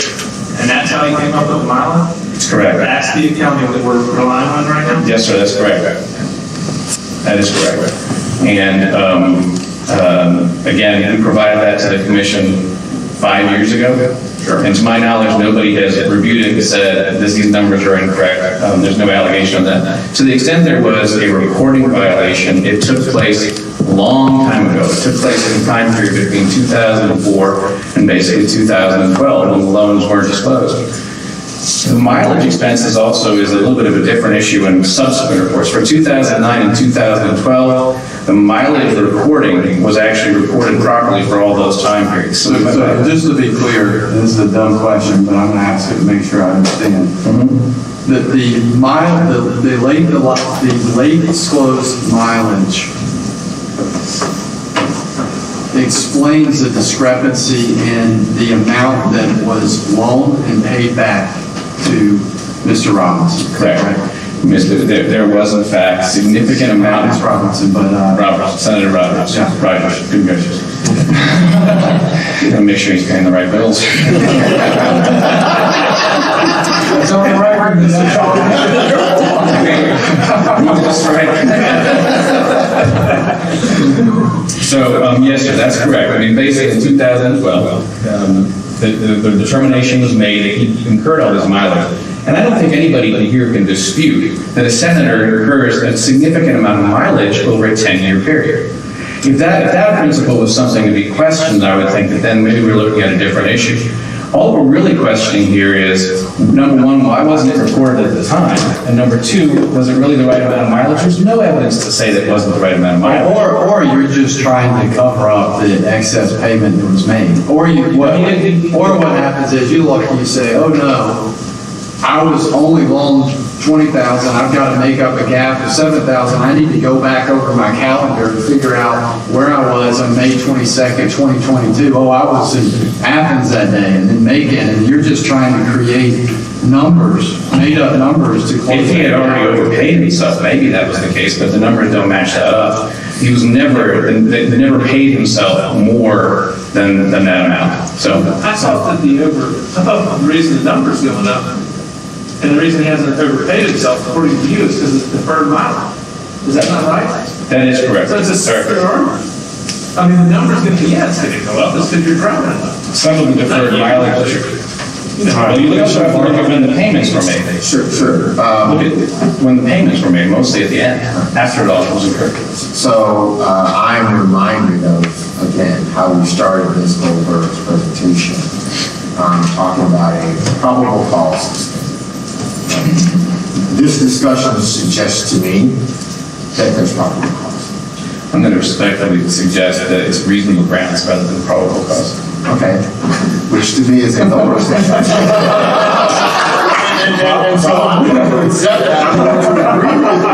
I just want to make sure the ruling is right, because here's the thing, probable cause is how you start an investigation. No, that's right. You're absolutely right, Mr. Chalmers. And so, I move that we find. Can I add one more point to my, just to get on the right track? Very briefly, You can't interrupt him. You got to write out a motion. He's got the floor. My apologies. Sure.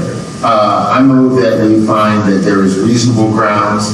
I move that there is reasonable grounds to find that respondent failed to adequately disclose the purpose of campaign expenses on his Senate accounts, CCDRs, in violation of OCGA 21534B1B.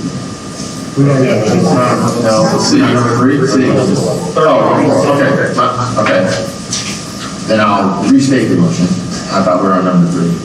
I move that there is reasonable grounds to find that respondent issued loan repayments over and above his loan balance in violation of OCGA 21534.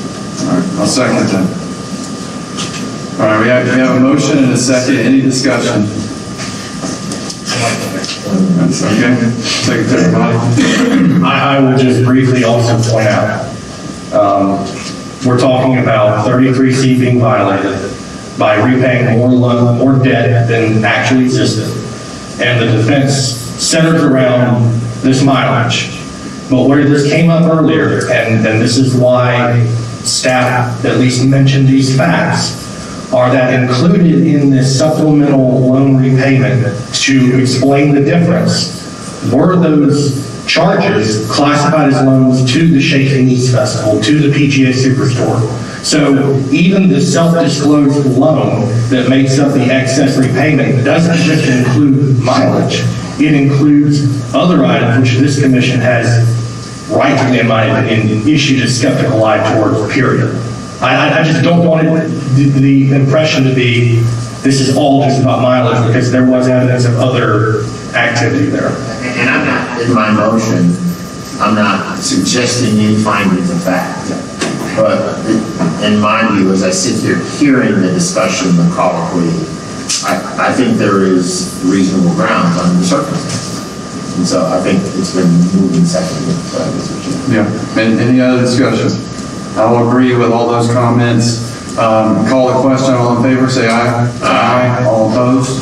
Okay, motion carries 5-0. Mr. Chalmers, I think that's it. Not quite. Oh, man. Is Mr. Perry or is Mr. Jewell here? Okay, in much as they are not here, under the code, we are entitled to attorney's fees. When any complaining party fails to show up at the commission to hear the complaint that they filed, as a matter of law, we are entitled to attorney's fees if they fail to show up without good cause. They receive notice of the hearing. And so I will, now that they are not here, file a written motion for that purpose. Yeah, I think there's a protocol that the commission actually adopted for attorney's fees, and I do think you have to file a written motion. We'll file that. Couldn't have today with their insurance. Mr. Chalmers, I want to just make sure I understand and perhaps preview how I might roll in that motion. So you're filing a motion for attorney's fees against parties who filed a complaint that's not the operative complaint? It states, the code section states that if they file a complaint and don't show up for the preliminary hearing on their complaint, we're entitled to attorney's fees. They're not parties. They filed a complaint. Okay. Again, statute must be strictly. Okay. Yeah, okay. If in fact the commission has decided to become the party in this case, the statute awards attorney's fees for the person who doesn't show up at the preliminary hearing on a complaint that they filed. This is in fact a preliminary hearing on those complaints, although the commission has now decided that the amended complaint is the outcome. Please be sure you address that fully in your motion, because I think I'll preview for you at least how I feel. Understood, but I'm going to preserve that issue as well. Understood. All right. Hold on, just, there is a procedure. Take a look at the rule, and then if you want to file a motion, I would encourage you to file in accordance with that rule. We appreciate you showing up. Just to clarify the record, Commissioners, if you'll recall earlier in this hearing, Mr. Rogers, to his counsel, asserted that the complainant was Robert Lane, attorney of the commission. So it might be a stop. We did. All right, so we're through Mr. Rogers. Now I think we're on to the consent orders. So we'll go to the matter of Deborah Reed, and that's Mr. Cusack.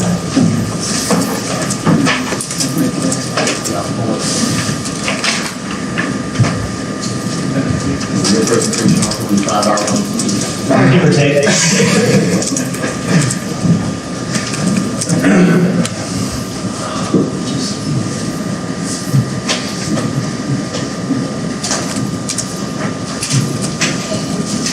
Commissioners, before you, this is case number 20-0068-C. This is in the matter of Deborah Reed. Ms. Reed was a candidate for State House District 115 during the November 3rd, 2020 election. She qualified as a candidate on March 3rd of 2020 and filed her DOI on March 12th of 2020. Basically what this comes down to is she late filed, I believe, 5 CCDRs and failed to file her personal financial disclosure statement. She raised a grand total of about $2,000. So she actually filed all these reports, incurred late fees of $625 and paid those to the commission. So given the amount of money she's raised, the amount she has paid in this matter already, she's agreed to, she paid that late fee, those late fees on the commission website. And so that is how we've chosen to fine her that she's paid the $625 in this matter to resolve this case. Okay. Did she receive notice? Yes, and actually, she could not be here today. She has given me the okay to accept, or to say she has accepted this. She had a family matter, a sister she had to attend to, but I've been in contact with her, and she's going to have a signed, I guess, consent order back to me this week. Okay. Got it. Commissioners, any questions? We've done that previously, approved it contingent on, haven't we done it in the past where we? Well, we approved one. Contingent upon the signature of. Today, we approved one without even contingency. It's true. Although I guess they were here. Well, we can add that to the motion that, I will move that we adopt the proposed consent order from the matter of Deborah Reed contingent upon Ms. Reed's signature of the subject order. I'll second. All right, we got a motion and a second. Any discussion? Hearing none, I'll call the question. All in favor, say aye. Aye. All opposed? All right, carries 5-0. Next, we've got, it looks like two matters, 20-0018C and 20-0037C in the matter of Sharon Henderson. Looks like that's Miss. And Mr. Chair, if you want me to go ahead and go through all mine, I can. Yeah, sure. Okay. The next one's going to be in the matter of David Post. It's case number 20-0082-C. Mr. Post ran this past year and was the unsuccessful candidate for the Gwinnett County Board of Commissioners chairman in this past election cycle. He qualified as a candidate on March 2nd of 2020 and filed his DOI on February 6th of 2020. There was a third-party complaint that came in by Ms. Penelope Bernat. She alleged a couple things, but one was that he had accepted money in excess of what the contribution rules or contribution limits were. I looked into that. He actually had filed a CUSA and had debt remaining from the previous election cycle, so he was allowed to take that and file that or use that money back towards then. But he also had 3 late fees on campaign contribution disclosure reports for a total of $375 that the third-party complaint pointed out that he had filed those disclosure reports late. So in this matter, he has agreed to pay $375 for the late fees that is for filing his campaign contribution disclosure reports late, and he has since closed out his account and will not be running for office again. Okay. Any questions? Looks like he has already signed this. Yes. Okay. Well, I will move that we adopt the proposed consent order in the matter of David Post. Second. Okay, I've got a second motion. Any discussion? Hearing none, I'll call the question. All in favor, say aye. Aye. Any opposed? All right, motion carries. All right, the next case is in the matter of Tamala Atkins. This is case 21-003-C.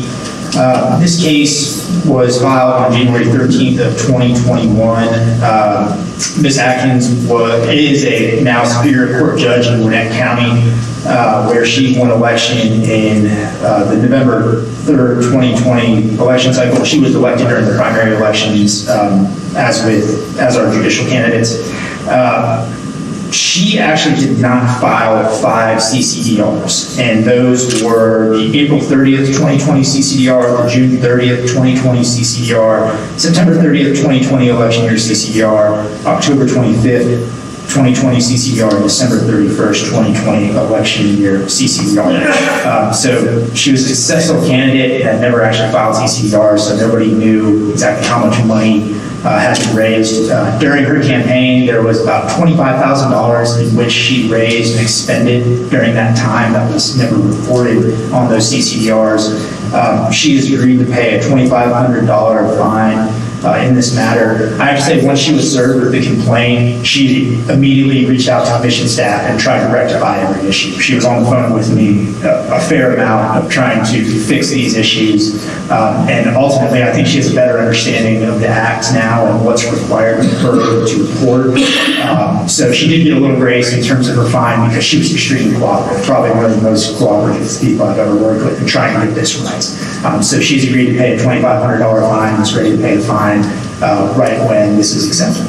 Okay, and that's Ms. Atkins. Yes. And did she sign the? Yes, she does. She did, okay, good. All right, any comments or discussion? All right, hearing none, I'll move that we adopt the proposed consent order in the matter of Tamla Atkins. We have a motion and a second, any discussion? Hearing none, I'll call the question, all in favor, say aye. Aye. Any opposed? Okay, motion carries 5-0. The next one is in the matter of Switch Limited. This is case 21-008-C. This was a complaint that was filed by the commission after Switch had called the commission and let us know that they had not registered as a PAC in Georgia. So this is actually something that they self-reported. To sort of explain, Switch is an LLC that's headquartered in Nevada and actually has a huge data center here. They started operating in Georgia in 2017 and began making political contributions in an aggregate amount to candidates over $25,000 a year. Upon them giving $25,000 to candidates per year, they're required to report or register with the commission, and they failed to do that in 2018, 2019, and 2020. In those years, in 2018, they gave a total of $47,100 to candidates. In 2019, it was $43,150 to candidates. And in 2020, which was an election year, it was $95,900 that was given in total to candidates. They self-reported that they did not register. I guess they did some compliance, internal compliance with the Campaign Finance Act and discovered that they did not register and self-reported to the commission that they did not register with us or file reports in those years. So in this matter, they've agreed to pay a fine in the amount of $12,000 to the commission and have commenced registering and filing with us since they have self-reported this. All right, looks like they signed it. Yes. With a notary. All right, commissioners, any questions? Hearing none, I'll make a motion, we adopt the proposed order in the matter of Switch Limited. If I get a second. Second. We got a motion and a second, any discussion? Hearing none, I'll call the question, all in favor, say aye. Aye. Any opposed? Okay, motion carries 5-0. So next is Sharon Henderson.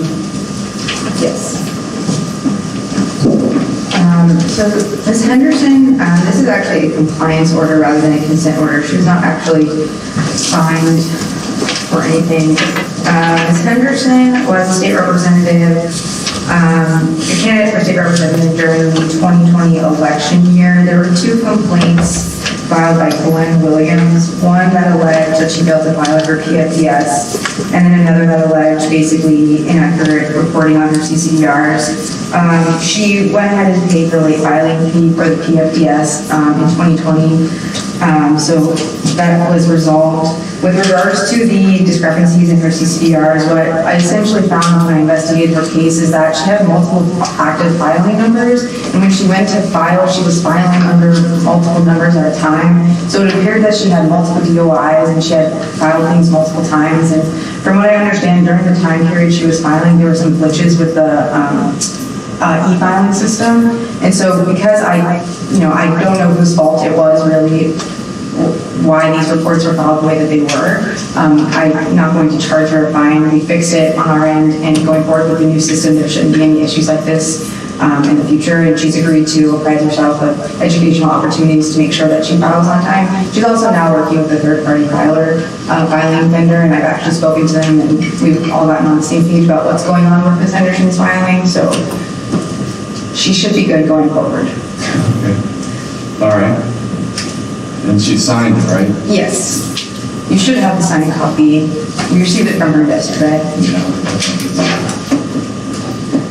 Is it in here?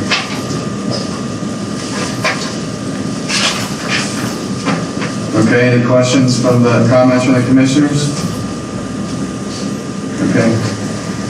Hearing none, I will move that we adopt the proposed order in the matter of Sharon Henderson. If I get a second. Second. I We got a motion and a second. Any discussion? Hearing none, I'll call the question. All in favor, say aye. Aye.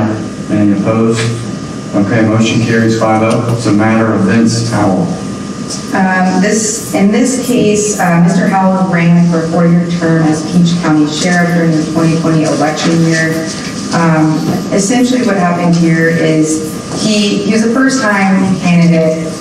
He had some issues with filing his DOI and other required documents with the local filing entity. The DOI that we have on record indicates that he filed September 14th, 2020. He filed CCDRs that clearly show that he accepted campaign contributions prior to that date. And he doesn't have any record to prove that he filed a DOI before that date, so that's what we have to work off of. Additionally, he late filed June and April 2020 CCDRs, and on those CCDRs, he essentially reported no campaign expenses or contributions. I gathered evidence. He had an extensive Facebook page and a campaign website, and I gathered evidence that basically shows that during the time periods of reporting for the June and the April CCDRs, he would have necessarily had expenses. He responded to the complaint when it was initially sent to him, and basically said he had used materials out of his home, and he was going to amend his complaints to reflect that, but he never did. And I've spoken to him, and he's agreed that he's going to get everything up to speed. He was not successful in his election, so he's going to terminate the account and get everything up to date with regards to that. He was assessed a filing fee of $250, and then I believe the final agreed on civil penalty was $1,000, so it's a total $1,250 fine for the violations. Okay. And did he sign the consent order? He is supposed to get it to me this evening. He is at work today and cannot sign it. But I've been assured that he will be getting it to me this evening, and if he doesn't, he will have problems. I said 3 p.m. At 10 a.m. they said, well, we've got a tentative agreement. So we add that? 3 p.m. So we add that to the motion? If he doesn't sign it, he's gonna have problems. Okay, all right. Commissioners, any comments or questions on that one? Okay. Hearing none, I will make the motion that we adopt the proposed order in the matter of Vince Howell, subject to Mr. Howell's signature. Second. Okay, we got a motion and a second. Any discussion? Hearing none, I will call the question. All in favor, say aye. Aye. Any opposed? Okay. Motion carries 5-0. Now, I'm going to propose a 5-minute restroom break for a brief recess, and then we'll get to the advisory opinion, and then Earl, you can make sure Ms. Lewis is available and connected, and then we'll jump through the administrative dismissals.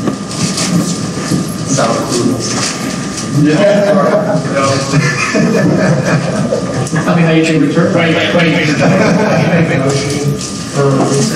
Yes. You ready? I'm going dark.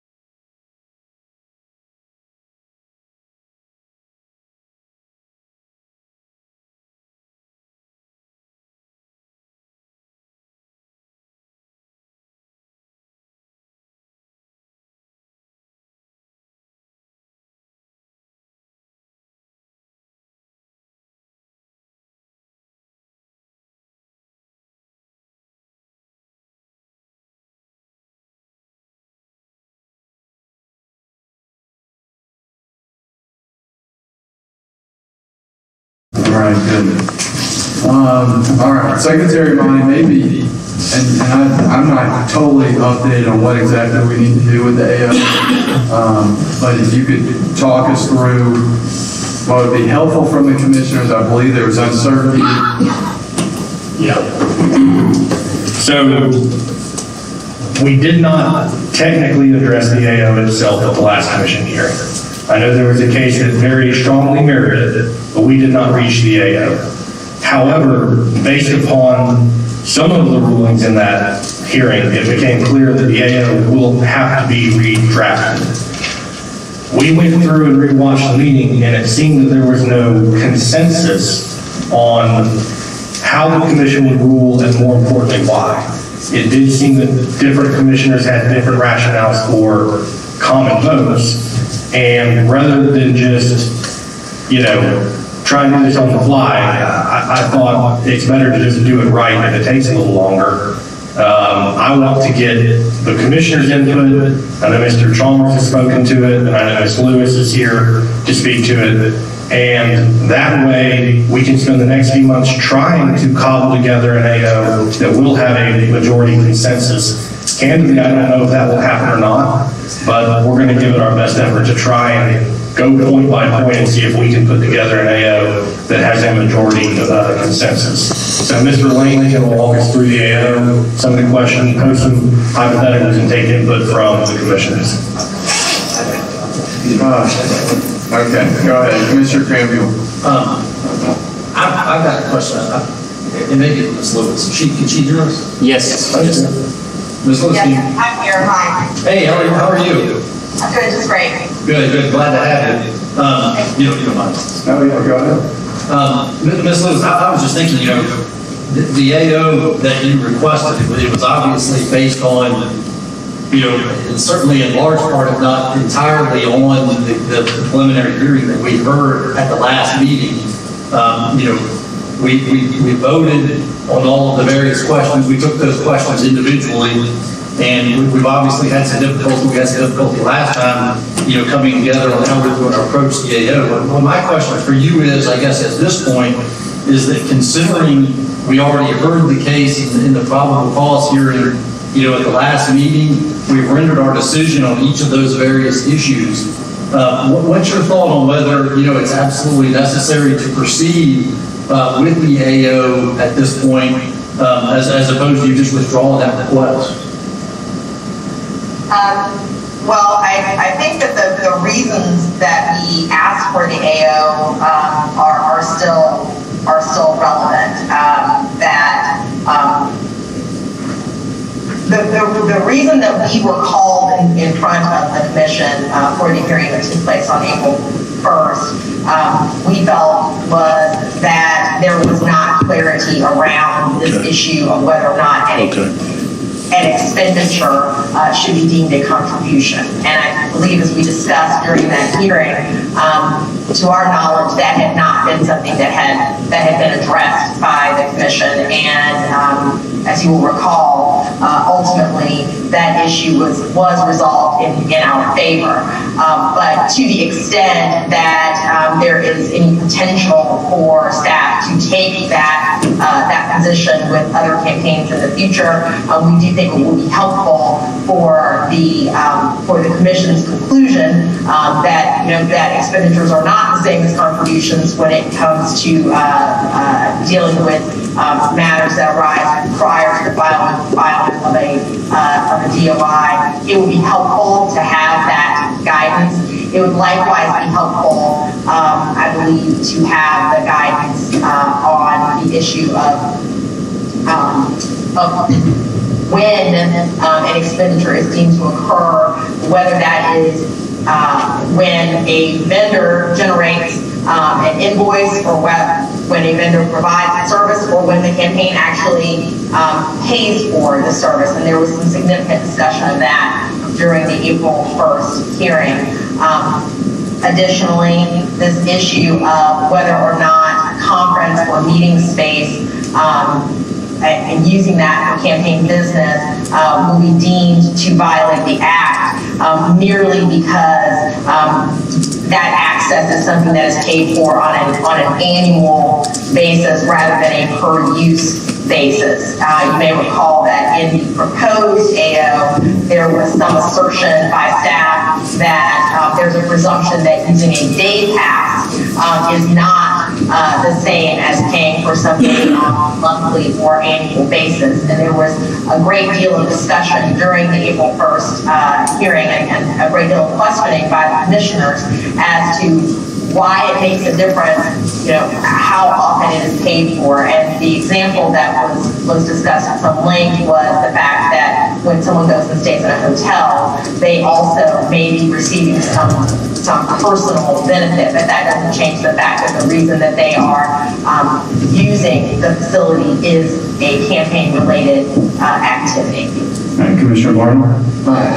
Ms. Lewis, I guess to follow up on Commissioner Cranville's question, so, and I hear you on those 3 points. My recollection is that you were successful in your arguments on behalf of the Abrams campaign on those 3 points.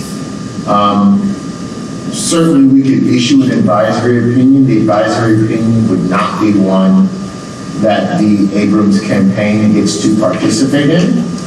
And frankly, there may be some things in the advisory opinion that you may or may not want. So I guess I'll reiterate the Commissioner's question. We certainly can go ahead and prepare an advisory opinion, but I think your client had a pretty good day last time. But we can go ahead and issue the advisory opinion if the campaign believes that we should, or will continue with its request. This is the first time that I'm being presented with the suggestion that perhaps it would be best to withdraw it. I would appreciate the time to think about that and consider that before making a decision. I don't know whether or not that's allowable. I would say we could, I don't think any of the commissioners will have an objection to you talking to your client and us continuing this to a later date, or if it need be, I mean, I would recommend that this be specially said if it does go forward and you don't withdraw it, because I think this will take some time, but I don't think we're going to have an objection. I will make the motion to continue the advisory opinion for discussion, which has the number 2020-04. Oh, we get a second. I'll second. Yeah, motion and second discussion. Yeah. Just as a matter of quick discussion, Ms. Lewis, when you discuss that, with your client, and again, I'm not trying to get into what you're going to do or not do, but if you have, I guess we need to make sure that the questions for the advisory opinion are the same now as they were then. Or if you're able to generalize those questions maybe a little bit differently in a new request, withdrawing the old request with specific facts if you just want us to give opinions on legal issues, without a consideration of some outside facts. I mean, it's just an option. That's all I'm suggesting. That's all. I appreciate that, Mr. Cranville. Okay. Okay, all right. Well, we appreciate you joining us virtually today. Oh, I'm sorry about that. Sorry. That's right. I'm not going to get out of this meeting. I'm totally all right, we got a motion and a second. Any other discussion?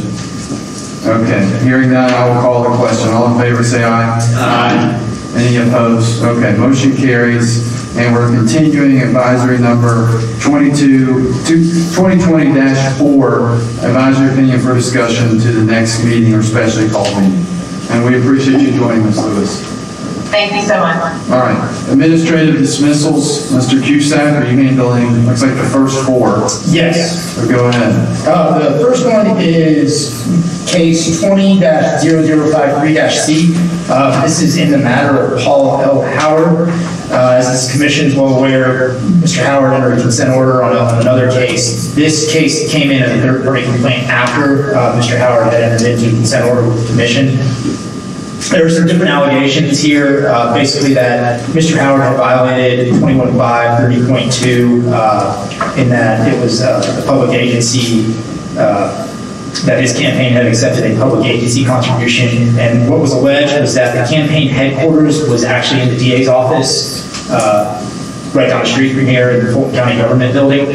And what stemmed from this was there was a mailer in which somebody could send a check to the DA's office, and they had used a third-party vendor who, based on the evidence that was handed over, could not find Mr. Howard's campaign address. And they just looked up on Google what the campaign, or what the DA's office address was and stuffed that on the mailer. So there was no evidence that the DA's office was being used for campaign purposes as campaign headquarters. It was just a miscommunication between the third-party vendor who created the mailer for Mr. Howard's ultimately unsuccessful re-election campaign. So that's why there's no violation of the act here, because there's no contribution by the public agency to Mr. Howard's campaign. So that's why it's being administratively dismissed. Okay. The next one is 20-0085-C, and that's in the matter of Buddy Neil Warren. As this commission is aware, Mr. Warren had entered into a consent order on a separate case in front of the commission.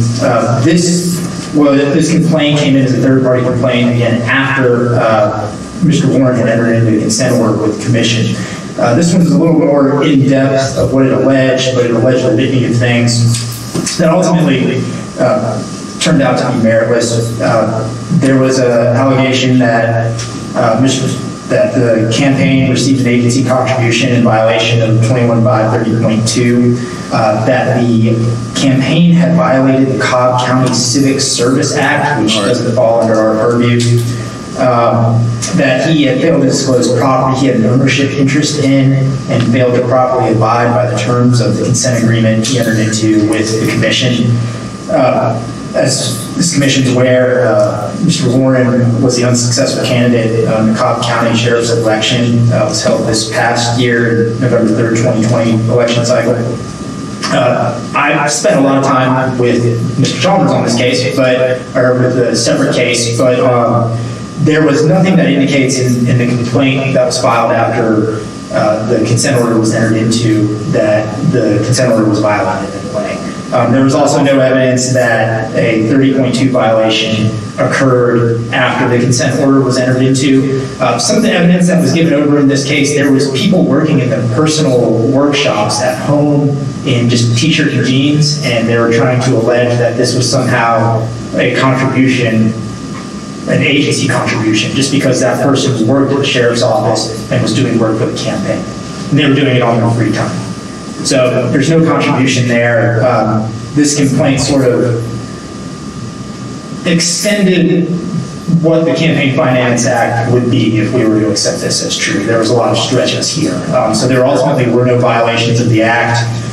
So that's why this case is being administratively dismissed. Okay. The next one's case 20-0061-C. This is in the matter of Travis Gadsden. This case, Mr. Gadsden was the campaign chairman and treasurer for the Patsy Austin Gadsden campaign.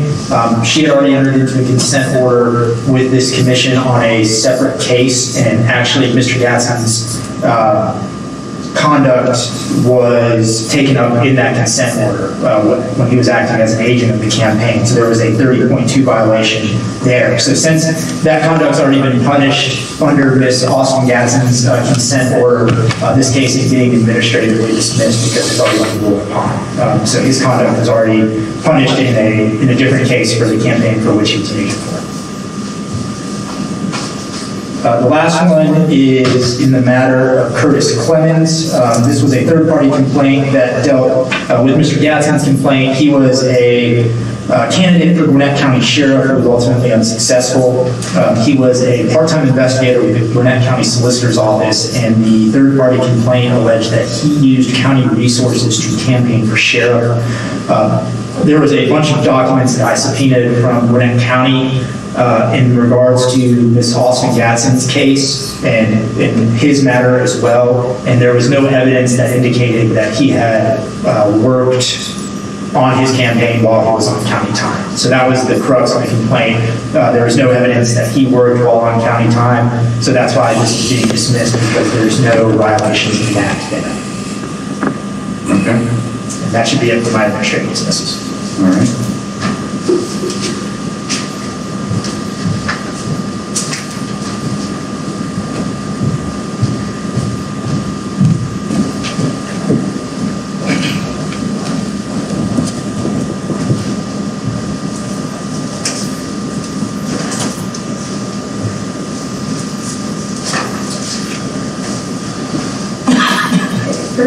First administrative dismissal in the matter of Andrea Stevenson, case number 18-0027. There was a third-party complaint filed by David C. Will that alleged that Stevenson violated the act by failing to file her PFDS.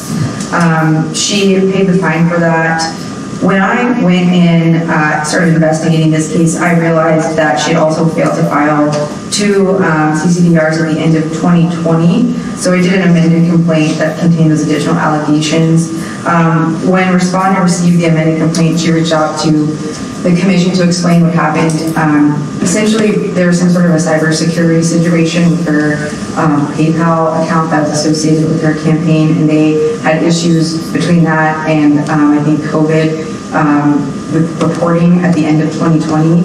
I worked with them to get their CCDRs up to date. Everything is current.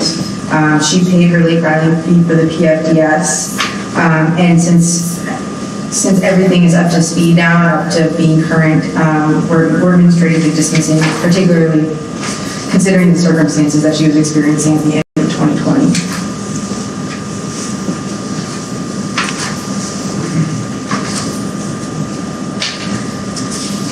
The second administrative dismissal is in the matter of John Hammond Hitchens, case number 2018-0037. We received a third-party complaint filed by Ben Stowers that alleged that Mr. Hitchens failed to file CCDRs.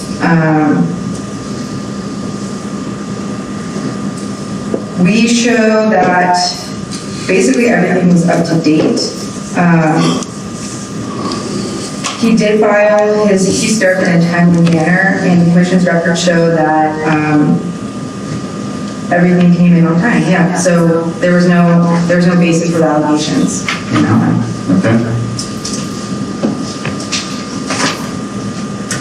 In the matter of Joanna Cloud, case number 18-0049, received a third-party complaint filed by Renee Goudry that alleged that Ms. Cloud violated the act by improperly filing a 2-day business report in violation of OCGA 21534C and untimely filing her PFDS.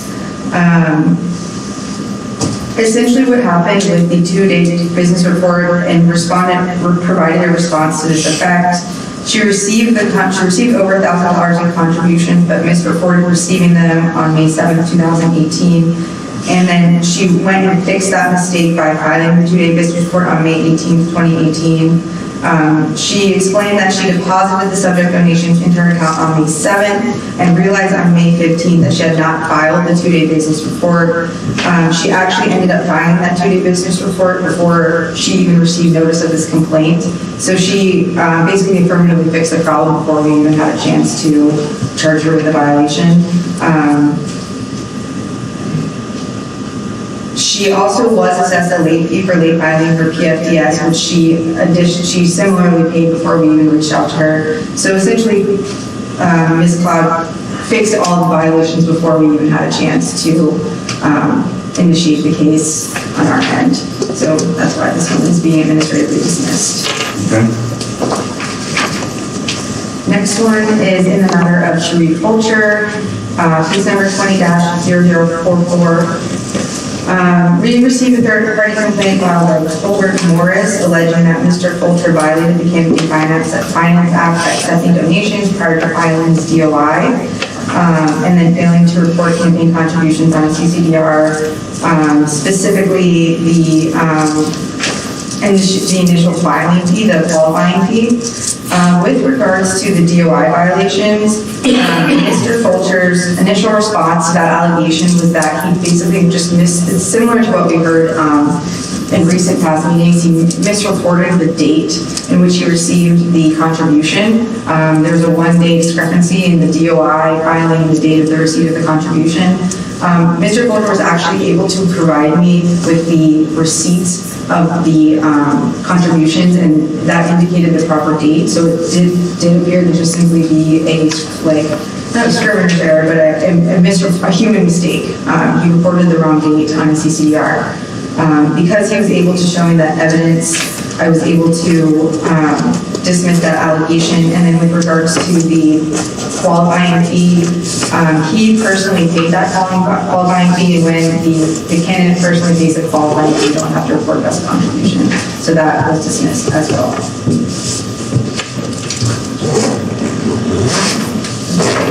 And then this should be the last one, last AD. This AD basically combines two cases. We received two third-party complaints that essentially led to the same thing regarding two different respondents. Mark Anthony Stevens and Thomas Ray Barbie are both county commissioners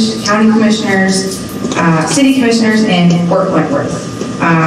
When they were campaigning in 2019, they often held campaign events together. At some point during campaign season, a billboard went up on Georgia Highway 21 that was advocating for the re-election of both Mr. Barbie and Mr. Stevens. So the complaint alleged that they failed to report any sort of expenditure or contribution related to that billboard. When I investigated, I confirmed that there was a failure to report that, and I reached out to respondents. They both had no idea who put the billboard up. And I was able to track down the owner of the billboard who confirmed that story and essentially said a man from South Carolina put the billboard up. Apparently it's not a very sought after billboard, and the owner was able to give it to him for free. And neither Mr. Barbie nor Mr. Stevens knows the individual who ended up putting up the vinyl on the billboard. Your thesis explained my reaction, but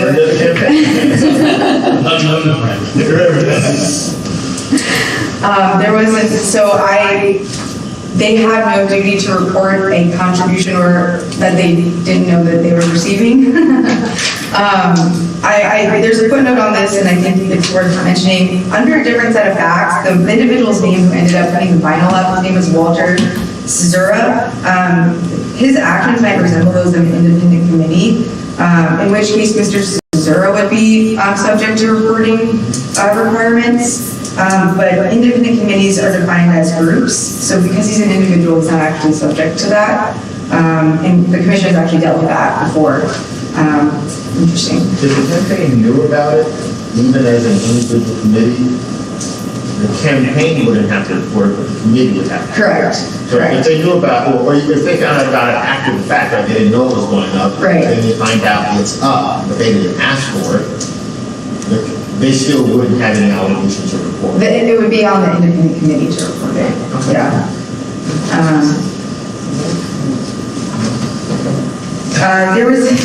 There's an additional allegation in the complaint about a reimbursement that Mr. Barbie failed to report on CCDR kids, and the reason why it implicates both of them is because it appears that Mr. Stevens was the one who was paying the back. So Mr. Stevens reported it on his CCDR, but Mr. Barbie didn't report it on his, and I think they were paying each other back for joint campaign expenses for a joint campaign event. The amount was $175, which came out to much less, I believe 4% of his total contribution. So Mr. Barbie was still within the 90% compliance rate that is required by OCGA 2157.1, and so that complaint was dismissed. That allegation was dismissed as well. Okay, is that all? That's all I have. Yeah, that's right. Doug's gonna make the motion.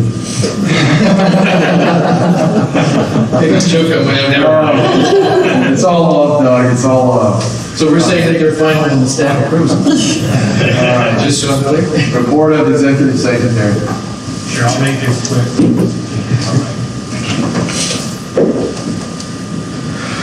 I'll make this quick because I know how much Commissioner Watts loves these. They're fantastic, they're riveting.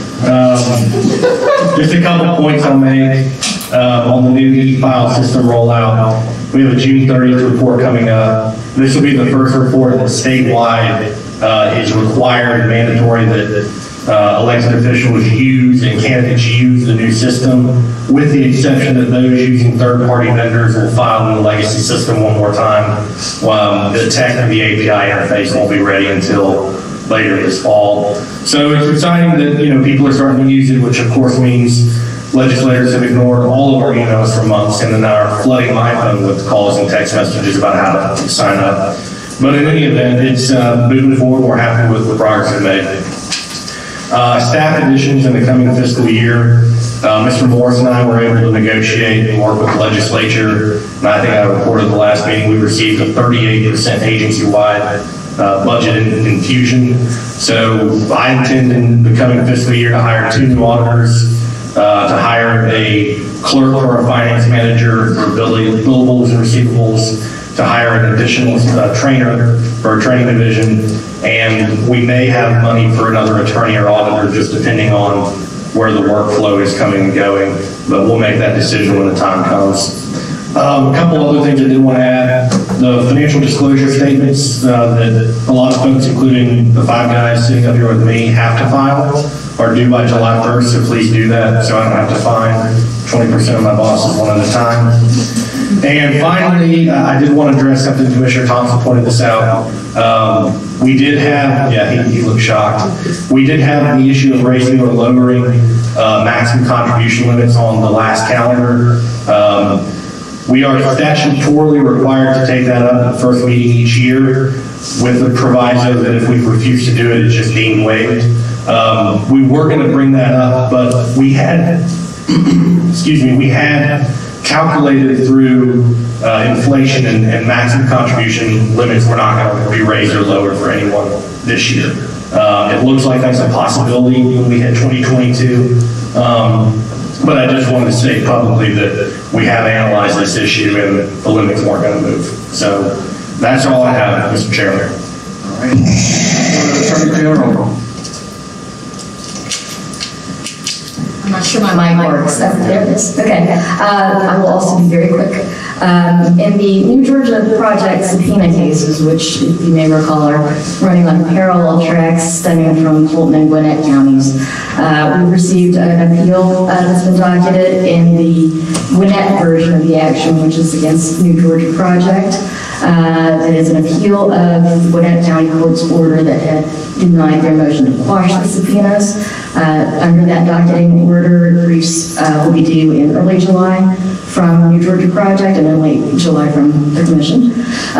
In the Fulton version of that same matter, it's come back down from the Court of Appeals. The Court of Appeals have found that the Commission does have jurisdiction to issue this type of subpoenas. We had a status conference in front of Judge Barwick, who was kind of trying to figure out procedurally what to do with those cases. There are some pending objections that were never ruled upon by the trial court in the first place on the grounds of relevance and First Amendment privilege. She's going back to look at the record to see if she has enough there to enter an order, or if she needs to set a second hearing to figure out what's been produced and what hasn't been produced and why. So we're expecting a follow-up from her anytime now. In terms of administrative hearings, in the school reform case, both sides have filed motions for summary determination, which has resulted in basically admission from the respondent of almost all of the relevant facts in the case. We've taken a position with the judge that based on those undisputed facts, he can find as a matter of law that there's been a violation of the duty to register as an independent commission and to disclose income and expenses. Barring a finding as a matter of law on those issues, he may end up setting an evidentiary hearing, which would probably be limited to whether or not there was coordination between the committee and the candidates. That's the only remaining disputed fact at this point. And we are hoping to receive an order on that any day now. In the Oxendine cases, we have just gotten started. The matter has been assigned to Judge Walker. Mr. Chalmers and I had a preliminary telephone call with her, and we are expecting her to, any day now, enter a briefing order that will set deadlines for filing preliminary motions and briefing and having a hearing on those issues.